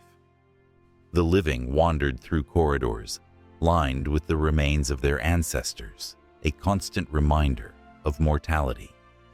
Yet, within this darkness lay a flicker of connection, a recognition of the human experience that transcended time. The whispers of those long gone echoed in the silence, reminding the living that they too would one day join the ranks of the forgotten, their stories woven into the very fabric of the earth. In the corners of the world where mountains touched the sky, the Tibetan Buddhists performed sky burials. Here, the body was laid upon a high peak, offered to the elements and the hungry vultures. This act of generosity ensured the deceased's spirit could achieve enlightenment, a final gift to nature. As the sun rose, the vibrant colors of the feathers danced in the wind, a poignant reminder of the cycle of life. Families gathered, their hearts pounding as they witnessed the sacred rite, feeling the weight of their grief morph into something transcendent. Yet, across continents, the specter of death also invoked fear and superstition. Some cultures believed the spirits of the departed lingered, restless and unforgiving. In rural villages, the dead were buried facing east, so they could rise with the sun, but not before passing through a complex web of rites and rituals designed to keep them at peace. A shaman would be called upon, drumming a rhythm that reverberated through the night, a powerful incantation to guide the spirits homeward. It was a delicate dance of belief, a vow of protection against the unknown. As night cloaked the land, bonfires crackled and shadows danced. The stories of the dead intertwined with those of the living, creating a tapestry of emotions, grief, and hope. Each culture, with its unique practices and profound beliefs, painted a vivid picture of humanity's relationship with death, a relationship that felt so close, yet so terrifyingly distant. The air thickened with anticipation, for in each funeral rite, in every whispered prayer, lay the promise of connection, a bond defying even the grip of mortality itself. And as the flames flickered, casting eerie shapes against the night, a ghostly silence enveloped the gathering, and the whispers of the past approached ever nearer, eager to share their secrets. The tension hung heavy in the air, pregnant with stories yet untold, as the living braced themselves for the next chapter in the eternal dance between life and death. In the dim light of a flickering oil lamp, a young Egyptian named Nefer stood at the edge of the Nile, the waters whispering secrets of the universe. The air was thick with anticipation, as if the very gods themselves were holding their breath. It was during one of those sweltering nights, beneath a blanket of shimmering stars, that dreams took on a life of their own, a life that could shape destinies and alter fates. Nefer had recently experienced a dream so vivid that it felt like a message delivered straight from the divine. In his dream, he stood before the towering figure of Anubis, the god of mummification and the afterlife, who held a golden scale in one hand. "Your heart will be weighed against a feather," the god intoned, his voice echoing through Nefer's mind. "Choose wisely, for life and death hang in the balance." When Nefer awoke, beads of sweat clung to his brow, the weight of the moment pressing heavily upon him. Dreams were not mere figments of the imagination in ancient Egypt. They were gateways to understanding the world beyond the veil of reality. To the Egyptians, a dream was a sacred experience, a channel through which the divine communicated with mortals. They believed that the gods visited them in their sleep, offering guidance, warnings, and sometimes prophecies that could change the course of their lives. Every dream held the potential for revelation, and the Egyptians took these nocturnal narratives seriously. Nefer wasn't alone in his preoccupation with dreams. Across the bustling streets of Thebes, scribes documented visions in scrolls. Priests interpreted their meaning, and families gathered to share their nighttime encounters, each story wrapped in layers of awe and fear. The air was charged with the electric energy of shared beliefs, where dreams were woven into the fabric of daily life. In the grand temple of Karnak, priests would gather, their robes flowing like the river they revered. There, under the watchful gaze of ancient deities carved into stone, they would discuss recent dreams reported by the faithful. Each interpretation was steeped in ritual, fueled by an understanding that dreams were both a gift and a responsibility. If misinterpreted, they could lead to dire consequences. The tension in the air was palpable. Every word carried weight, resonating in the hearts of those who listened. The Egyptians also understood the power of omens, events in the natural world perceived as signs from the gods. A flock of birds flying in a certain formation, a sudden storm, or even the behavior of animals could signal a message meant for those who knew how to look. The king, seeking the favor of the gods, would often consult the priests for guidance, hoping to catch a glimpse of what fate had in store for him. On one fateful day, an unusual omen gripped the city. An eclipse darkened the sun in the early afternoon. Panic rippled through the streets like a fever. The people turned their eyes to the priests, hearts racing as they awaited an explanation. In the temple, the high priest Callus stood before the crowd, his voice calm yet commanding. He spoke of an impending trial for the pharaoh, an omen that foretold a significant challenge to his reign. The crowd gasped collectively, fear laced with the thrill of anticipation. No one could escape the grip of fate, and the air buzzed with whispered speculations of what might come next. Nefer, too, felt the weight of these prophetic signs. He wandered through the market, where merchants shouted their wares, laughter and joy mingling with the tension in the air.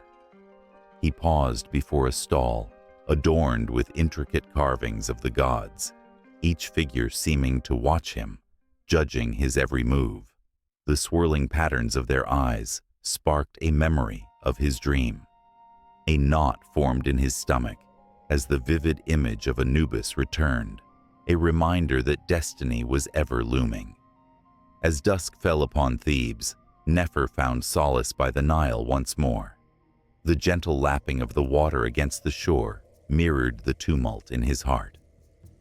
He thought of the dreams of his ancestors, tales passed down through generations, the great Ramesses, who, as legend had it, dreamt of a divine chariot leading him to victory in battle. How many lives had been altered by the messages delivered through the night? How many souls had heeded the call of the gods, only to find themselves standing at the crossroads of fate? In that moment, a ripple coursed through the water, and Nefer's heart raced. Perhaps it was just the current, or perhaps it was a sign, a fleeting omen whispering in the darkness. The mystical connection between dreams and the world around him stirred within, igniting a flame of resolve.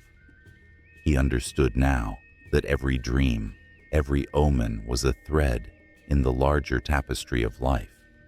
The gods were watching, and their voices echoed in the night sky, waiting for mortals to listen. The following morning brought more than just the golden light of day. As Nefer opened his eyes, the sun streamed through his window, illuminating his humble home. But it was the jarring echo of his recent dream that lingered. Anubis, the scales, the weight of his heart. He couldn't shake the feeling that time was running short. With each passing hour, the weight of decisions loomed larger, and the air grew thick with the promise of change. Outside, the city buzzed with life, unaware of the tensions brewing beneath its surface. A procession marched toward the temple, banners waving like the wings of birds in flight. Nefer felt drawn to the crowd, his heart pounding in rhythm with the footsteps of the people. They were gathered to witness the high priest's interpretation of recent omens, and he knew he could not stay away. As he approached the temple, the scent of incense filled his senses, mingling with the sounds of chanting and the rhythmic beat of drums. The atmosphere crackled with energy, tension sparking like lightning. He took a breath, feeling the weight of the moment settle upon him. Whatever was about to unfold could change everything, and he was caught in its grip, a mere player on the vast stage of fate. All around him, dreams and omens intertwined, echoing the age-old struggle between human ambition and the divine will, a battle that would ripple through the ages, ensnaring all who dared to tread its path. The air was thick with incense, filling the dimly lit chamber of a forgotten temple.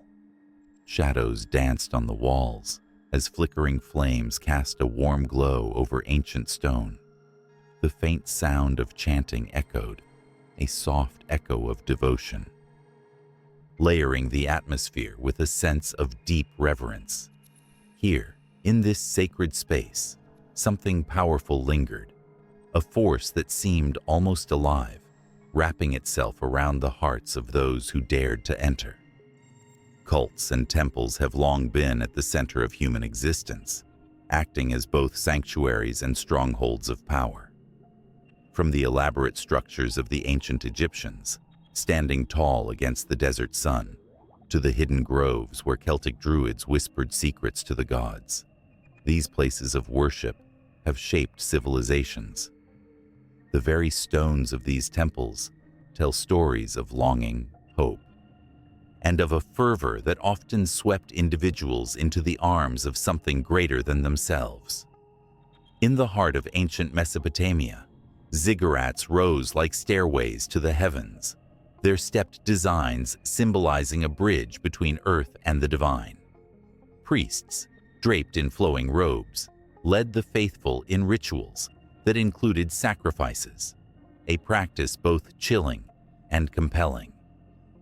The people believed that their offerings could sway the favor of the gods, a gamble that bound their destinies to the whims of unseen forces.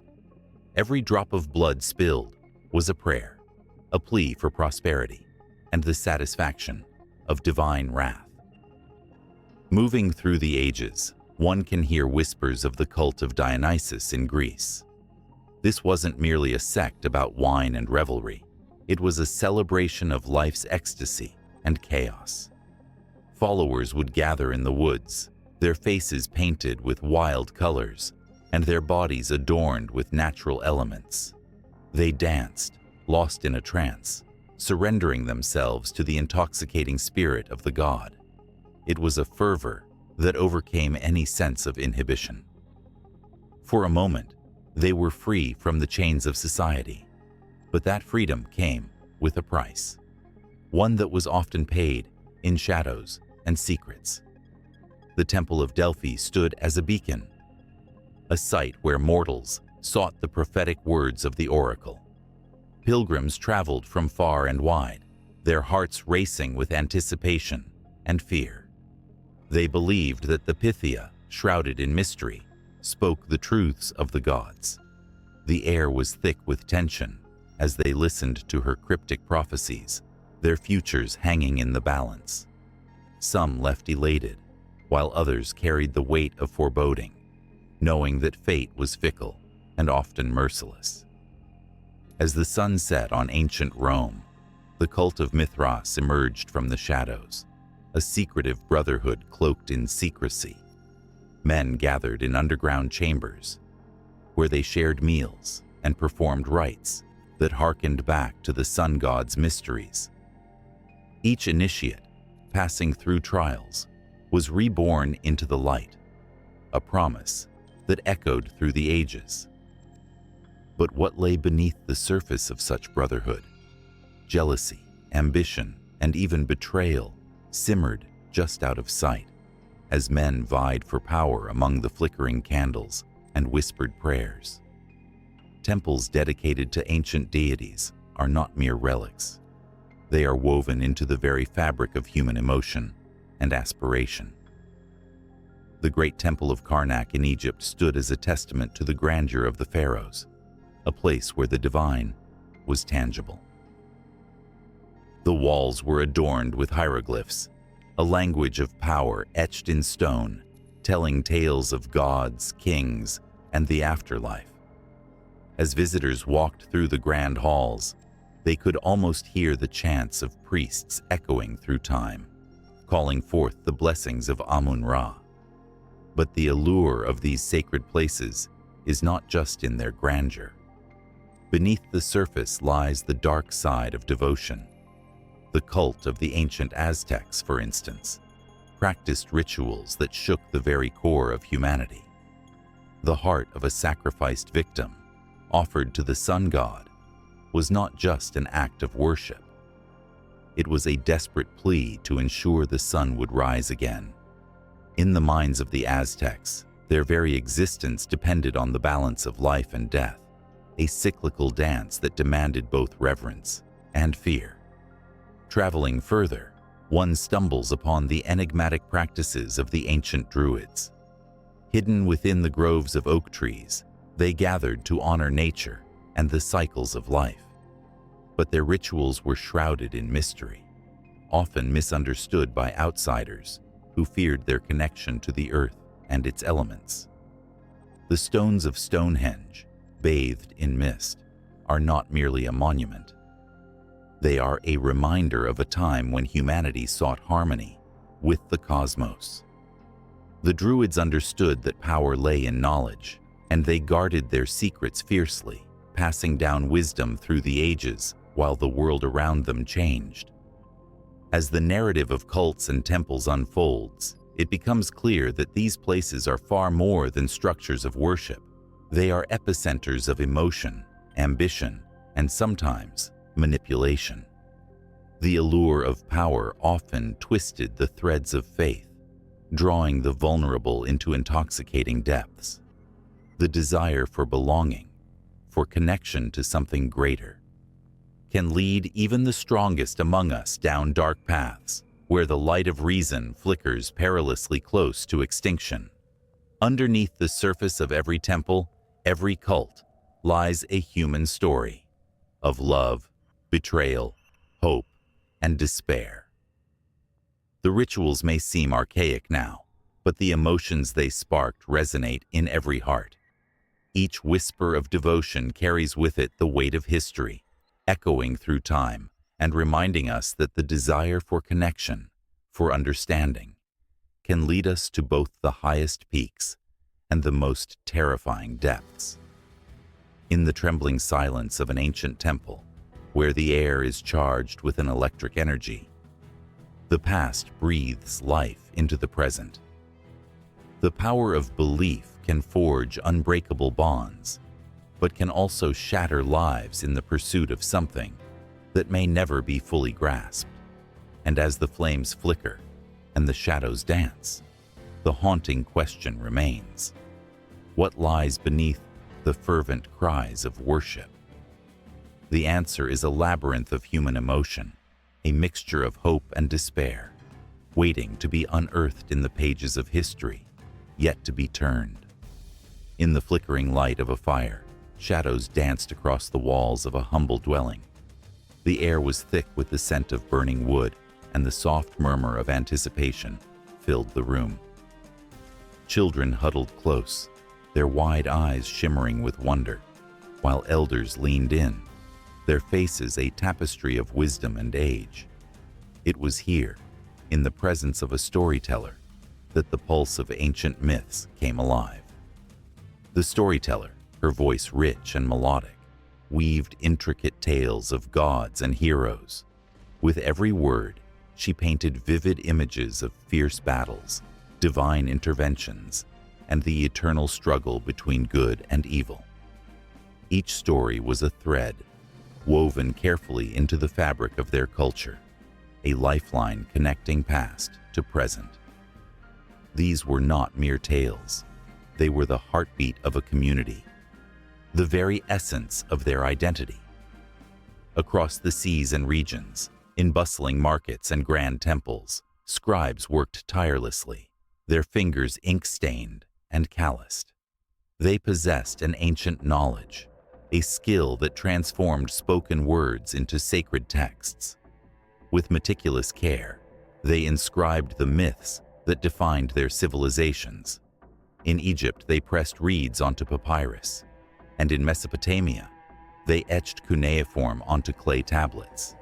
Each symbol held weight, representing not just sounds, but entire worlds. These scribes were the guardians of knowledge, preserving the stories that shaped their societies. Can you feel the tension in their painstaking work? Every stroke of the stylus was a commitment to memory, a promise that their ancestors would not be forgotten.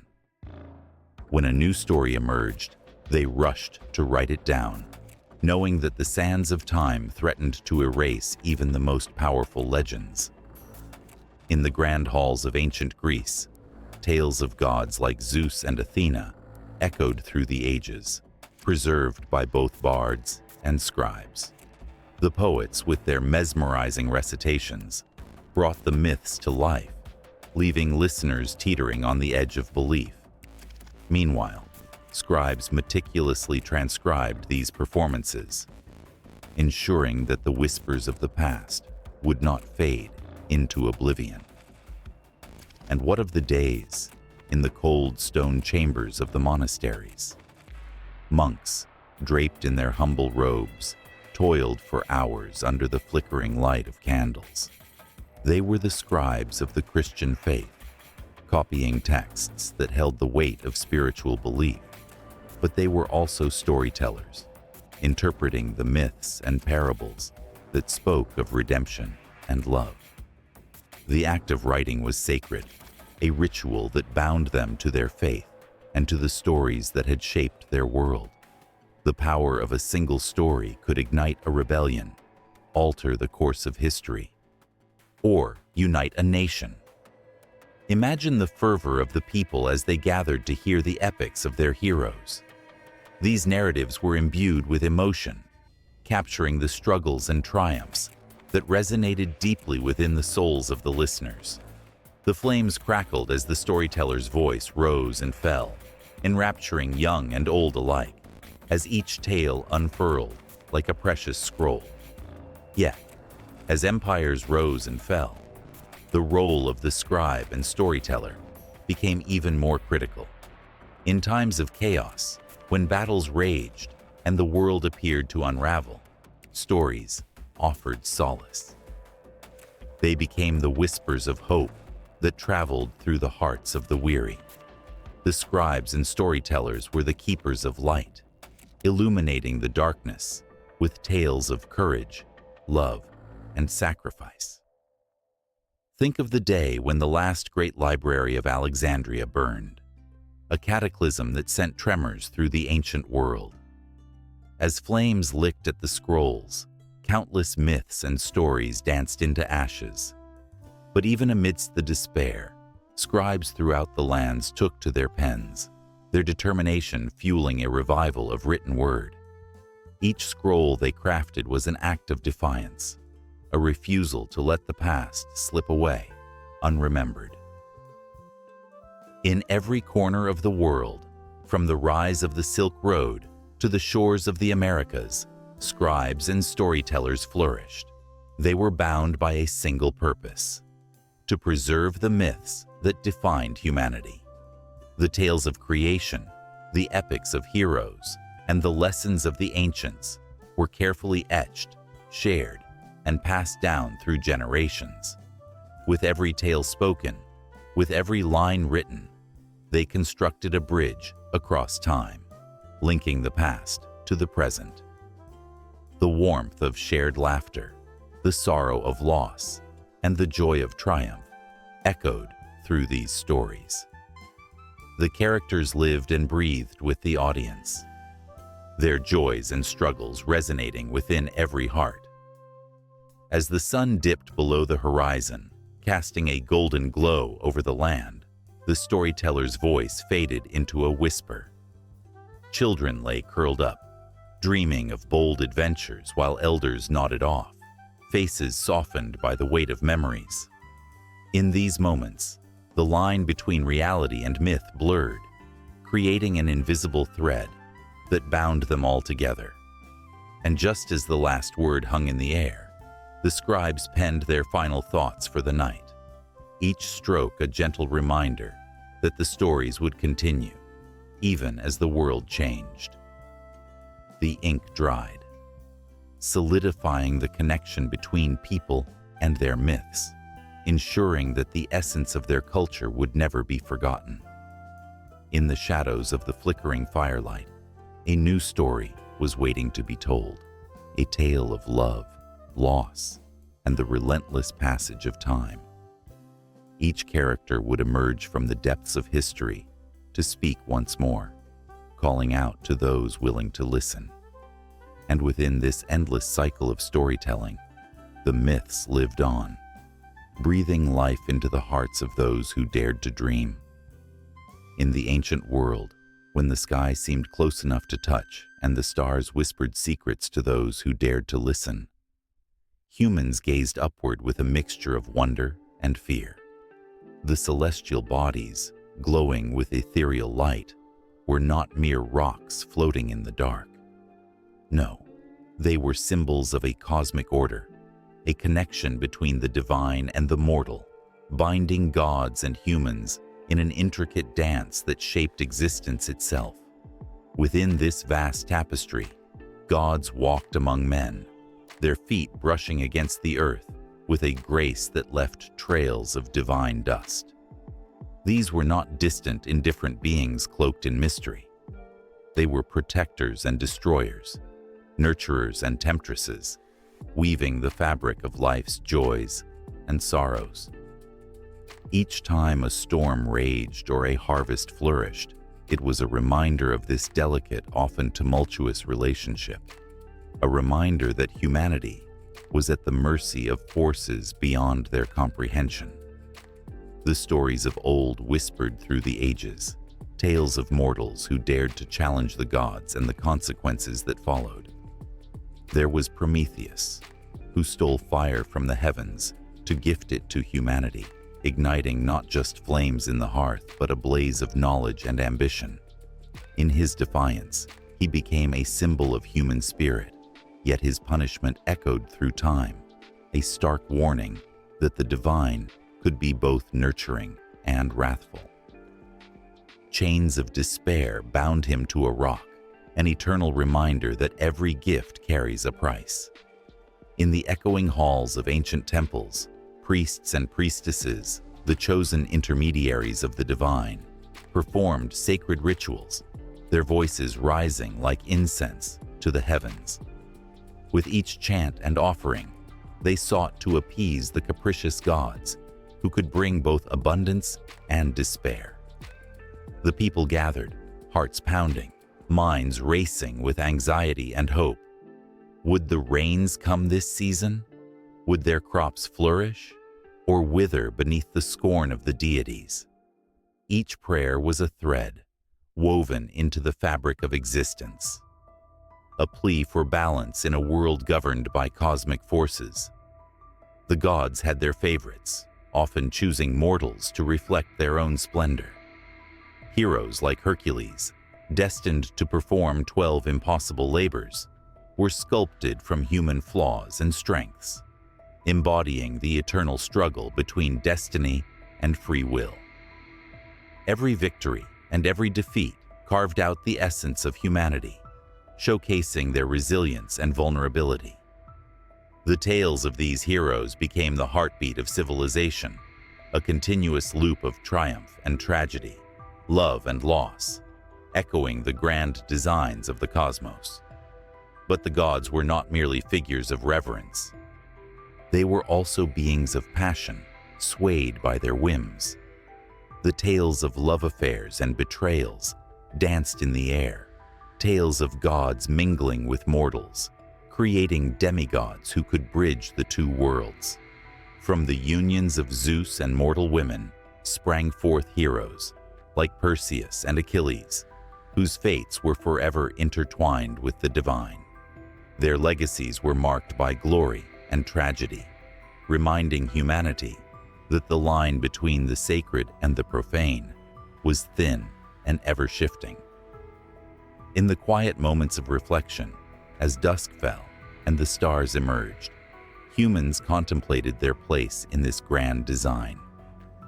They understood that their lives were threads woven into a larger tapestry, where every joy, every sorrow, was an essential part of the cosmic order.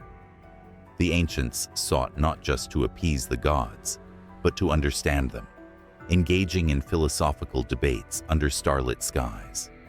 The whispers of Pythagoras and Plato echoed through the ages, guiding the minds of those who dared to question the very nature of existence.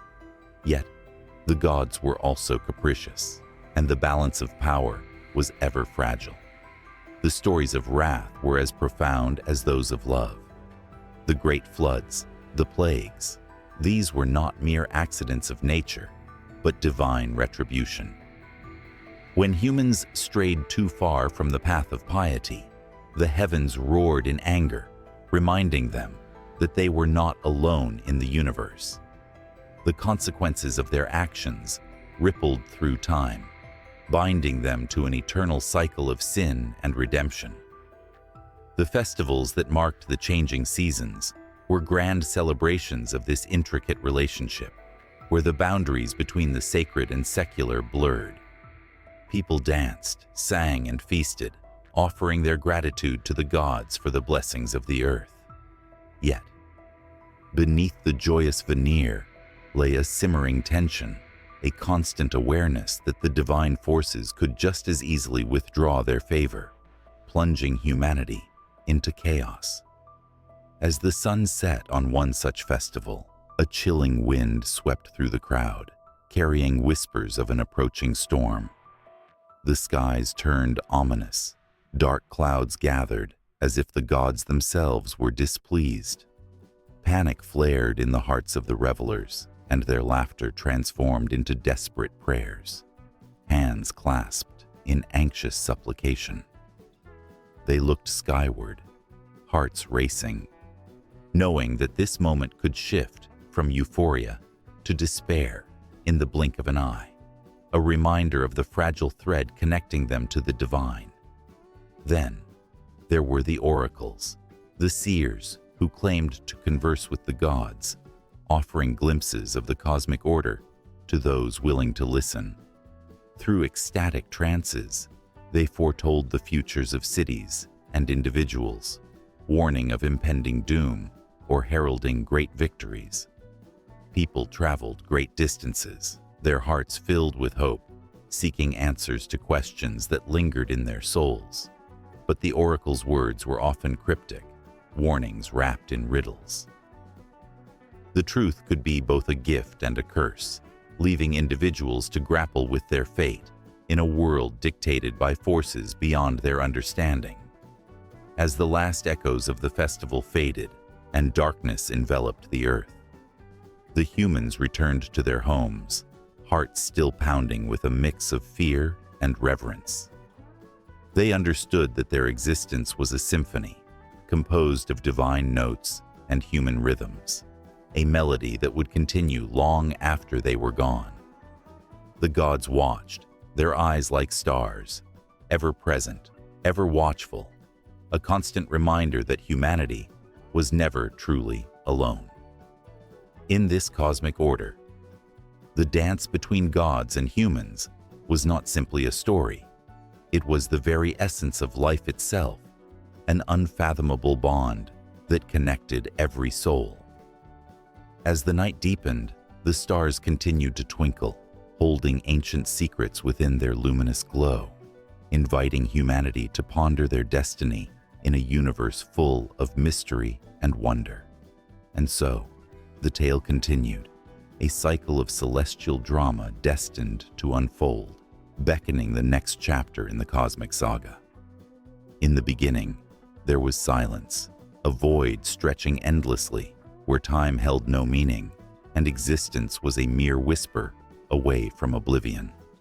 Then, from that silence, a spark ignited, and the universe unfurled like a cosmic flower, blooming against the backdrop of nothingness. Each culture on Earth, in its own way, has tried to capture that moment of creation, weaving tales that both inspire and terrify. In Mesopotamia, the story told of Tiamat, the primordial goddess of the salt waters, who roamed the deep before the sun cast its light upon the world. Her fury was unmatched, a storm of chaos that threatened to engulf all. Yet, it was from this chaos that the gods emerged, with Marduk, the mighty warrior, rising to challenge her. Their epic battle echoed across the ages, not just a clash of titans, but a dance of life and death, where creation was born from destruction and the world was stitched together from Tiamat's very flesh. The rivers flowed, the mountains rose, and humanity was crafted from the blood of a vanquished foe, a reminder of the violence that lay at the heart of existence. Across the vast oceans, distant lands spoke of a different Genesis. In the sacred texts of the Hindu tradition, the universe was seen as a continual cycle of creation and destruction. Vishnu, the preserver, lay asleep in the cosmic ocean, while a lotus flower blossomed from his navel, giving rise to Brahma, the creator. As Brahma stirred, the universe emerged from the depths of his imagination, each element, earth, air, fire, falling into place like pieces of a divine puzzle. Yet, even this act of creation was not devoid of conflict. The harmony was often disrupted by the tempests of fate and the wrath of gods, reminding all that existence is an eternal struggle between order and chaos. Meanwhile, on the shores of the Americas, the ancient Aztecs gazed at the stars and heard whispers of their gods. They believed in a world created and destroyed multiple times, with each epoch ending in cataclysm. Tezcatlipoca, the smoking mirror, held dominion over the night, while Quetzalcoatl, the feathered serpent, brought life with his breath. Together, they shaped the world, but the Aztecs understood the price of creation. Human sacrifice was woven into the very fabric of their existence, a necessary offering to appease the gods and ensure the sun would rise again. In the cold, windswept tundras of the Inuit, creation took on a more intimate form. The story of Sedna, the goddess of the sea, reveals the connection between humanity and nature. She was once a beautiful girl, cast into the icy waters by her father, transforming into a powerful deity who controlled the creatures of the deep. Her loneliness echoed through the frigid waves, reminding the people that their survival depended on her mercy. When the hunters sought her favor, they whispered prayers into the dark, forging a bond that transcended the boundaries of their world. Africa, too, carried its own rich tapestry of creation myths. Among the Akan people of Ghana, Anansi the spider spun tales that intertwined the fates of gods and humans. His cleverness brought wisdom and stories to the people, but it was the great sky god, Nyame, who ultimately breathed life into the world. Nyame's laughter resonated through the skies, filling the air with the promise of existence. Yet, each tale told of the trials that followed, of how the gift of life demanded respect and reverence for the web that held all beings together. And what of the ancient Greeks, who crafted a tale of chaos, giving way to order? Gaia, the earth herself, emerged from the void, birthing the sky, the mountains, and the oceans. Her children, the Titans, ruled with strength, but it was the Olympians who would overthrow their reign, ushering in a new era. The drama of creation unfolded like a tragic play, with betrayal, love, and sacrifice at its core. For the Greeks, the act of creation was as much about the relationships between deities as it was about the physical world. Each story contained lessons, cautionary tales, warning of the hubris that often accompanies power. As cultures collided over centuries, threads of these diverse narratives began to intertwine, creating a rich tapestry of belief and tradition. The myths of creation were not static. They morphed and adapted, each retelling breathing new life into ancient roots. They became the stories shared around fires, passed down through generations, each retelling infused with personal pain, joy, and hope. In this ever-evolving landscape of belief, the essence of creation lingered like a haunting melody, binding humanity together despite the distances that separated them. Every person, whether standing atop the pyramids of Egypt or gazing at the stars from a small village in the mountains, sought to understand their place in the vast cosmos.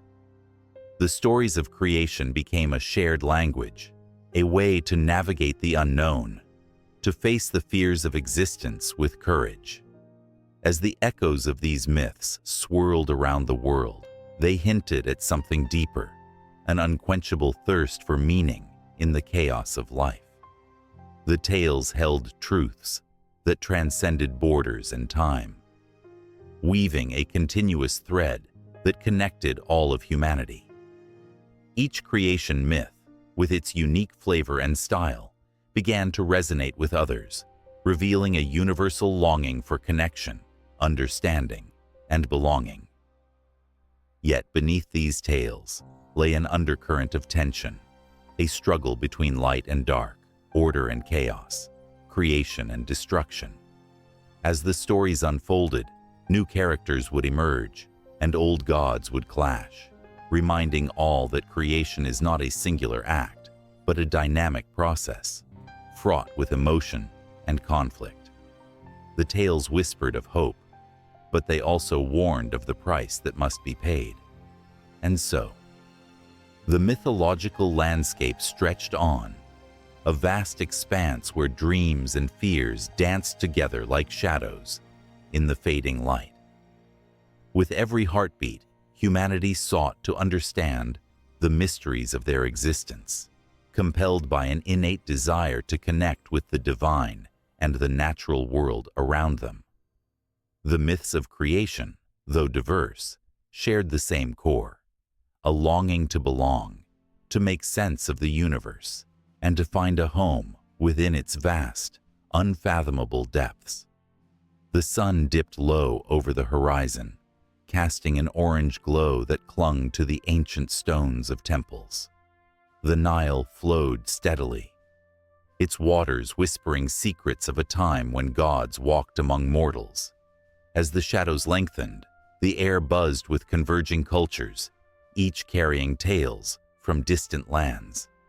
It was a potent mix, and the weight of foreign influence pressed heavily on the Egyptian gods, reshaping them in ways both subtle and profound.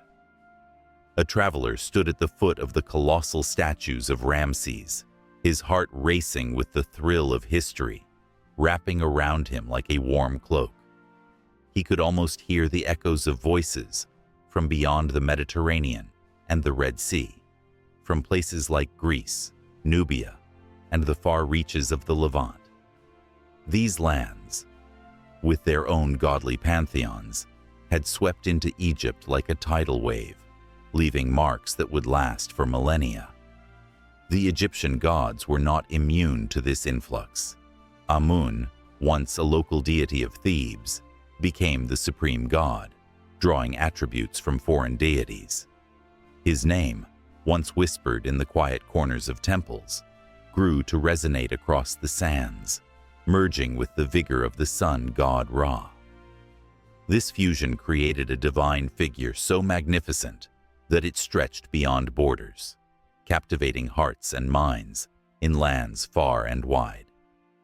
Travelers flocked to his temples, bringing with them their own beliefs, hopes, and fears, each voice adding to the chorus that was the worship of Amun-Ra.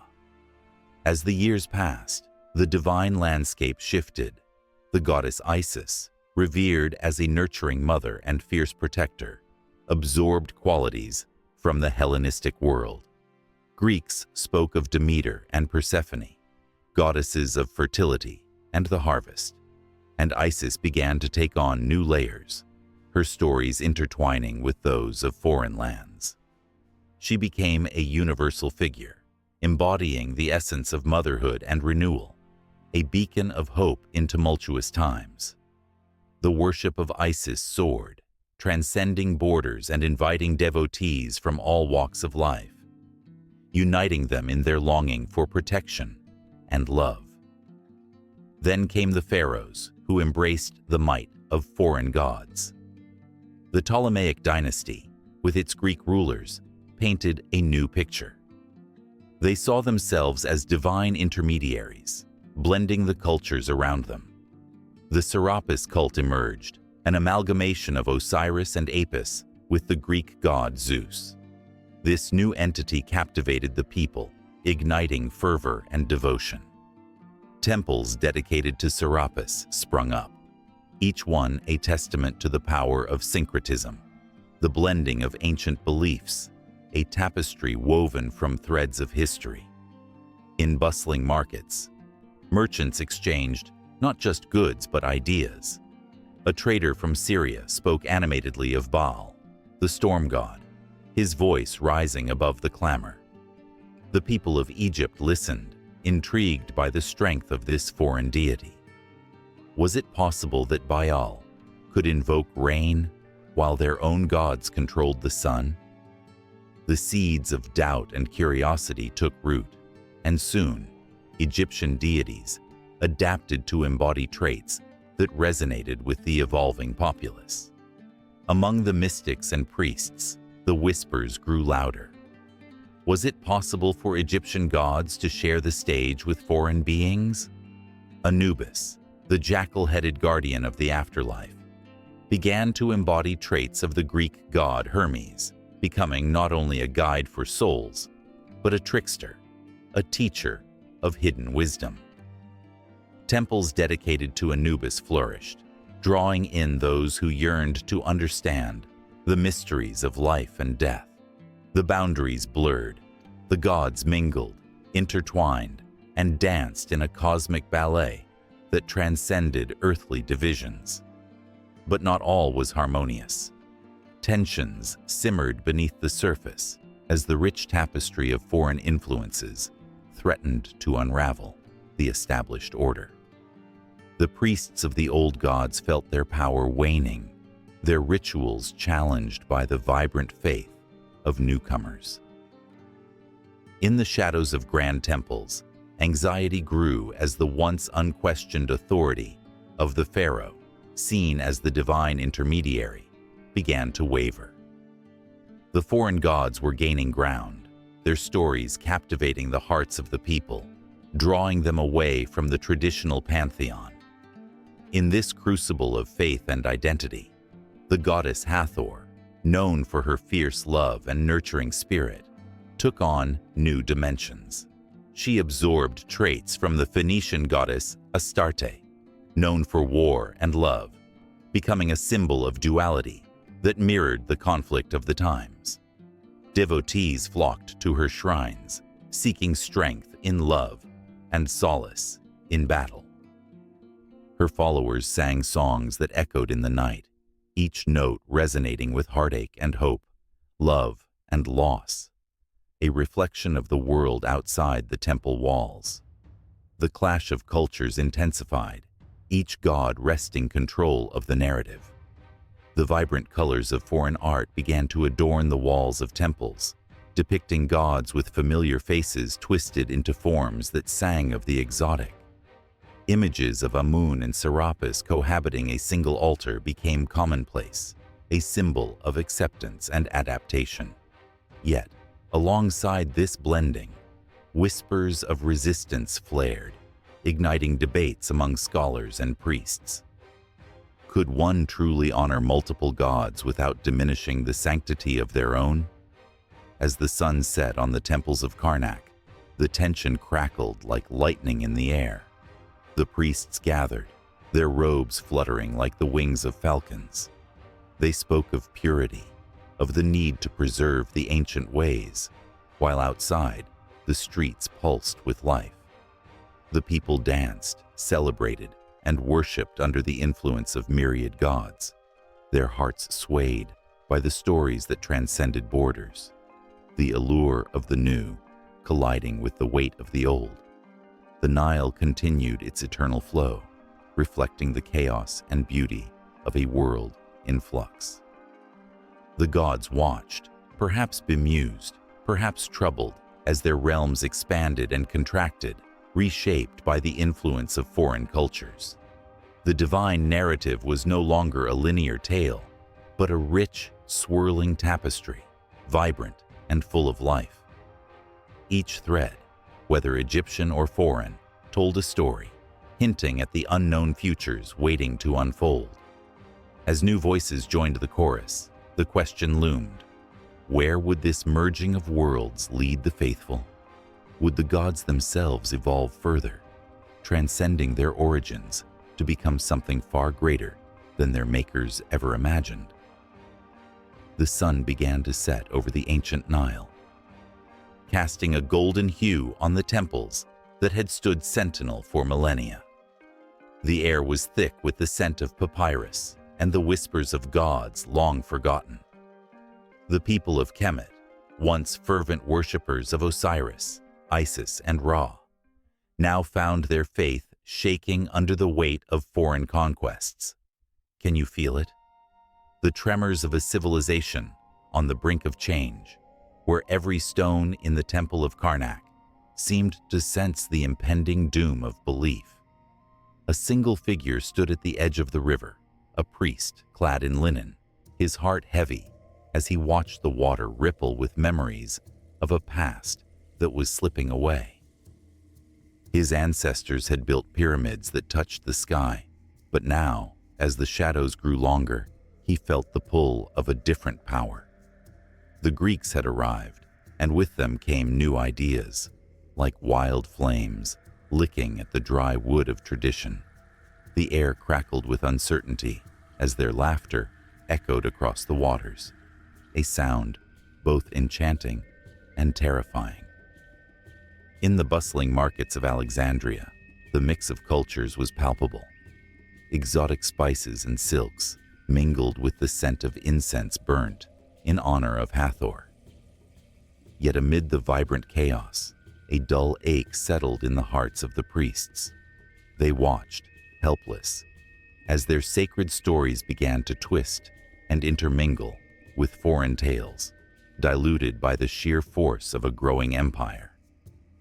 The gods of the Nile faced an undeniable threat, their glory overshadowed by the shining allure of Hellenistic philosophies. The priest could almost hear the laughter of Athena, mocking the fading echoes of the ancient hymns.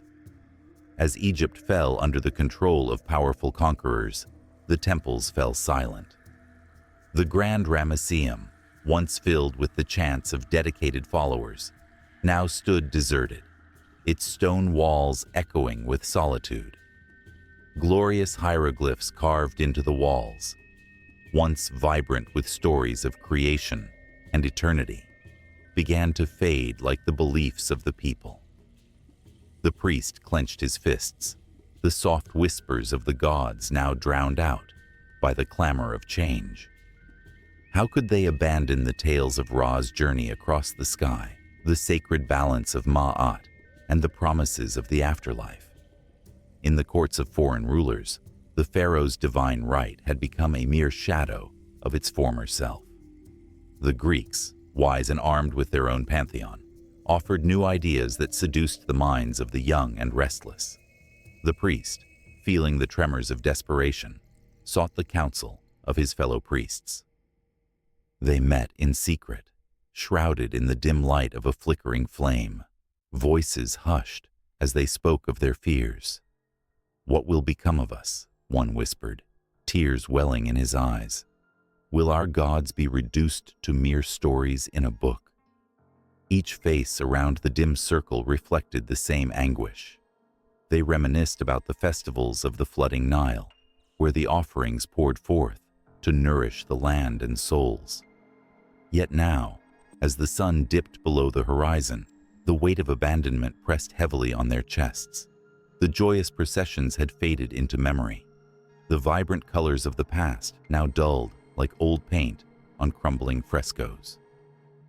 News spread like wildfire through the streets that the Romans were marching into Kemet, a new wave of conquerors with their own gods and beliefs. The priest shuddered as he recalled the tales of their relentless pursuit of power, inching closer to the sacred heart of Egypt. Would they, too, come to trample upon their myths, erasing eons of devotion with the stroke of a pen? It was almost unbearable to think of the sacred texts being rewritten. In temples where the scent of incense once curled toward the heavens, the flickering flames began to dwindle. The priest felt a profound sense of loss as he witnessed the remnants of rituals being replaced by grand spectacles for the Romans. He watched, heart heavy, as the great goddess Isis was depicted in new forms, her followers dwindling to mere echoes of what they once were. The statues of the gods stood sentinel, but their power waned, their eyes glazed with the sorrow of neglect. The cries of the people grew louder, but they were cries of confusion, not devotion. A young boy, no older than 10, wandered through the marketplace, his innocent eyes wide with wonder. He stumbled upon a statue of Anubis, the guardian of the dead, and stopped, entranced. "Is he a god?" he asked, the question hanging in the air like a frail thread. An old man nearby shook his head, tears glistening in his eyes. Long ago he was. Now? Who knows?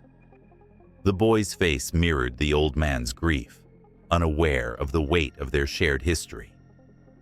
As the sun disappeared, cloaking the land in darkness, a sense of finality settled over the ancient landscape. The priest, driven by a fierce need to preserve the essence of his culture, began to gather sacred scrolls, hiding them away like precious gems in a secret vault. The stories of the gods, the passage to the afterlife, the delicate balance of the cosmos, all of it threatened to be lost forever. His heart raced with the urgency of his mission. If the world was to forget, he would not let it happen without a fight. Yet, even as he took these steps, the very fabric of Egyptian mythology began to unravel. The Ptolemies, the rulers of a blended culture, initiated a new age, where the gods of Egypt were intertwined with the Greek pantheon. The priest felt torn like a thread, fraying at the edges as the world shifted around him. Would all that he loved fade into obscurity, vanishing into the annals of time? With every passing day, the weight of history felt heavier, and the laughter of foreign conquerors echoed off the temple walls like a haunting melody. And still, he remained, a solitary figure standing against the tide of change, whispering prayers to the stars, hoping against hope that the light of the ancient gods would not be extinguished entirely. The eternal struggle of man against the relentless march of time continued, each moment clutching at the veil of the past, each heartbeat echoing with the urgency of a culture hanging by a thread. As the last rays of sun slipped beneath the horizon, the priest raised his arms to the sky, his voice rising in fervent supplication. The gods, he hoped, were listening, and perhaps, just perhaps, they were waiting for the dawn to break. But the dawn, as history would show, was not one of returning glory. It was a new light, casting shadows over the echoes of a once great civilization, where the whispers of the past grew ever softer, swallowed by the embrace of change. In a dimly lit museum, shadows danced along the walls, casting an air of mystery that seemed to whisper ancient secrets. The air was thick with the weight of history, and as visitors moved through the exhibits, they felt a strange pull toward the artifacts, each piece a fragment of a story waiting to be told. Among these relics, the myths of ancient Egypt came alive, echoing through time, resonating with the hearts of those who dared to listen. It was the 19th century when the world first began to catch a glimpse of the rich tapestry woven by Egyptian mythology. Archaeologists, fueled by a mix of obsession and ambition, unearthed treasures that dazzled the imagination. Hieroglyphs adorned the walls of long-buried tombs, each symbol a key to understanding the beliefs and dreams of a civilization that thrived thousands of years ago. But it was not just the artifacts themselves that captivated. It was the stories they told, tales of gods and goddesses, of creation and destruction, of life and death. Among the artifacts, The figure of Osiris stood tall, draped in green, the color of rebirth. His story was one of betrayal, murder, and resurrection, a powerful narrative that echoed the human experience. As new generations of historians and writers began to sift through the fragments, they found themselves entranced by the drama of Osiris's demise at the hands of his brother, Set, and the subsequent quest for justice led by his wife, Isis. In this tale, they saw reflections of their own struggles, the timeless battle between light and darkness, order and chaos. It was as if Osiris had stepped out of the annals of history and into their lives, urging them to confront their own fears and aspirations. This resurgence of interest took shape in literature and art, igniting a fire in the hearts of many. Writers like E.A. Wallace Budge began to publish works that brought these ancient legends to modern audiences. People flocked to libraries, devouring texts that offered insights into the gods who governed the Nile and the cosmos. The names of these deities, Horus, Anubis, and Ra, became synonymous with mystery and allure, captivating imaginations across continents. The stories breathed life into the imaginations of artists, inspiring paintings and sculptures that captured the beauty and complexity of Egyptian mythology. But there was a deeper yearning within the souls of those who unearthed these stories, a need to find meaning in a world that often felt chaotic. The myths transcended time, offering solace and wisdom. As they read about the afterlife, the weighing of the heart against the feather of Ma'at, they could not help but ponder their own lives. Would their deeds be measured? Would they be guided by the principles of truth and justice? These ancient tales acted as mirrors, reflecting the eternal questions that plague humanity. As the 20th century unfolded, the fascination with Egyptian mythology grew, intertwining with contemporary culture. Movies brought the gods to life on the silver screen, with sweeping epics that allowed audiences to witness battles between gods and mortals. Yet, they also sparked debates, igniting discussions about representation and interpretation. Were these portrayals true to the spirit of the myths, or simply a Hollywood fantasy? Amidst this tension, scholars pushed for a more nuanced understanding, emphasizing the need to honor the rich context of the myths rather than reduce them to mere entertainment.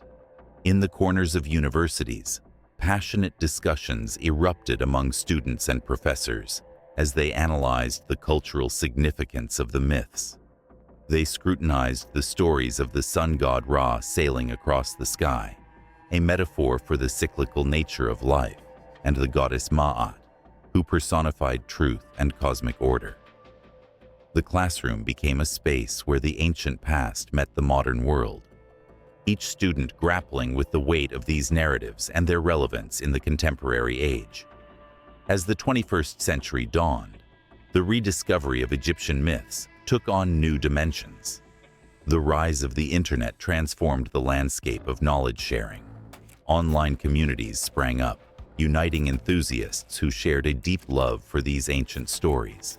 Social media platforms became a canvas where artists and scholars collaborated, creating vibrant interpretations of the gods that resonated with a global audience.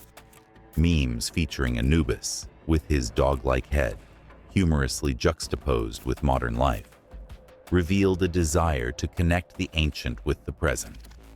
Yet, in this whirlwind of modernity, the myths retained their sacredness. Researchers began to uncover how these tales were not just stories, but a complex system of beliefs that shaped the moral fabric of society. Temples dedicated to the gods were not mere structures. They were reflections of a civilization's understanding of the universe. The rituals performed within those walls spoke of a deep reverence for life, death, and the afterlife. weaving threads of spirituality into the daily lives of the people.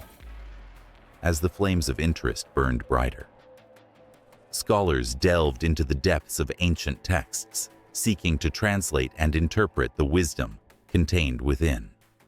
The pyramid texts found in the tombs of pharaohs revealed layers of thought on existence, death, and rebirth, becoming crucial in understanding how the Egyptians viewed their world. Each deciphered word felt like a revelation, illuminating the human experience in ways that transcended time and culture. The rediscovery of Egyptian myths was not merely an academic pursuit, it was a journey of the heart. Those who engaged with these stories found themselves pulled into a web of emotion and connection. The gods spoke to them, urging them to reflect on their own existence, to seek truth, and to confront their fears. The myths became a source of inspiration, a reminder that amidst the chaos of life, there was a narrative waiting to unfold. In the twilight of this ongoing exploration, a sense of anticipation hung in the air. New interpretations emerged, and the stories continued to evolve with each retelling. But beneath the surface, the echoes of the past resonated, beckoning the curious to listen closely. The myths of ancient Egypt were alive, vibrant, and more relevant than ever, bridging the gap between past and present, inviting all to uncover the threads that connect them to a civilization that dared to dream. On the banks of the Nile, under a sky that draped the land in hues of gold, the ancient Egyptians carved their beliefs into stone, whispering tales of gods and pharaohs that would echo through eternity. Every hieroglyph told a story, each mural pulsed with life, breathing the very essence of their mythology. Here, the sun rose in the form of Ra, a radiant deity who traveled across the sky in a magnificent chariot, chased by the darkness of the serpent Apep, embodying the eternal struggle between light and night. Those who dared to listen could almost hear the clash of these titans of myth, the crash of cosmic forces swirling above them. Far across the seas, in the shadow of the mighty Tigris and Euphrates, the Sumerians too wove their own rich tapestry of gods and monsters. Their tales brimmed with the adventures of Gilgamesh, a king of extraordinary strength who wandered the earth in search of the secret to eternal life. Here, the gods were capricious, their whims dictating the fate of humankind, much like the unpredictable Nile overflowing its banks. The ancient stories of Sumer echoed with the same cosmic battle, where the forces of chaos warred against the guardians of order, creating a resonance that felt almost familiar. In the heart of the Mediterranean, the Greeks spun their own narratives, filled with gods adorned in human form. Zeus, with his thunderbolt, wielded power in a world where deities lived among mortals. The myths of Hercules and his 12 labors reflected the struggles that defined humanity. Each epic tale shared a heartbeat with the tales of the Egyptians, underlining an essential truth. The human experience was a shared saga across time and space, filled with glory, tragedy, and hope. Even as the Egyptian pyramids rose to touch the heavens, their shadows cast long over the ancient world. The afterlife, a paradise for the deserving, intertwined with mythology to create a society governed by moral codes and spiritual aspirations. The Book of the Dead served as a guide, a necessary companion on the perilous journey to the afterlife, echoing the Sumerian belief in a netherworld ruled by the goddess Ereshkigal. Each civilization sought to understand what lay beyond the grave, revealing a universal fear of mortality and a longing for immortality through stories. As the sun set over ancient Mesopotamia, the legends of Inanna, goddess of love and war, emerged alongside the Egyptian Isis, who, in her relentless pursuit to resurrect her beloved Osiris, symbolized the undying bond of love and loss. The fierce struggles of these goddesses reflected the strength of women in their societies, a reminder that power and resilience existed in many forms. The tales whispered through the ages, affirming that love could conquer the deepest despair, a powerful theme that resonated in every culture. The Norse gods of Asgard, with their own brand of myth, showcased a different kind of bravery. Thor, with his hammer Mjolnir, faced giants and the forces of chaos, reminiscent of Horus battling Set. The stories of Ragnarok, where the gods faced their doom, stirred a primal fear in the hearts of men, yet also ignited a fierce hope for rebirth and renewal. Like the Egyptians, who believed in the cyclical nature of life and death, the Norse too found solace in the idea that endings could lead to new beginnings, a theme beautifully echoed in the tales of creation that spanned cultures. Meanwhile, in the realm of the ancient Celts, the stories of the otherworld shimmered with mystery. The Tuatha De Danann, divine beings who descended from the skies, brought magic and wonder to the earth. Their tales of transformation and reincarnation paralleled the Egyptian belief in the soul's journey as spirits traversed between worlds, seeking enlightenment and harmony. The connection between these cultures revealed a profound understanding of existence, a shared yearning to make sense of the chaos that enveloped humanity. With every thread woven into the fabric of these mythologies, the similarities and contrasts generated a spark of understanding, a tapestry of shared fears, hopes, and dreams illuminated the human condition.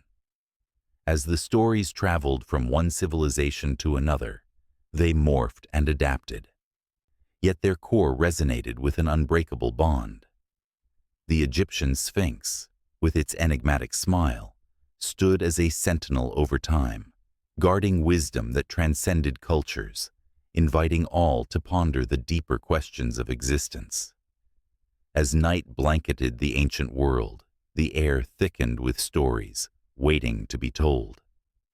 Myths of creation danced like fireflies, illuminating the shadows of doubt with the light of understanding. In the flickering firelight of distant campfires, storytellers recounted tales of gods and heroes, of loss and redemption. Each narrative held a mirror to the soul, reflecting the shared human experience that bound them across centuries and continents. Amid the ruins of forgotten civilizations, the echoes of ancient myths lingered in the wind, whispering stories that would never fade. The tales of gods and heroes, of love and betrayal, intertwined like roots beneath the earth, nourishing the very essence of humanity. The stories of Egypt, Mesopotamia, Greece, Norse lands, and the Celts lived on, their power undiminished, woven into the very fabric of existence, reminding all that though cultures may differ, the core of humanity remains resolute. A search for meaning, a quest for belonging, and an unrelenting hope for what lies beyond the horizon.